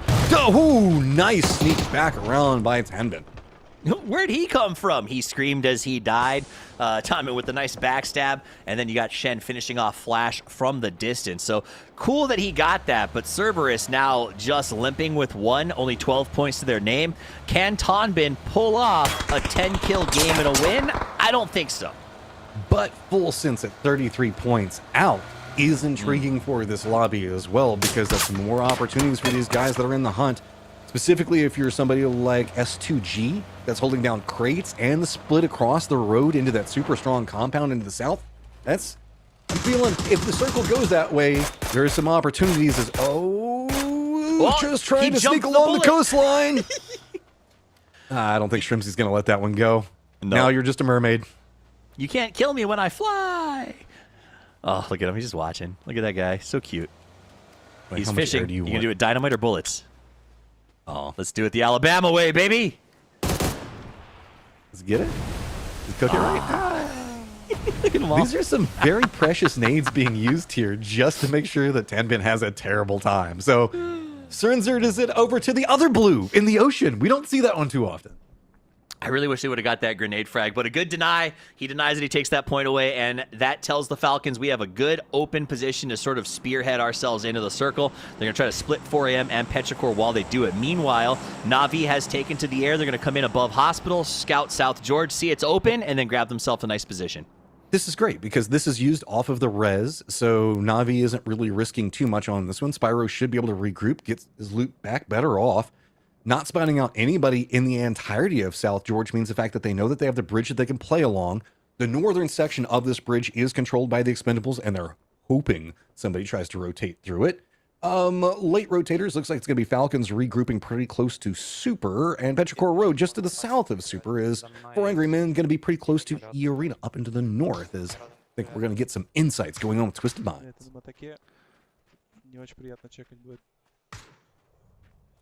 Это может быть нижний левый хардшифт, потому что только что было full левый нижний хардшифт. Look at the top of the mountain, he said. Минимум. Garage.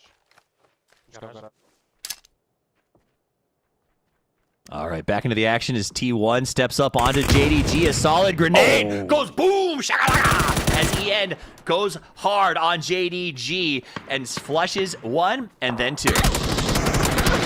To be careful from the high ground, though. JDG still has control over that. T1's holding a very wide split across, so Ian kind of by himself right now. Falcons rolls right into 4 Angry Men in rotate. Tig takes a ton of damage, but doesn't go down. Problem is, if they go any further to the south, they're going to get harassed by E Arena. Tig in a world of trouble, but if they can get past the arena, they should be safe. Twisted does spot out a rotate Petrichor Road, and it's going to be Twisted trying to regroup, dealing with it. Good shots coming up from Example. The send chaos is wild. Everyone looking for a center spot and having to go through a battle zone. Example gets a nice move on Petrichor, turns around to face another opponent as they reload. Their firing line was too strong. Now we go to Na'Vi as they crash in here. They're trying to deal with the Expendables. Expendables needs to win this fight. Big game for them to move up into qualifying position. Fairest to the water. Eject! Just again, a good scout coming out from the Expendables. They figured that somebody was going to be going from this at some point and doing massive damage to Na'Vi. S2G has left the southern section. They're going to be coming over here next to anyone's Legend who's just crashed into Georgia Pole, and it is starting to get a spattering of teams over here. T1 holding down this earlier. Anyone's Legend regrouping over here. Twisted Minds could be falling back in, but Tulin scouting this one out, but he's not prone to go after Georgia Pole this early. S2G and TE, the only threats in this lobby at the moment, I think, of breaking through into the top 8. S2G needs to look for kills if they're going to do it. Supers, on the other hand, qualified, says, I'm down to fight you, JDG, who also doesn't stand a chance of making the next round. So this should be a fun, no Nothing on the line. Practice fight. Hillside, very strong. We see it so many times. Also getting some assistance on the outside. Twisted has spotted out JDG. That's the third party. JDG in a ton of trouble now, but it looks like Supers also want to get a piece of what's going to be going on as Twisted plays this aggressively. They're moving right in back behind JDG, and JDG has nowhere to go. But that's nice flush by Twisted Minds. And so teams that are qualified are able to sort of stand back, sort of stop rotations. They don't have to flex into winning positions. What that does is lets them play this way. It catches some of our important shifting teams off guard. But more importantly, S2G, these are the kills you need. Because these teams are qualified and they're doing these kind of weird fights on the hilltops, S2G is just sitting on the inside, and they need to find a way to pick up at least 4 or 5 more kills if they want a shot at qualification. I want to point out how well the Expendables is playing North George right now, holding that bridge line, expecting somebody to cross through it, picking off Na'Vi for it. Then they instantly send several of their players over into the west, expecting somebody to try to wrap around the other side of it. Falcons was kind of playing around with that idea. S2G, I agree. Looks like they're playing for like placement points, but they're hoping they're going to get the kills in the later sections of it. This circle, though, often is too brutal, and it feels like everybody kind of destroys themselves walking into it. We're looking at the northern section where the fields are going to be in play, where E-Arena is going to have a lot of oversight, and the squads coming out of Georgia Pole are just going to massacre each other. So if you're the first team out, it's bad, and if you're the last team out, it's bad because you're having to fight through everybody, as now the circle pops and does move to the hillside that we can see. It's going to be super twisted, and E-Arena all on as 4 angry men just trying to see if they can ride through the top of it all. They're going to try to go for a crash on the other side of the hills here as they pass on through. Rex going to open fire, but I think they got enough cover to make it past. The real issue now is S2G needs to collapse. This is best case scenario for them. They might be able to clean up teams that are pushing through North George and get caught in that mess that you were talking about. Meanwhile, the Expendables are crashing into the Falcons elsewhere on the map. Tanvu is down. And remember, Expendables are in the race right now. They cannot get wiped by the Falcons. The Clories and Hongev will literally turn their cars around and say, all right, sorry, Tanvu, you're lost.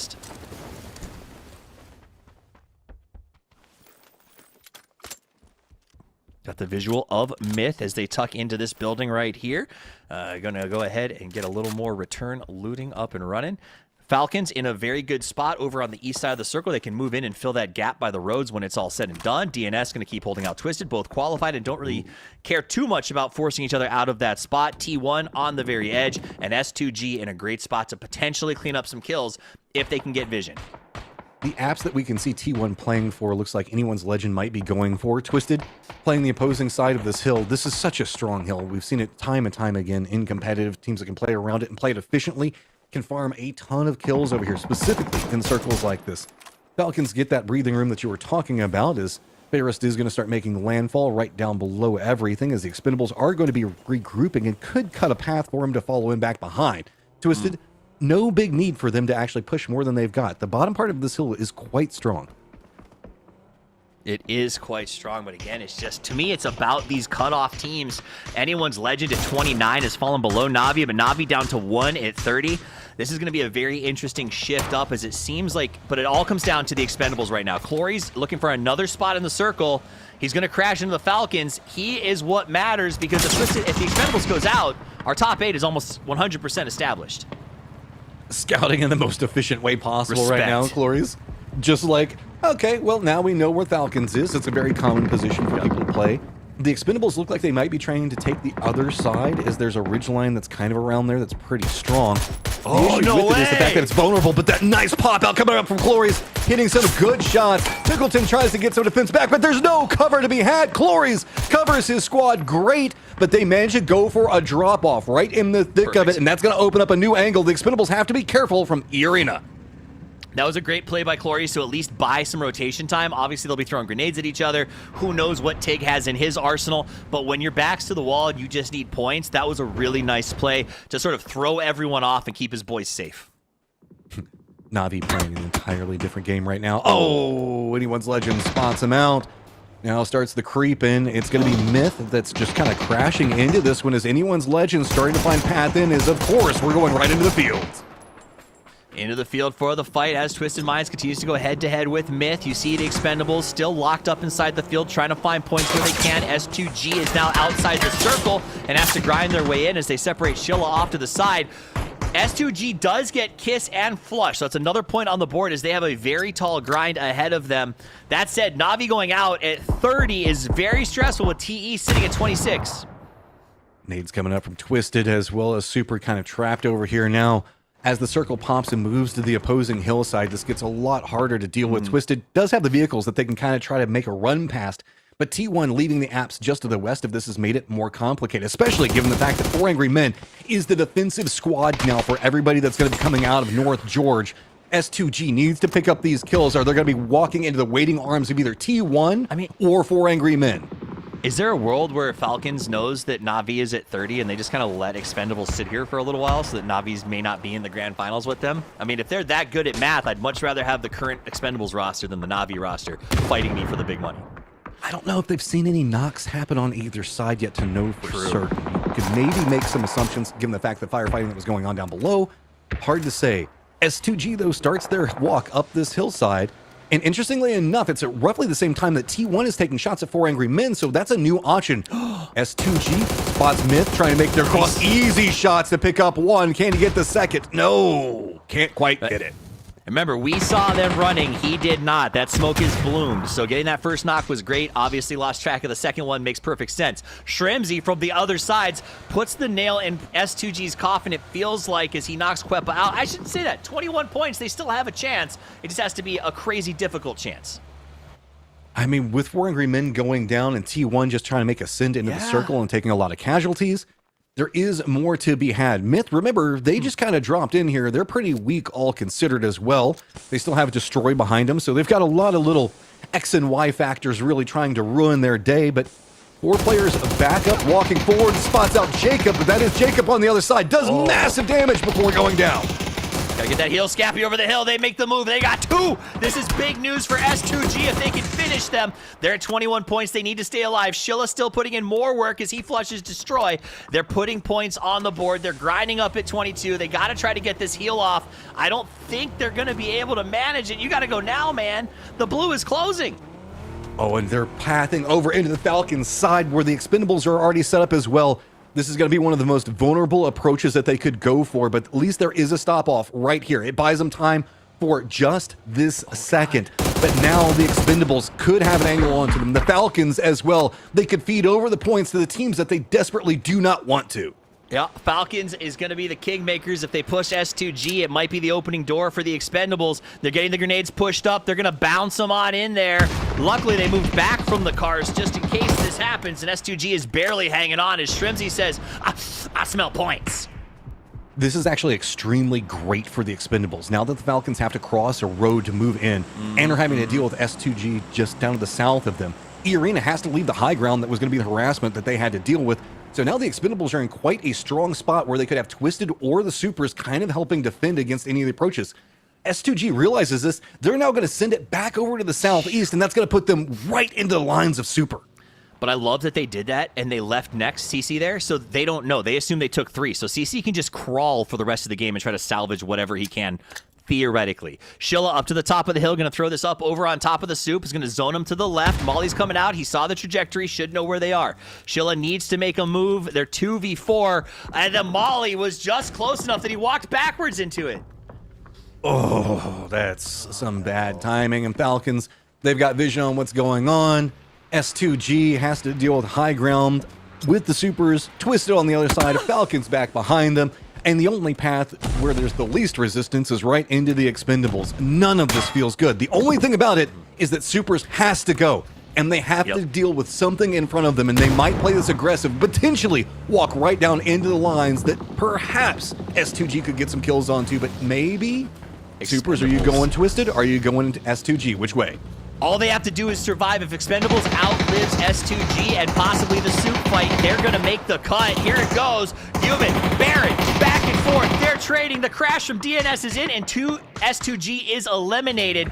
Expendables 1 point away from qualification and getting crashed. Oh, and Falcons comes in aggressive. 1 point is all the Expendables need, and the Falcons do not want to let them get close to having it. That was an extremely aggressive play. That's big knocks. Duckjuice has got one. Hyongap's got another one. If they can find anything, it is massive right now. Falcons have to step away. Too much pressure coming from the other side. But Super and Twist have gotten to a fight at the same time. E-Arena coming into third party. Na'Vi hanging on by a thread. We're not sure what the tiebreaker rankings are, so we need Expendables to get at least 2 for a guarantee here. They're down to 2 players, and they are just barely holding on. Hongap and Duckjuice have to make something happen. What a stressful point. Nurins they locked in. No one's pushing them anymore, Matt. This is the reset. Do they have the smokes to survive the Falcons? I mean, they've got the Doritos. They have to deal with the BRDM on the other side of it. Super is coming up back behind them. There's a lot of threats and the potential, but there's Nurins putting in the work on the Falcons, buying them something. If Falcons goes down, that's another placement point. That's going to put them up. Look at that. Kills pop off, and the Expendables now in 6th. Na'Vi falls out of it unless 17 wipes the lobby and wins. This will be your top 8 going in to the finals, and everyone from 9 and below will be playing in the Survivor rounds tomorrow. E-Arena in this position coming up in a big way right now. This is a good pick apart, good read on the circle. They've left 2 on the other side. They know where the vulnerabilities in the circle are to approach. Twisted Super still just kind of caught off, staring each other down to the south while everybody else in the north is just scrapping for whatever point that they can try to find. And this has opened up a great opportunity for E-Arena to exploit if they want to, but it's a little bit too late. There's just not enough points to be found. Not enough points out there. I mean, I haven't actually done the theoretical math, but I'm pretty positive that we can supportably say, like, you would have to wipe everything and then maybe still not be enough. So this is a fun test, though. Our top team's all still alive. They're grinding it out to sort of get some practice in a very tough circle. This is, if there was ever a good chance to do some good old-fashioned range training and gun work, this is it. Mathematically, there is a world where E-Arena can kill everybody and win. And can break the threshold, but it's going to be really hard, just given the fact that Supers and Twisted are so stacked on top of each other. But they're starting to realize there's the opportunity. Nade rolls right down into the Expendables. Falcons do go down. That's 2 kills over to E-Arena. That's big. Follow-up Nade's going to be going after right on top of Wong F. Not going to be enough to flush him out. Duckjuice, the only one alive over here, is now Super on the move. Yeah, you got to push in there and try to get those flushes. At this point, all bets are off. You're in 12th place. Make moves, because off the other side of the map, Twisted is in a fight, and if you don't get there before they die, you don't have a lot of options. So nice flush there. It's going to be the end of the Expendables. They are qualified, and now the question is, can E-Arena wipe the lobby? Against Super and Twisted when they're right next to each other. I mean, it's possible. It's not the most mathematically likely thing to occur, but they can find enough kills here potentially. It's just got to be the best game. We know E-Arena can pop off whenever it's clutch time, though. That's true. So they got to be at north of 30. Wow. Can you imagine? Honestly, one of the best comebacks ever if EA pulls this off. There's, according to the stats, 59% to win. So let's see what happens, Matt. This is going to be very, very tough, but they have the north. The question is, can they stop Soup and Twisted Minds from killing each other?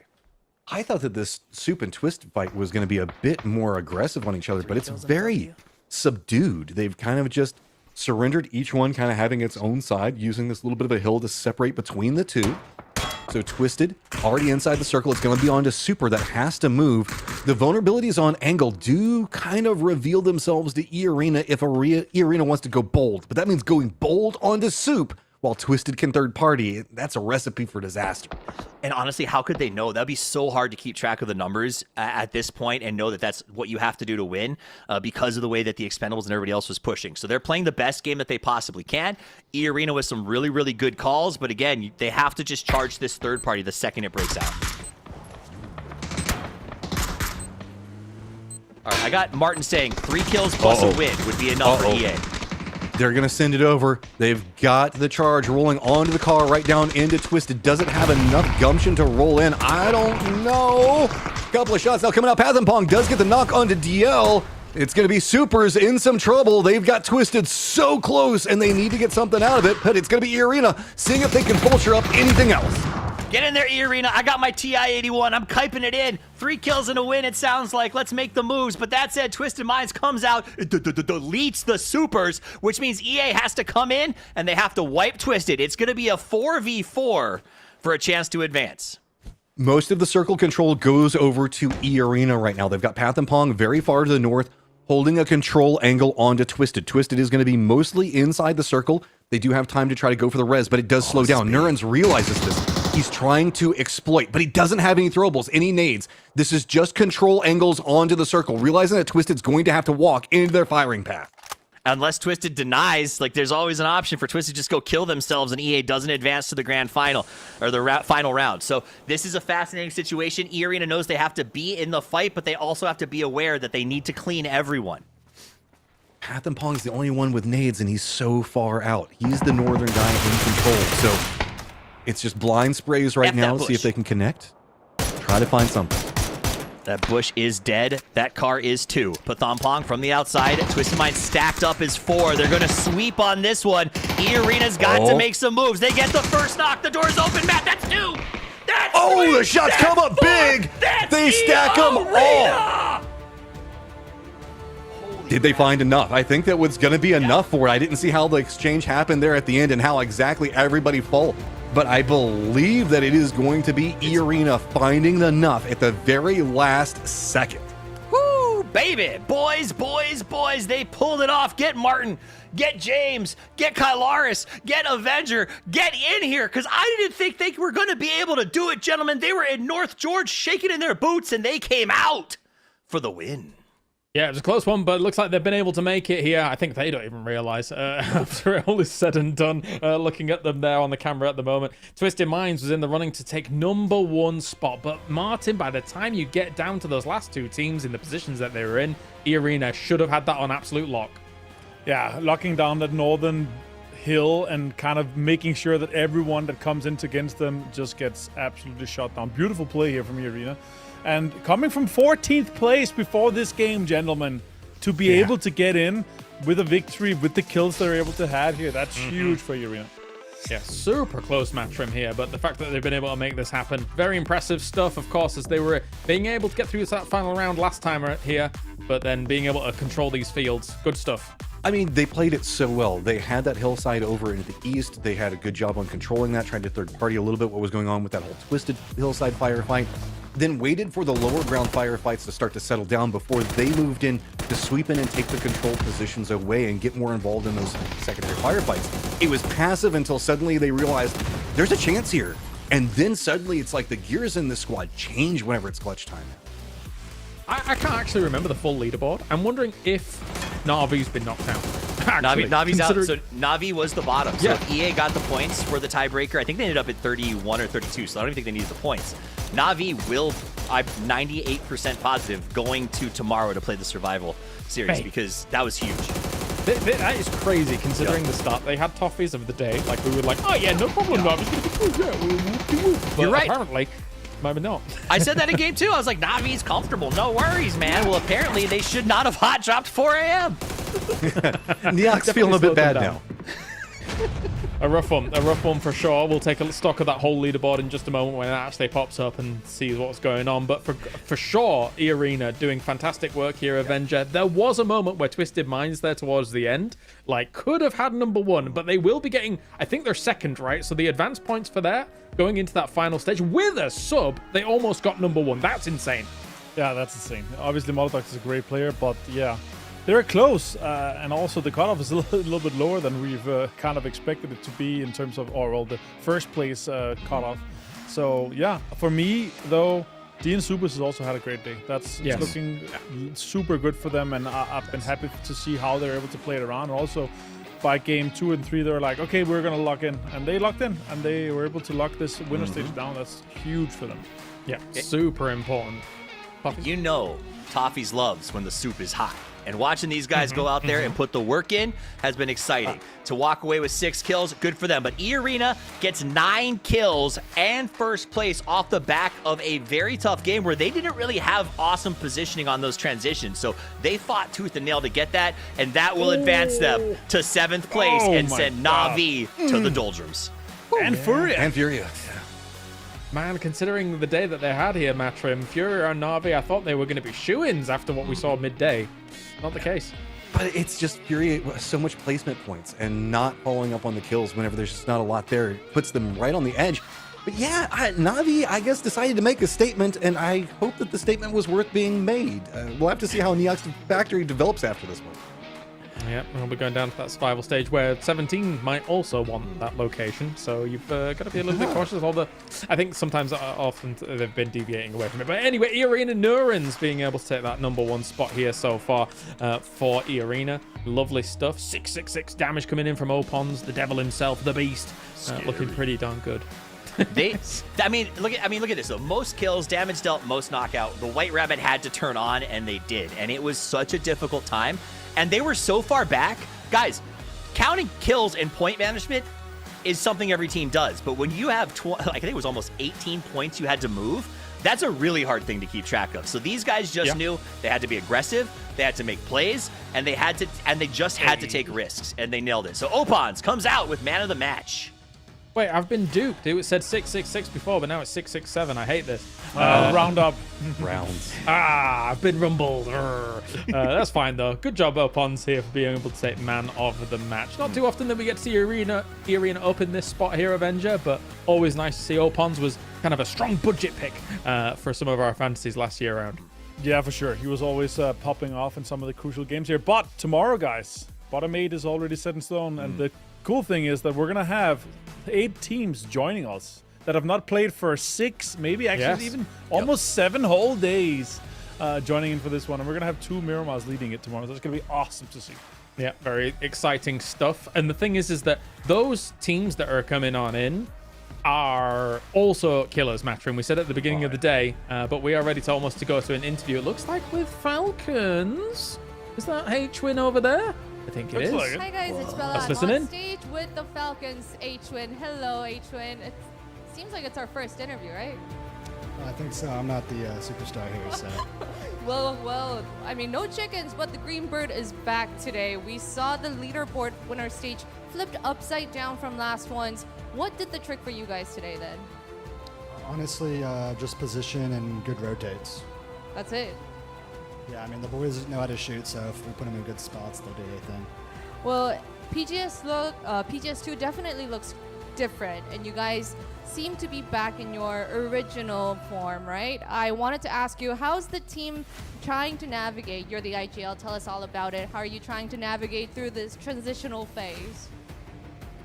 I mean, we're still trying to love the game, but it's obviously a lot harder. TPP is... it's much harder if you're playing off edge, which has kind of been our play style the past year or two. So we're just getting used to being a little bit more position heavy. Yeah, position. It seems like that's what all the teams in the lobby are trying to get in there, get the best position, and then take your game from there on. I mean, today went great for you, and you have tomorrow off. And remember, we have the final stage when we'll see you next. What are you going to do on the final stage day to make sure the last one, the history doesn't repeat itself then? We're just trying to avoid the snowball effect of this tournament. Right. So really, in finals, we want to get top 8 and do as well as we can. I mean, there's PGC points as well at stake, so yeah, just do our thing. Are you feeling confident? Yeah, as confident as we can be. Yeah, all right. Well, thank you for joining me, Hunter. And that is all from us for the post-match interview. And we'll see you tomorrow. He won't, but I will. Bye. Say bye. That was like, he's great. Yeah, that's cool. Yay. Good job, H-Win. First interview. Through to the final stage are Falcons alongside 7 other fantastic teams, of course, from this winners bracket match win. So good to see the Falcons flying high. Good to see H-Win being able to give us a little word or two. I mean, it was also a much more, I guess, solidified Falcons. We saw some really solid gunplay coming out. Tiggleton very, very strong on this one. I did also really like seeing Kickstart playing the glider, doing a lot of scouting, making sure that they had very decent control coming into the circles, or at least some idea that's at least establishing that, hey, you know, mid-game circles have been bad for us. So let's lean into the glider, try to make sure that we get the information to get in, get more points, get more kills. Listen, very good stuff.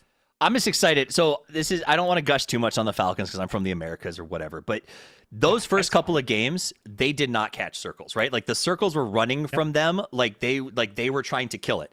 And it was shocking that they're able to get up into 4th place without a ton of point deviation, only I think 7 behind the leaders, off the back of really bad early circles, in my opinion. So that speaks to, I think they've warmed up. I think maybe that rust is falling off, and the Western teams, by and large, seem to be a lot stronger than they were last weekend. Yeah, it does our heart good, I think it's fair to say, as we take a look at the MVP potential for what's going to be happening in that final stage. Again, Martin, we had, of course, Spaceman taking the MVP in the previous one, and this time around, who knows who it's going to be? Yeah, we're going to have to wait to see. It's not going to be happening tomorrow, though. It's going to be in the finals once you have the BO10 happening there, too. But the $10,000, obviously, is equivalent of the 3rd place that the whole team gets. So that's a lot of prize pool for our MVPs for this season here. It's awesome to see. I really love the impact that it has. How is Tiggleton going to spend it? That's the question. Yeah, I was going to say, is that why Tig is popping off now? I don't know, he's 3rd. He was 3rd in Davidge also. They're 3rd. It's a 3rd place team. Right? I mean, perpetually 3rd place team, right? Correct. No, I think he's got a smart head on his shoulders. I think he'd invest it. There you go. So very exciting, I know. But in anyway. this economy, what are you talking about? We dabble. So 4th place for the Falcons, a tragedy. Although almost tied. It's a tied third, James. Come on, it's 3rd. Come on, we have to cement this. I know they lose the tiebreaker, but it's a tied 3rd, but they lose the tiebreaker. Not only until the end of PUBG Esports, until the apocalypse will this team be in 3rd place, apparently, according to our narrative. But there you go. DN Supers, 10 points going into that final Toffees, all important. Twisted Minds with 6 after what could have been an easy jump into first had they not been in a rough spot towards the end of that game. But again, with the sub is a phenomenal result. Yep, and we saw last week that the bonus points from the winner's bracket, if you guys at home are just joining us, 1st place gets 10 additional points. It goes down from there, just like we would in the scoring for placement in a game. You take that to the winners, the final with you. So that actually, our winners last week all benefited from those points for the most part. So that is very big for them to get this time. Exactly. The other big shock for me is Na'Vi. I'm going to say this, and I'm going to say it loudly and clearly for you, Allrain. I think it's time to stop, okay?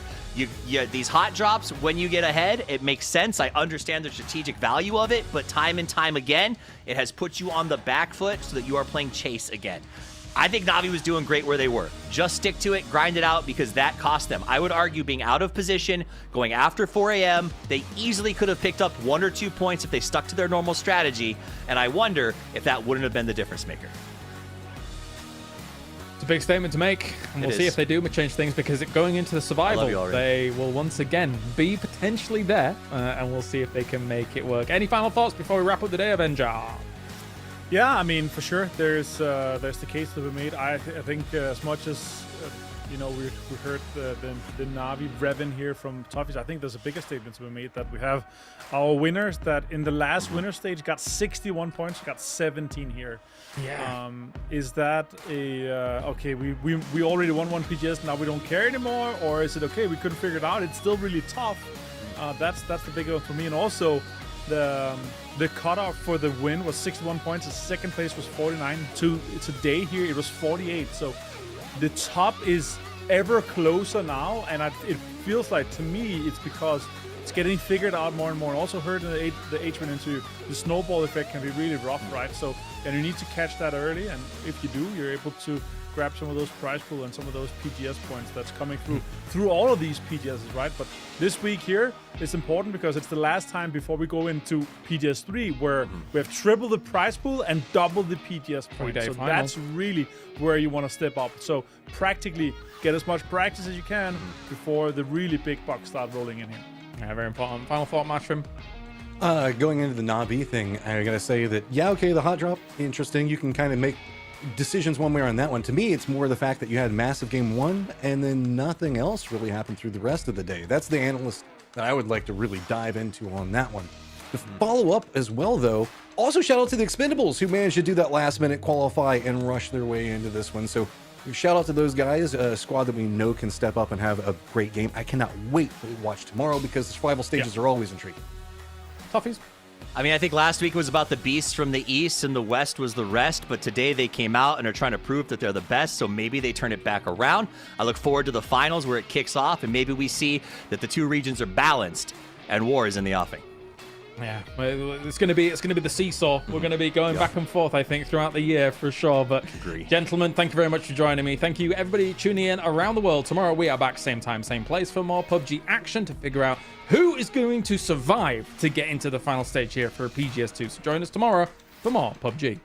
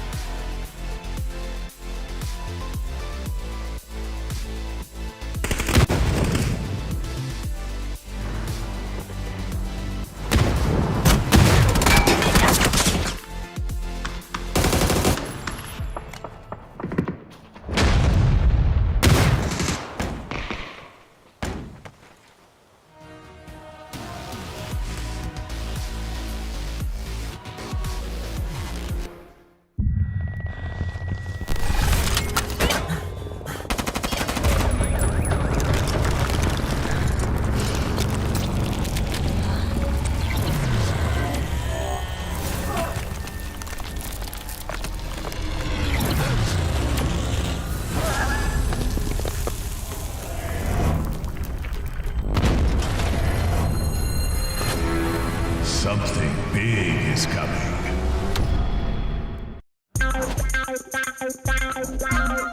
Hi guys, it's Bella. I'm sitting here with DraftKing of Furia. Hey, good to see you again. Well, I wanted to talk to you about your visit here in Korea. You've been here plenty of times, but fifth time. Yeah, but nothing too surprising. Nothing changed. But the language is still difficult, right?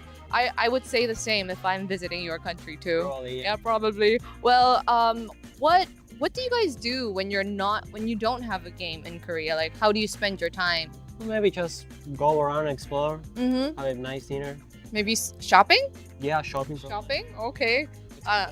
Yeah, that is also fun. Well, how would you describe your personality on the team then? The funny guy, I would say, because I don't speak their language. Oh, so you automatically become the funny one. Because I don't know how to pronounce. Right. So Yeah, right. they make fun of me. Oh, well, I'll make fun of them with you too then. I don't speak English. Yeah, man, what the heck? Okay. And also, lastly, before I let you go, why don't we say a few words to the fans, Furia fans, and, Argentinian fans? Muchas gracias a todos por bancar y espero que nos sigan apoyando en el stream durante los torneos que quedan. Thank you. Yeah, muchas gracias. Yeah, I got that. Okay, well, thank you for joining me, DraftKing, and best of luck to you. Thank you. Bye-bye.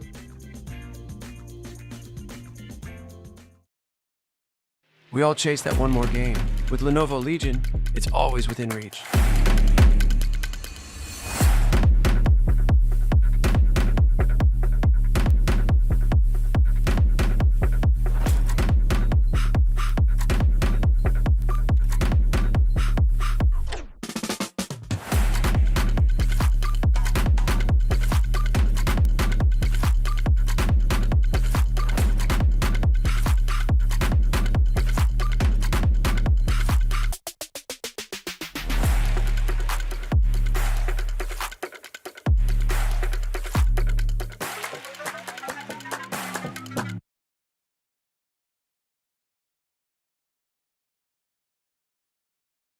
When everyone strive to reach the peak, Zoe is here, participating in every frame, perfecting the view for every battle. From Seoul to the world, Zoe strives for perfection, knowing that every frame is crucial to victory. As the tournament rages on, Zoe stands with you. Battle. Every frame. Every frame. Every frame. Every frame. Every frame. Fueled by the same passion as esports athletes, Zowie continuously develops tailored products, empowering gamers to bring their best out. Today, we are launching the all-new XL2566X Plus, which uses the newly developed Fast TN panel and upgraded Diac 2 technology. New Fast TN panels with Diac technology provide clearer and sharper images, helping you focus and avoid the distraction of unwanted after images caused by rapid motion. This new TN panel